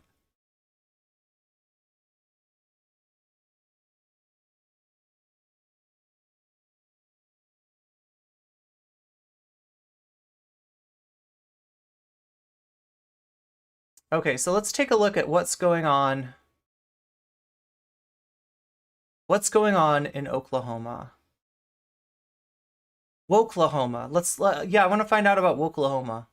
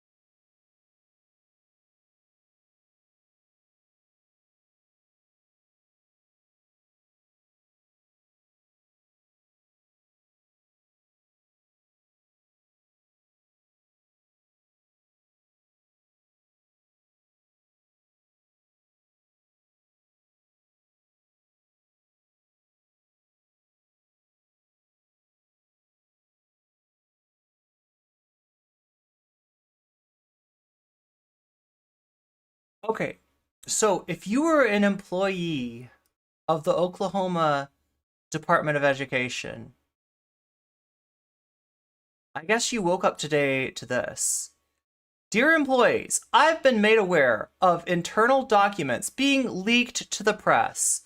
This will stop, so let this email serve as its final warning for anyone who has a disagreement on Superintendent Walter's belief to fight the liberal woke culture seeping into our schools. So you're implying that there's an agenda at work. There's a politicization of the office of the Oklahoma Department of Education, right?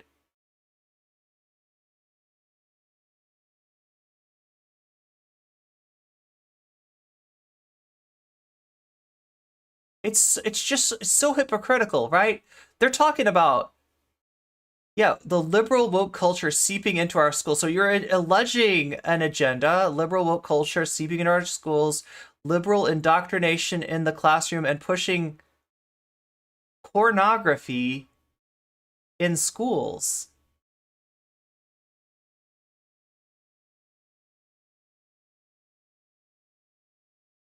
But the thing is, the person pushing agenda is you. You're the one pushing the agenda, right? There's no corn. There's no discussion of corn in schools. I've seen this a million times. It's like some book like Betty Has Two Mommies or something like that. That's what you're calling. That's what you're terming that. All right. Okay. So yeah. Look. So if you disagree with Superintendent Walter's belief to fight, look at how this is phrased. This is the Department of Education. How come these people can't write? How come these people can't write? Beliefs to fight the woke liberal culture seeping into our schools, liberal indoctrination in the classroom, and pushing blah blah blah blah in schools. I'm instructing everyone that any and all documents from the SDE State Department of Education. There we go. From the State Department of Education, and internal discussions are to be handled with the utmost confidentiality, right? So who's fighting against transparency? You are, right? Who's pushing an agenda in schools? You are, right? And when you say seeping into our classrooms, you're talking about the fact that the culture is changing and that people are thinking of these things in different ways, and it doesn't match up to your TradCon agenda. Your weird 1950s view of the world, which is out of step with the rest of society, is not being adhered to.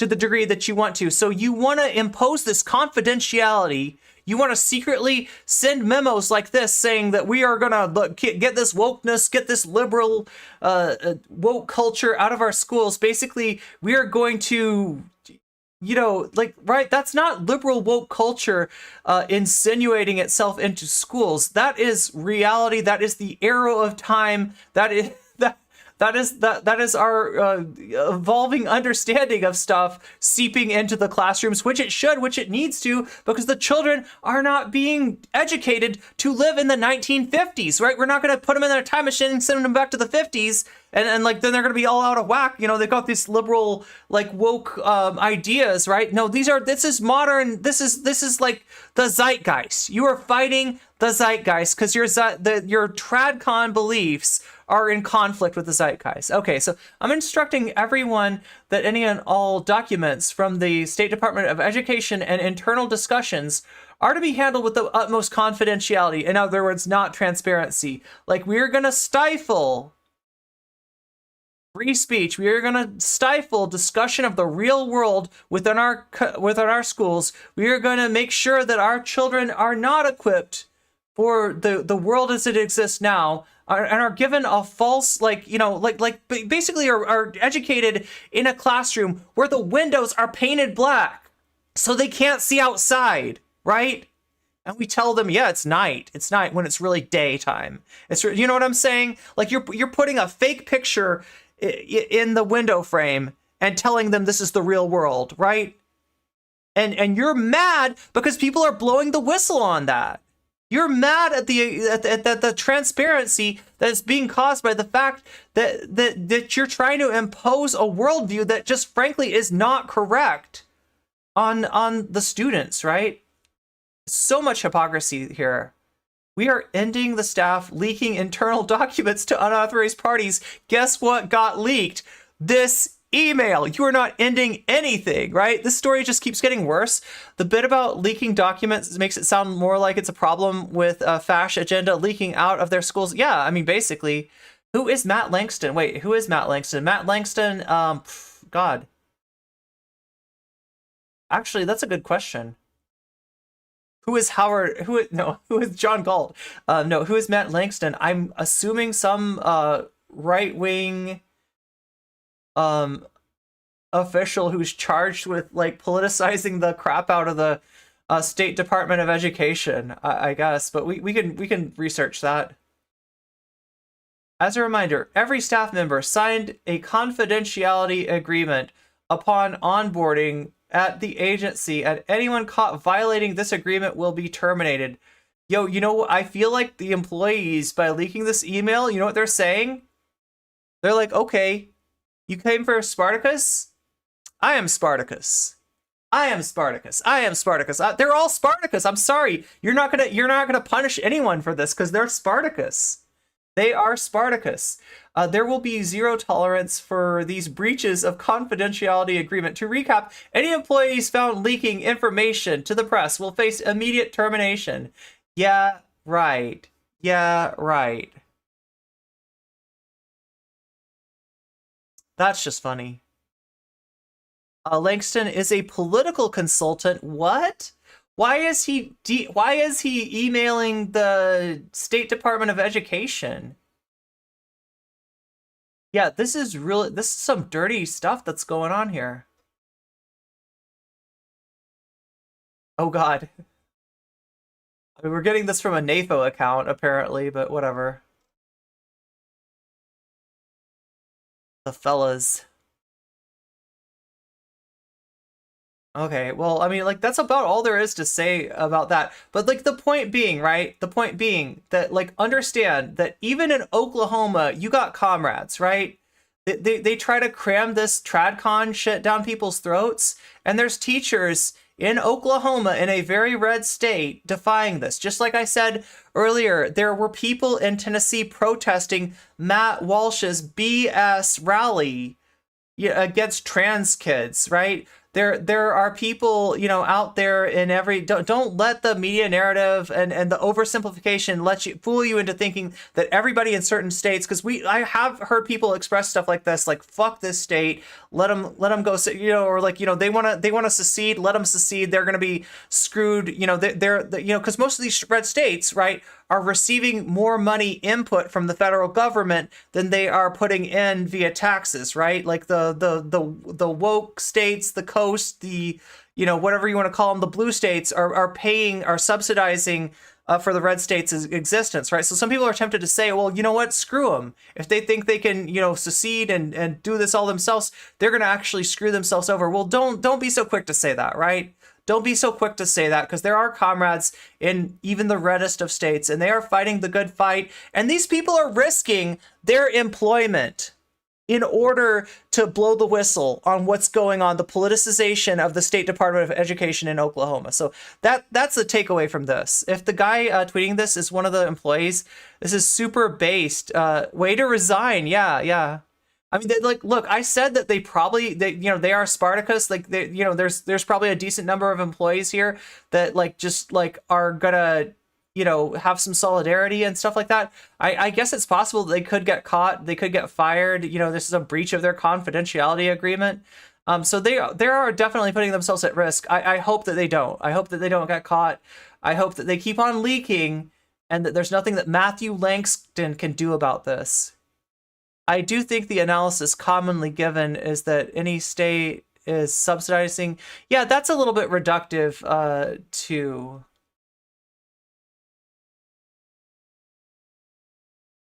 The beatings will continue until morale improves, basically.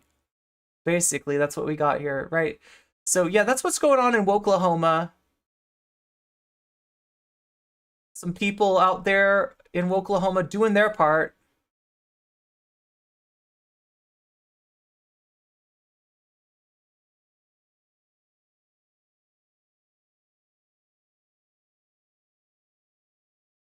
There's one more thing I wanted to check in on here, because I saw something trending. Oh God. Okay, I guess we got to cover this. This is probably important.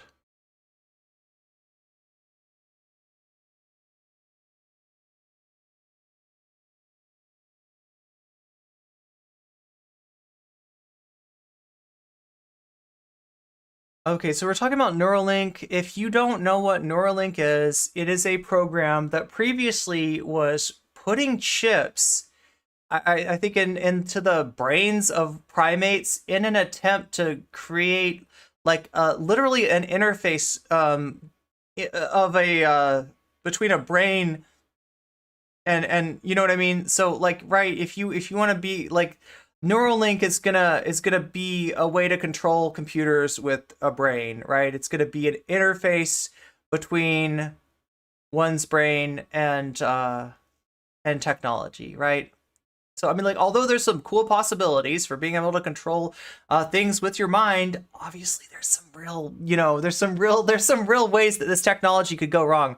I've read through her script, and she's very clear that she's summarizing the video. There's nothing I would consider plagiarism, since she states that it is all coming from Brian Deere. She like in the video, she even says things like the next part of the documentary says she's just telling the highlights of what she says. I really think the plagiarism claims are unfounded.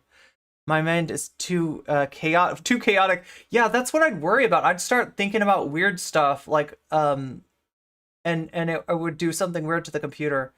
So Neuralink shows what happens when you move fast and break things.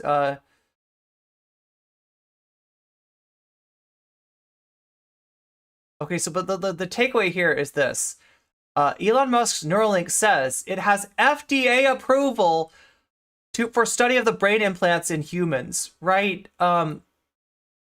This is an issue where people were, you know, like these studies in animals are like cruel, and Elon Musk's brain chimp implant company is reportedly under federal investigation for violating the Animal Welfare Act. So like, right, you know, there is some like ability to study things using animals in ways that would not be legal for humans, right?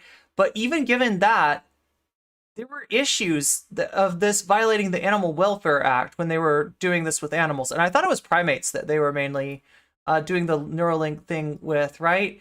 And now that has FDA approval for study of brain implants in humans. God. Like, they're moving to humans already?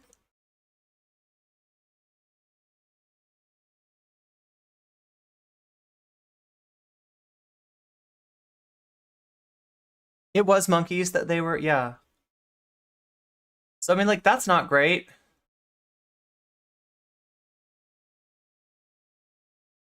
How this regulation thing is supposed to work is that you need to address your animal trial safety issues before getting the go-ahead to human trials. But don't let me be the one stopping you from volunteering brain damage to help a billionaire to own the libs. Do you think it's gonna be like the blue check marks that volunteer their brains? I don't know. It's really concerning. And like, here's the deal, right? We talk about, so, you know, we live in a capitalist system, but our government is supposed to do things like regulation to make sure that the negative effects of the exploitation implied by capitalism are like at least mitigated, right?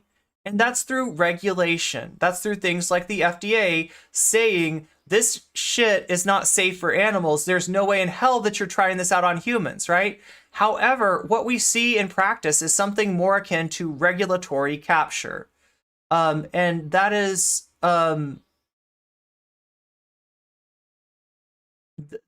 tendency of politicians to put regulators in place who have a conflict of interest, a very obvious conflict of interest, that being that they have come from the companies that are being regulated, and they will likely, after their job as a regulator, return to those companies being regulated. Now riddle me this, okay?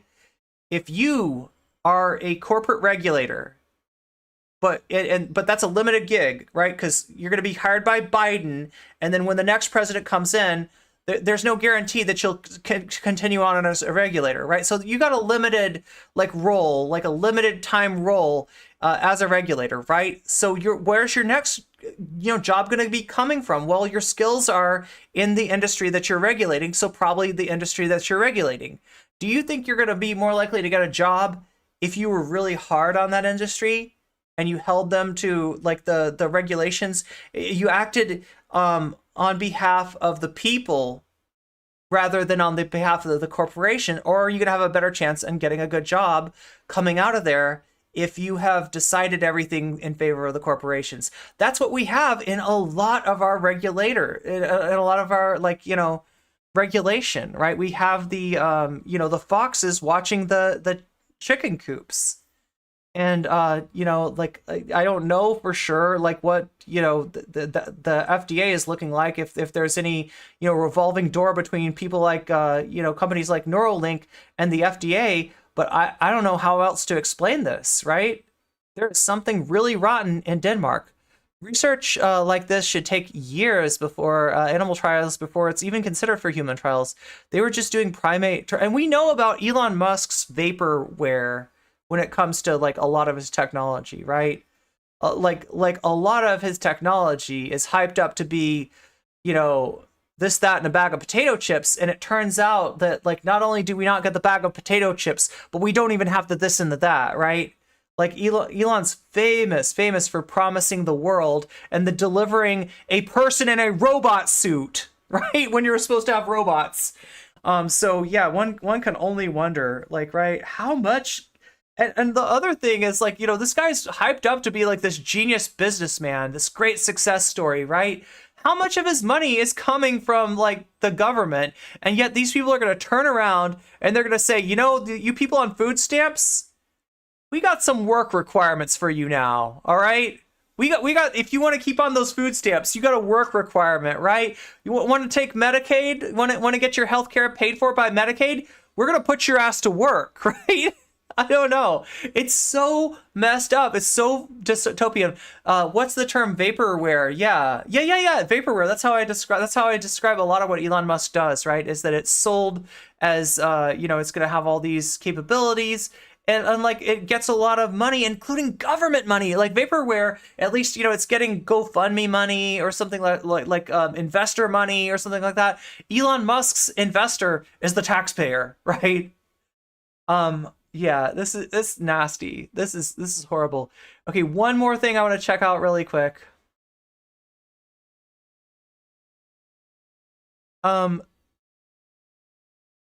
Jules, do you have the timestamp for that segment in the Autism Speaks video? I do want to give, like, if I've said anything that's wrong about Blair's content there, I do want to make sure that I redress that, because I am interested in transparency and accountability. And if I get something wrong, that's one thing, but I definitely don't want to like get something wrong and then not address it.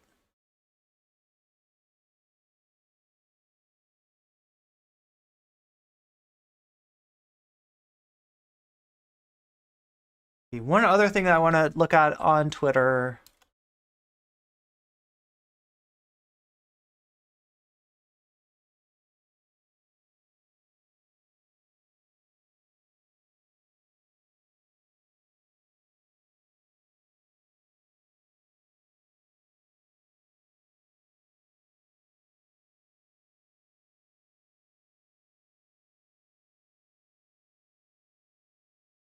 So I wasn't sure why, but cat turd is trending. And I must know. Okay, so yeah, cat turd made a prediction of Tucker Carlson not getting fired, offered to do some wow. Wow, that's weirdly specific, cat turd. That is weirdly specific. Why is cat turd trending?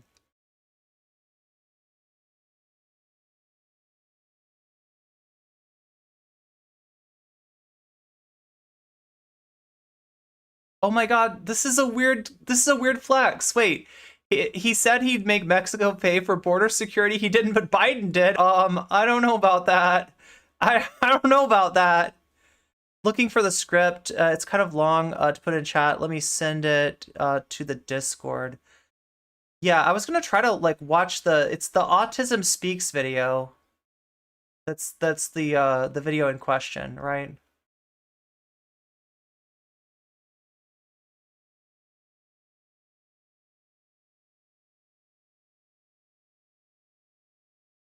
So I guess the other thing about Cat Turd is that Cat Turd was in the Ron DeSantis. God, he takes some bad pictures, doesn't he?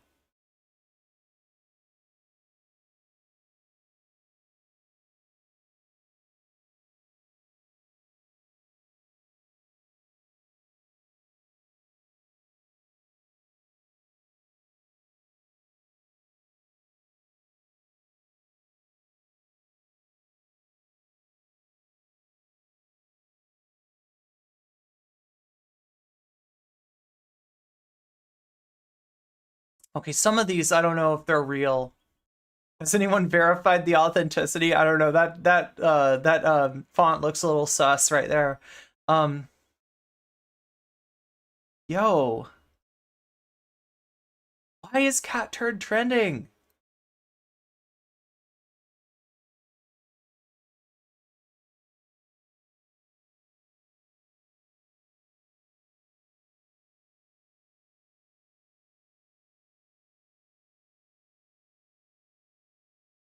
So wait, like Cat Turd is not a fan of DeSantis? More of a Trump person, I guess.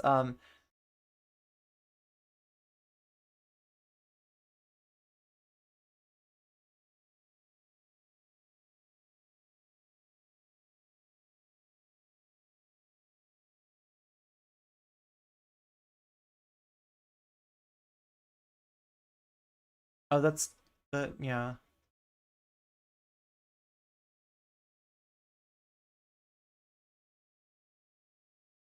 Why is what is the like this is the most frustrating thing about trends.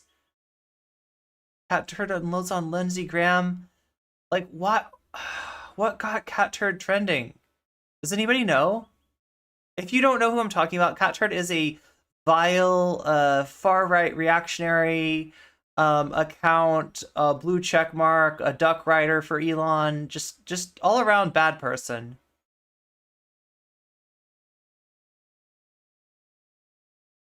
And is in Elon's ear, is somebody that Elon listens to, right? Okay, so here's the real Ron DeSantis lineup of who was in there, right? Wait, Hassan was in there. Okay. Cat Turd, Rudy Giuliani, some of these people I don't know. Daily Caller. There's also like a Trump version of that has like Satan and Adolf and all these other people.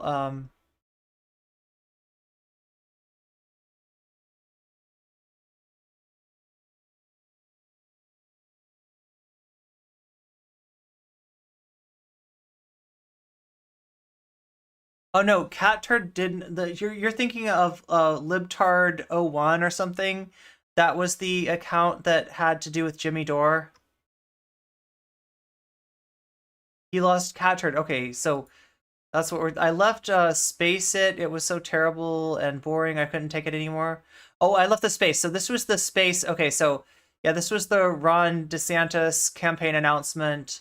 I think this is my best guess of why Cat Turd got trending. And then after that, people just hate Cat Turd because Cat Turd is very hateable. Gonna watch some paint dry so I can be more entertained. Okay. So not a fan of the Twitter space with Ron DeSantis. I think that is why Cat Turd trended.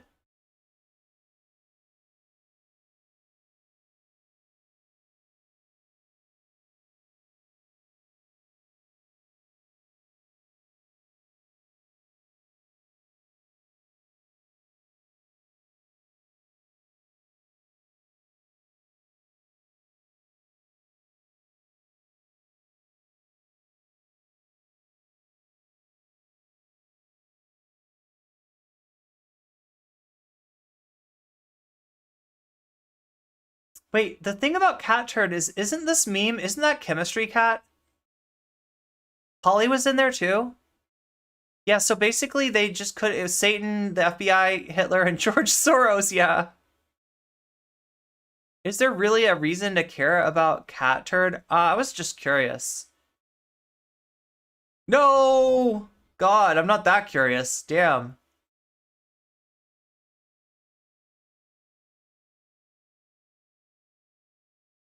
Let's take a look here. Searching Illuminati.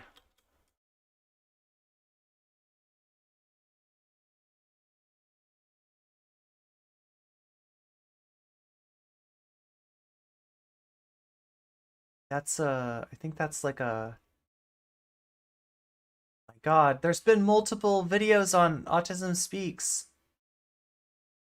I thought there was just one.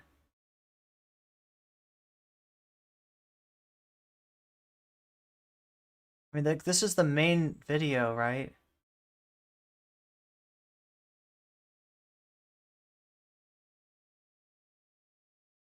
Of their website, they claim to be committed to the following things: increasing global and autism, but exactly what something else. Oh, look, there's the exactly what someone that's who a real may have highlighter. autism would want or need for help or support. I was gonna make a joke about the highlighter effect, but no, that's like an actual highlighter. Without any further ado, let's dive into the corporate casket. Just in case you don't know what autism is, let's face with many developmental disorders spread awareness. President of GE financially successful, and if we're being honest with one another here, you need someone like that to start a nonprofit. A great cause can only take you so far if you're not sure how to grow and spread awareness. And Bob was undoubtedly very good at that. When he first founded Autism Speaks in 2005, he knew there was a need in their first couple a little bit, and then day. It was accepted autism research found at the time, as far as I can tell. Of parents, doctors, and scientists, it all sounds really impressive. Against autism awareness, and Wait, when you say part 2, there's not a... I don't think there's a video that's called...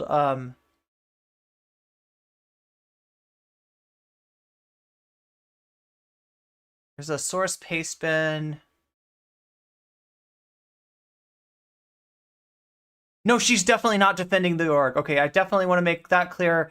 She's doing a takedown of Autism Speaks, not a pro Autism Speaks video, right?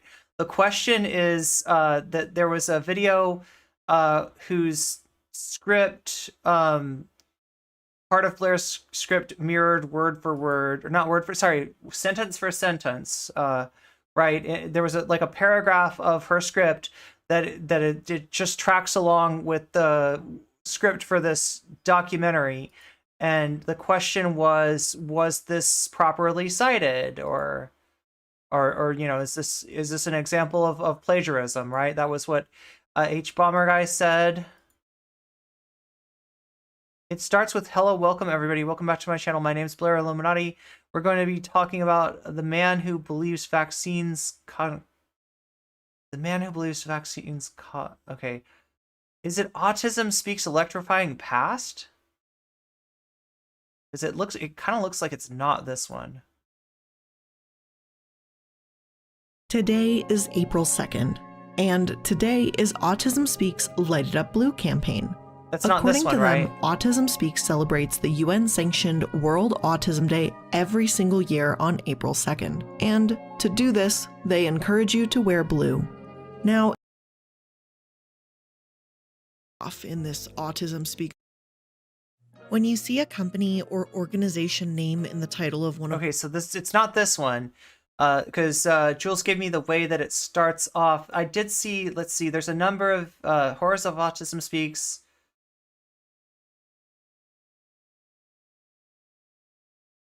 She also might have taken this down, or, you know, like, honestly, like, it would be a legitimate, you know, response for, you know, if she did, you know, have a issue with how this, you know, to cut it out of the video. So if you don't know, the reason that I keep my VODs to like less than 6 hours, or try to keep my VODs to less than 6 hours, is because if it's less than 6 hours, I can cut off the music at the beginning, which makes it easier for people to watch the VOD. You get less people like thinking that this is like some kind of a Persona 2 music video, and real, you know, like, right, people get like confused when they see VODs, right? So if you can cut off the beginning, it's really helpful. So Electrifying Past, no, we looked at that one. It's not that.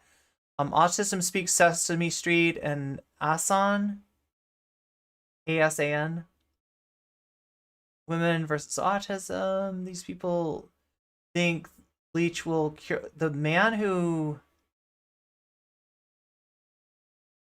We're going to talk about a man who believes vaccines... Okay, it might be this one.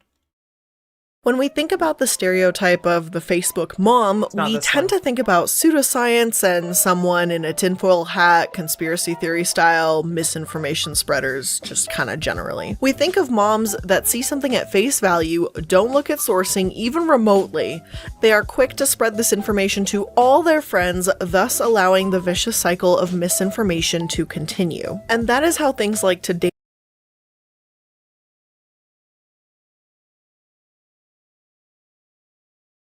Yeah, because what I really need is like the title of the video.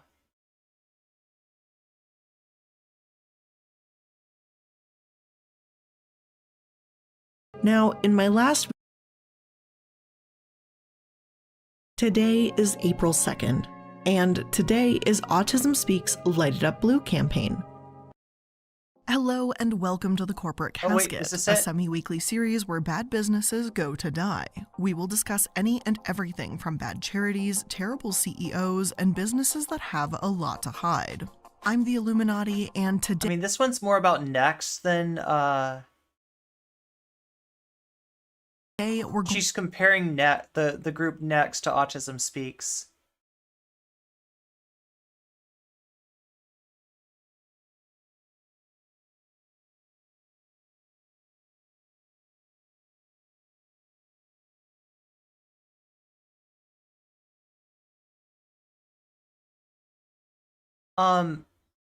we don't know how old it is. We just know that it contains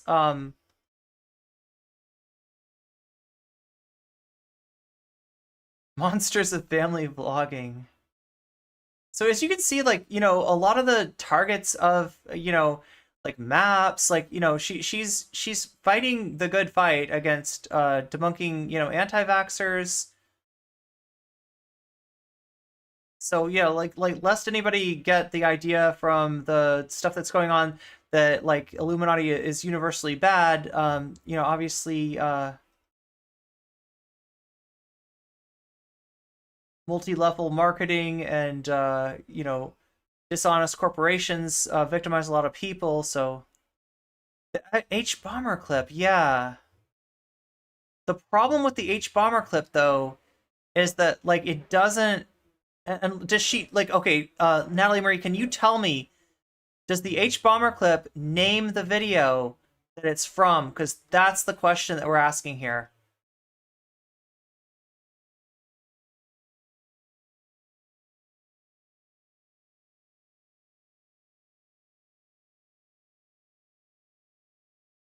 $9.39 is where it starts. Wait, where? What video though?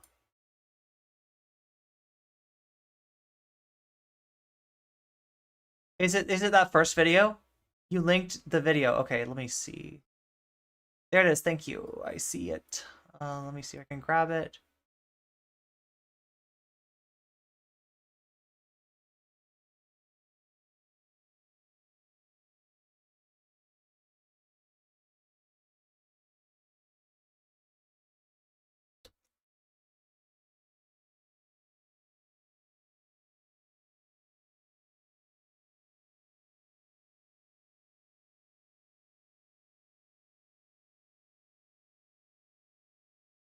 Oh, okay, interesting.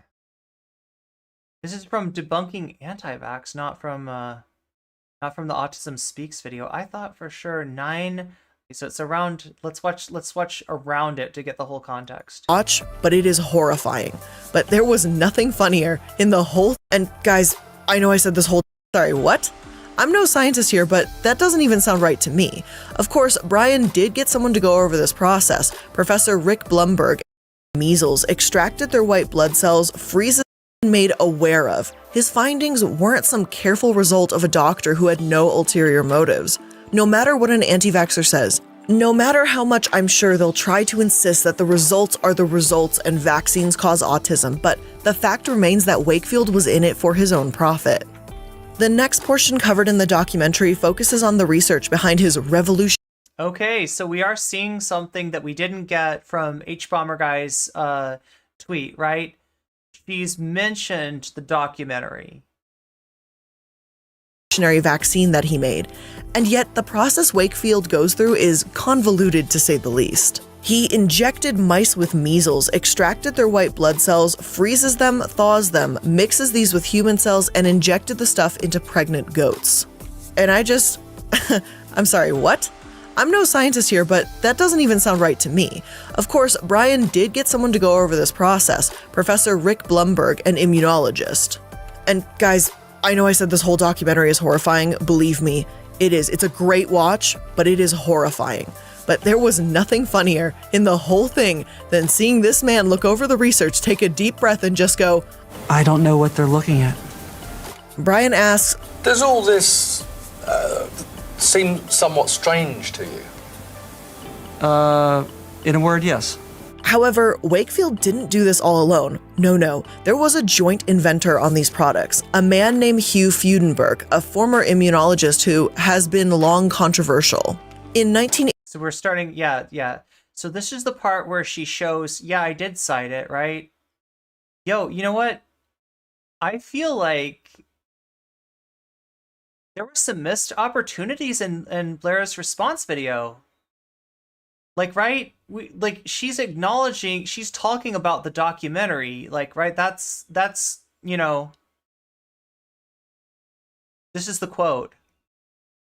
She mentions the documentary and she cites the documentary, but she doesn't indicate when she is directly quoting or paraphrasing word from word from the document. And her excuse for that was that it's not very compelling to it's more compelling to have B-roll or footage on screen than it is to have like words showing that it's a quote from something. 89, he was caught up in a bizarre lawsuit with the Food and Drug Administration, which told him he had to stop injecting his autistic patients with blood products. Okay, so that part is quoted from the lawsuit with the FDA. What we're seeing here, I think, is we're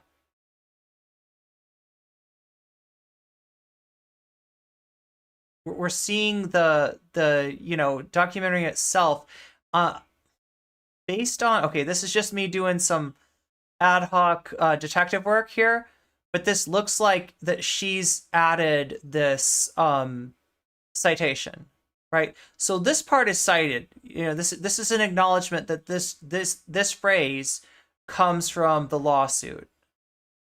Then in 1995, he was suspended from practicing medicine and made to pay a $10,000 fine for his misuse of prescribing controlled drugs. So, what a great partner. That's someone I would definitely want involved in my measles vaccine. Sign me the fuck up. What am I even researching anymore? I need to go give Casper a hug. Where are you? Come here. Okay, so obviously that part's not from the documentary. So I think Jules, you said it was like what, 9 did it start at 9:29? The H bomber guy. This seemed somewhat strange to you. In a word, yes. However, Wakefield didn't do this all alone. No, there was a joint inventor on these products, a man named Hugh Freudenberg, a former immunologist who... Okay, now I'm going to take this and I'm going to grab, I think Natalie Marie gave me the H bomber thread. Let's take a look at this.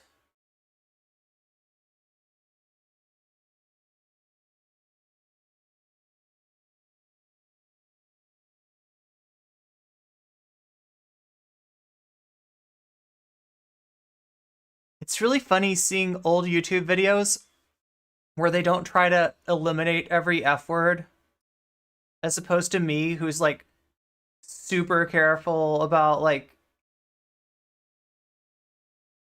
Okay, so here we go.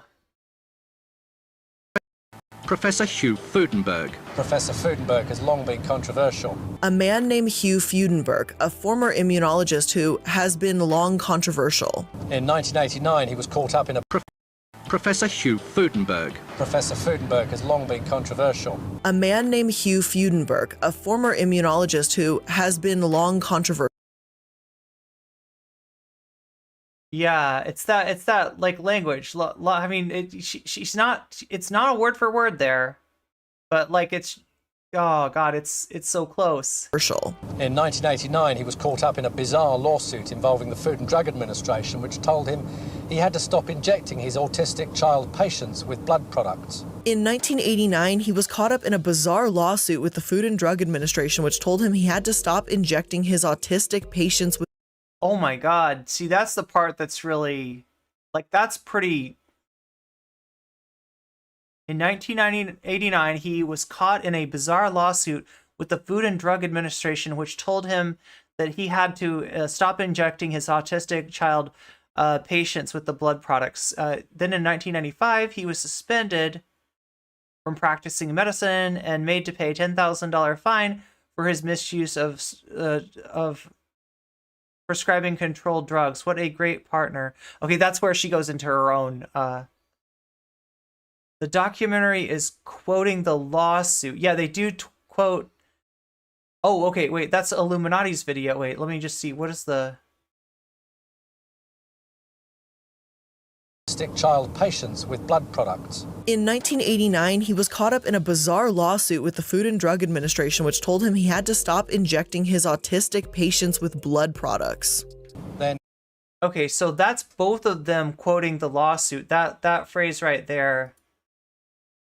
He had to stop injecting his autistic patient, which told him a bizarre lawsuit involving the Food and Drug Administration, which told him he had to stop injecting his autistic child patients with blood products. In 1989, he was caught up in a bizarre lawsuit.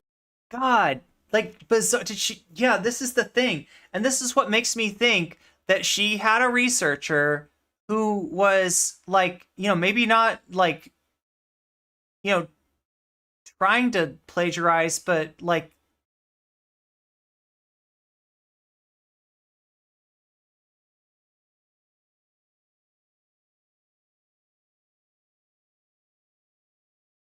all of this is in quotes in the script. That's the problem, though, is that like you don't see a script on.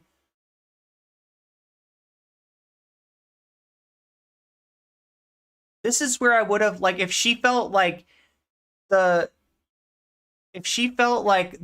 video said it, Brian Deere's video said it better than she could possibly say it, that's when you gotta put that clip of Brian Deere in there, right? If you feel like there's no better way to say bizarre lawsuit, right? If you need that language, like, right? But what Jules is saying is that her script acknowledges it. So there's an interesting issue, right? This is more nuanced than I think anybody's giving it credit for, in that, like, if you, like, in line in the description, there's a paste bin, am I right, that gives the script of this video, and within the script of the video, this stuff is in quotation marks. So as far as the script goes, this is the correct way of citing that. However, you know, you don't, you know, like the equivalent, I think, of a quotation in terms of a video essay is a clip. And instead of seeing the clip, we're hearing iiluminaughtii, you know, use the same language to describe that. But yeah, that being said, if you go into the script, you can find that this is, you know, quoted from the thing. And then her explanation was like, well, I could have put his words up there and like said from Brian Deere's documentary, blah, blah, blah, blah, blah, blah, blah. And, you know, like, and that would have been, you know, no ambiguity. Like, this is where I'm getting this. I'm getting this language. I'm getting these words. I'm getting these phrases from Brian Deere's documentary. God, I mean, look, like, I don't see like malfeasance here, right? I see, like, you know, negligence and like within the document of the video, I see the use of somebody else's language that's not acknowledged in the documentary, but it is acknowledged, like Jules is pointing out, in the script. The issue is that she wasn't clear about the citation or attribution. And again, none of this would have been an issue if not for the Legal Eagle thing, right? This would have never you know, come up. There would have been no reason for H Bomber Guy to make this tweet, right? This never became an issue until, you know, but like, yeah, you oh God, this is such an edge case. I'm sure I've seen longer clips. Well, I mean, look, like, I will say that, like, in her video, when we watch the whole video, we do see like more discussion about, like, so as far as, like, you know, a Brian Deere being taken advantage of, right? I mean, she's doing a lot to shout out his video. She's doing a lot to acknowledge his video, and in fact did indeed put in quotes, like the material that is like lifted from his video. Like, right, this looks like a script oversight, right?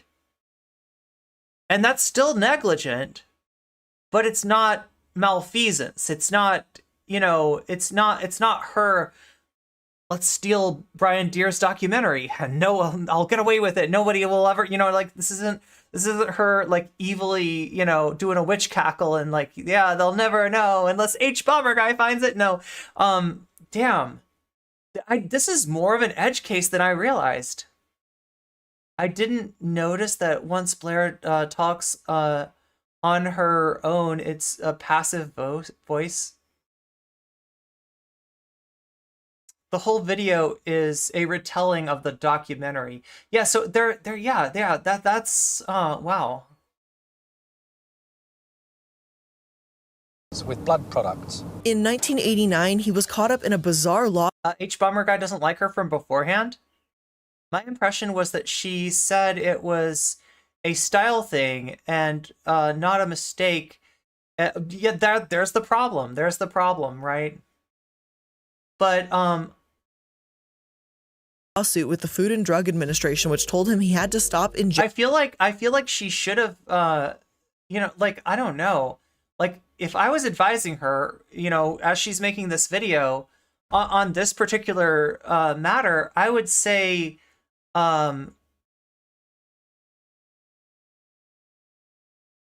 did she acknowledge the? Did she acknowledge, like, she acknowledged something, right? Like, she wasn't totally like, I was on the up and up, I did this exactly how it should have been. Like, she acknowledged that you know, there's at least like a confusion there. It's through the beginning part before we even started watching that she says specifically, but let's go back to the video, back to this documentary. What did the documentary have to say? It's so it's obvious from the beginning that she was just talking about the documentary. She's like business. She pays researchers. Yeah, so that's what I was saying, Zara, when I said the buck stops with her. It's her name on the signage, right?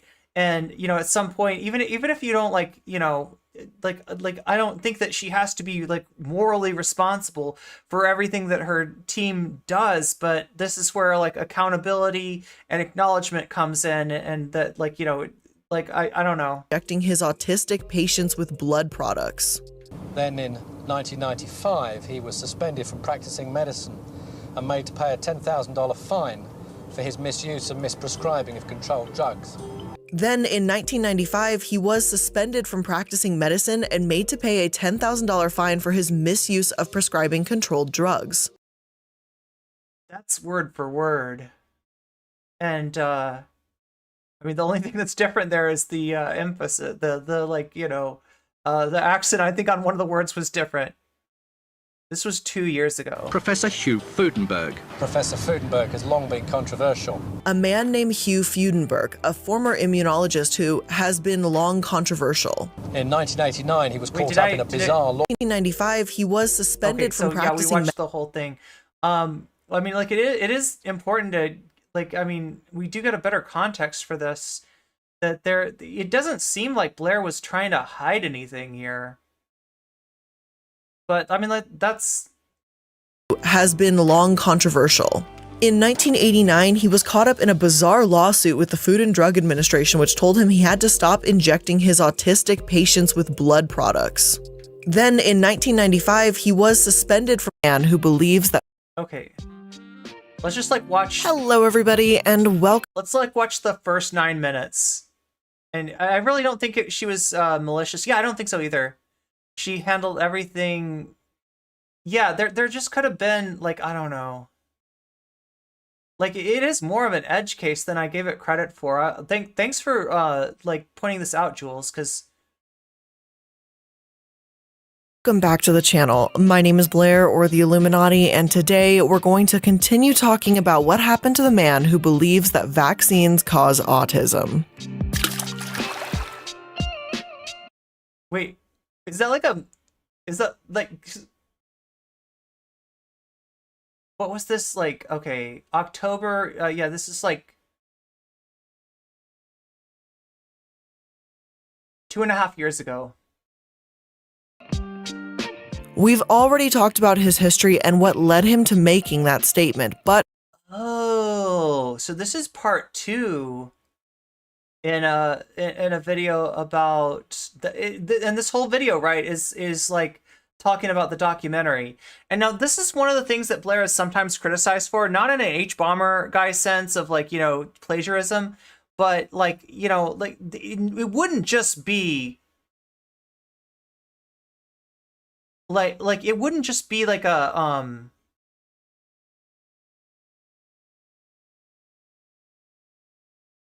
it's not just an issue with Blair. It's an issue with video essayists, right?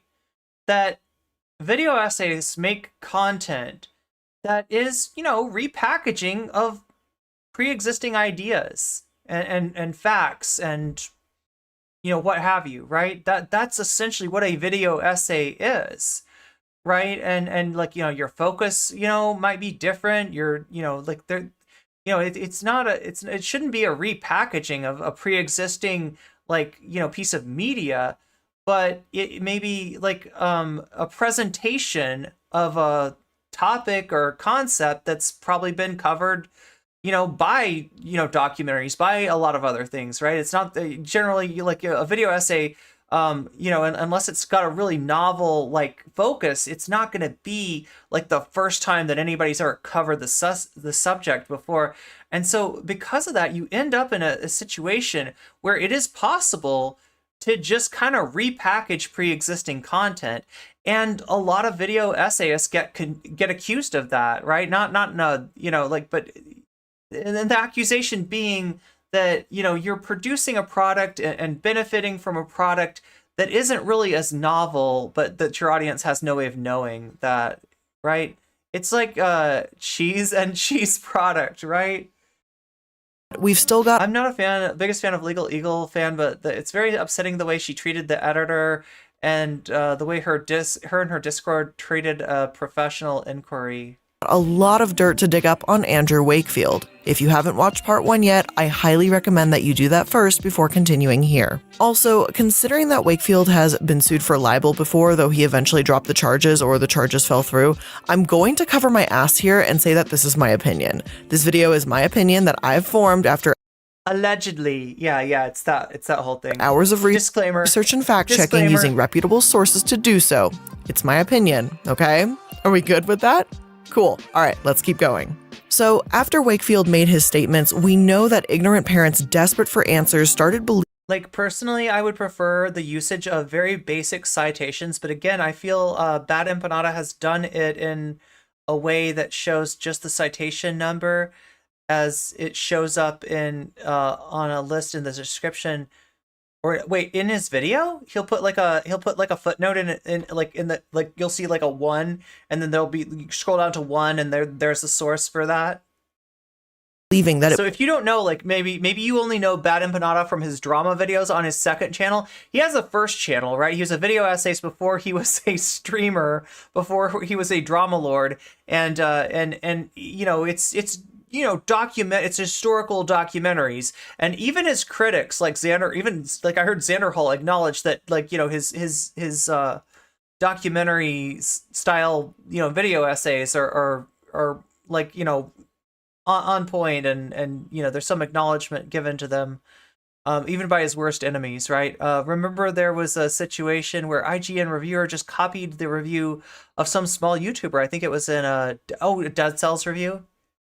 It'll be like in the corner somewhere. Okay, yeah. So that's how Bad Empanada solved this issue. It was vaccines that caused their child's autism.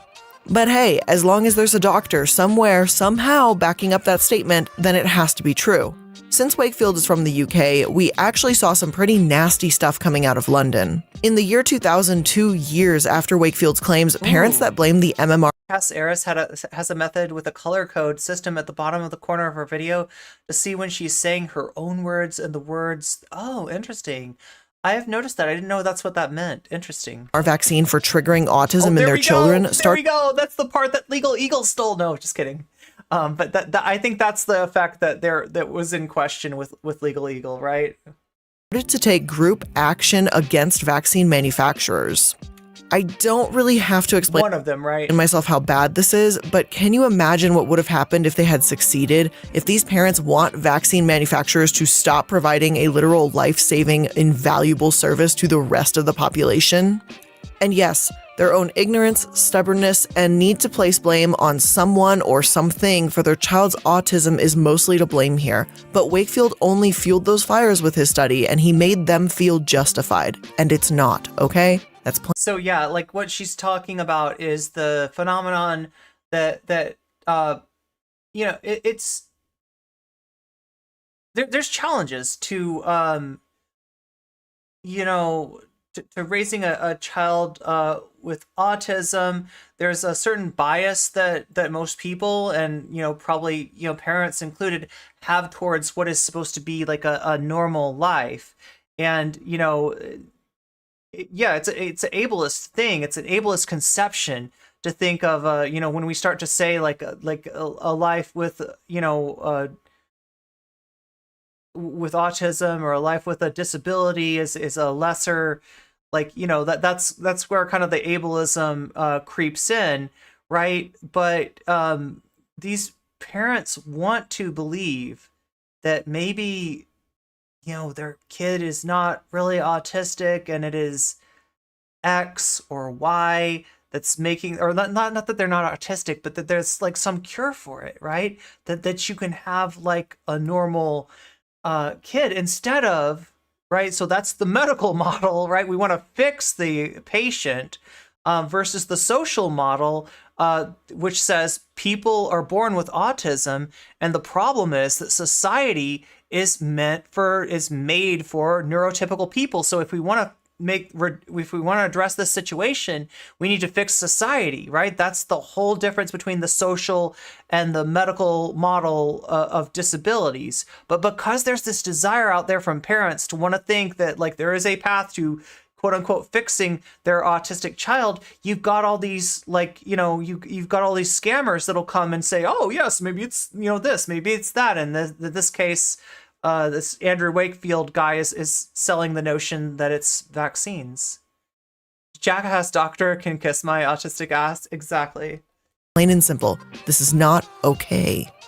If these parents spent the same amount of time and devotion working towards managing their child's lifestyle and needs and getting to understand them better, then... And advocating for them, right? Advocating for society to acknowledge that not everybody is neurotypical, right? That's you know, that would be a more socially modeled, like, you know, mind, like a mindset to, you know. Yeah, I'm pretty sure that they would be much better off, the parent and child. But if you're diagnosed with some uncurable condition that apparently, you know, some people think is an absolute nightmare, that doesn't give you the right to blow up hospitals and blame the medical community at large, all right? So why does that even have to be said?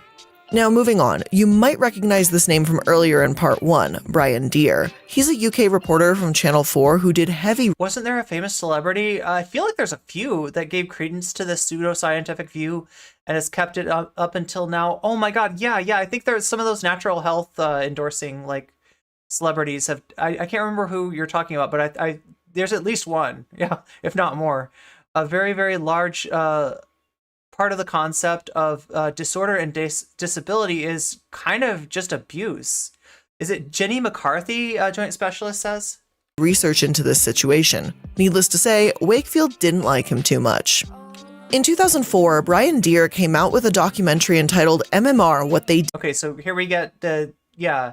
So maybe, I guess this is the video that concentrates on Brian Deere's documentary. And didn't tell you. Brian Deere has his own YouTube channel where he uploaded it, but Channel 4 and 2020 Productions were... So there's a lot of effort being paid here to, like, making sure that, like, Brian Deere gets, you know, credit and that people are directed towards Brian Deere and his YouTube channel. Involved with the film as well. And I've got to tell... She's like a MTV star? Like a VJ? Right now, there's a class action lawsuit against Tylenol. Parents who took Tylenol while pregnant and had an autistic child can join.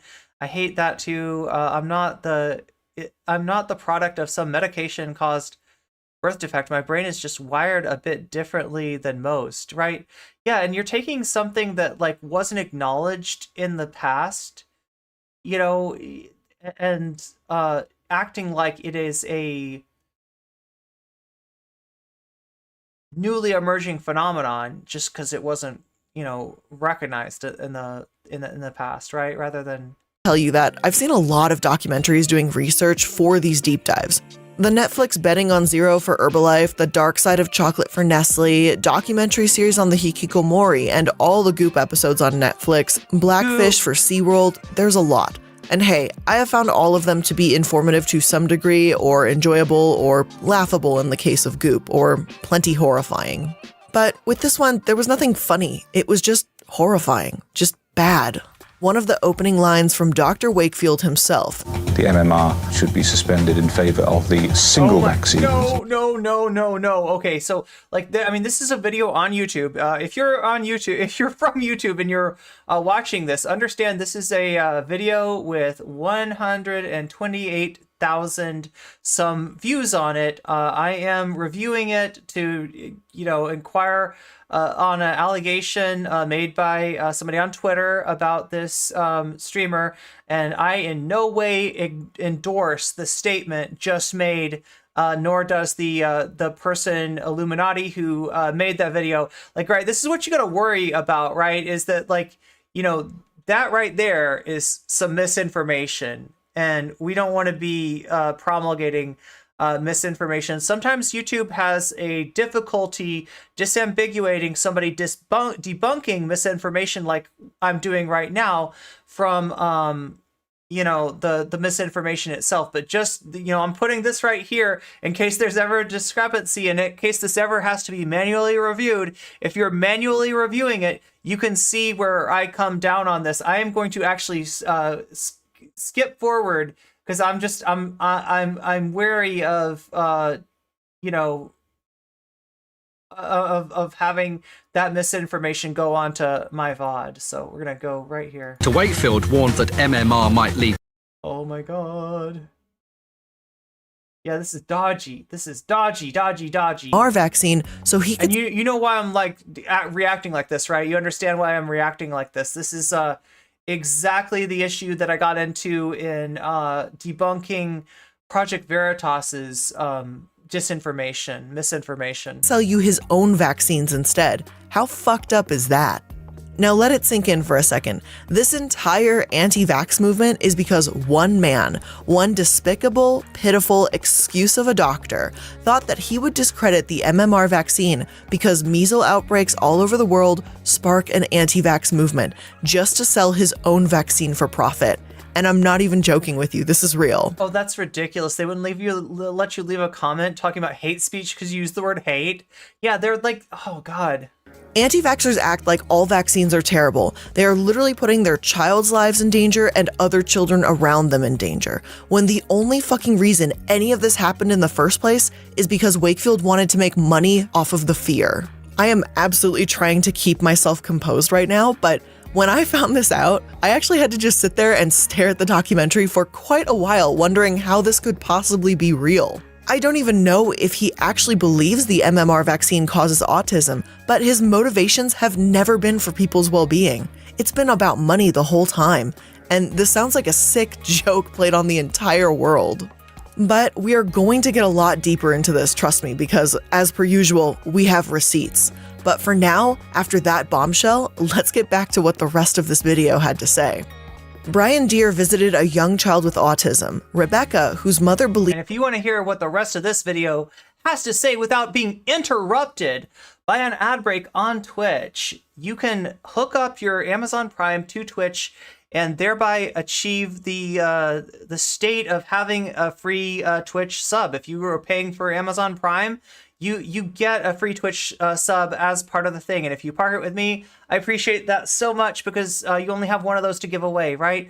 That being said, if you do not have an Amazon Prime or you've already used it somewhere else, you can pay $5 to have that sub for your account on Twitch and get out of the ad break that way. If in the other possibility is if you're lucky enough, you might hang around enough and talk and chat enough, you might get a gift sub by somebody kind enough to give those out. So believes it was an MMR vaccine that caused her autism. She says that for her 3-year-old, she just one day started behaving differently. Though at the very end of the documentary, she says she's mistaken and didn't realize Rebecca was actually showing signs sooner that she had dismissed. But Andrew Wakefield, of course, blames MMR. He says the vaccine shouldn't be all at once, but the risk is created from the combined vaccine. My opinion. Oh my God, I don't care about your opinion, Mr. Wakefield. Yeah, we gotta skip past his opinion. Instead, this was fear-mongering. This was the wariness of the MMR vaccine that Wakefield wanted. Wakefield also stated mumps, measles, and rubella together might be too much for the the weasels alone are worth the $5, true. Immune system of some children to handle. And not only the weasels, but also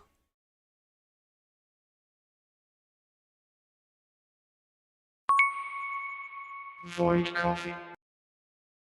I'm sorry, but since when did that translate into autism? I get why, like, oh, it might make them feel a little sick because now you have a few flu-like symptoms from the flu shot, that drowsiness and achiness, not the flu itself, but yeah, you might feel a little bit weak for just a couple days. But a vaccine causing autism is beyond reaching. There's testing been done to see if autism is genetic, and we're not sure 100% what causes it, but it does seem to be some promise in the genetic theory. So, is Wakefield actually saying that vaccines could alter your genes? I can't even begin with how dumb that actually is. Brian had the most damning evidence I'd seen so far in about 10 minutes into this video. He says that 9 months before the MMR announcement, Wakefield filed documents worldwide claiming to have discovered, firstly, their own allegedly safer vaccine against measles, and secondly, treatments, perhaps even a complete cure for inflammatory bowel disease and autism.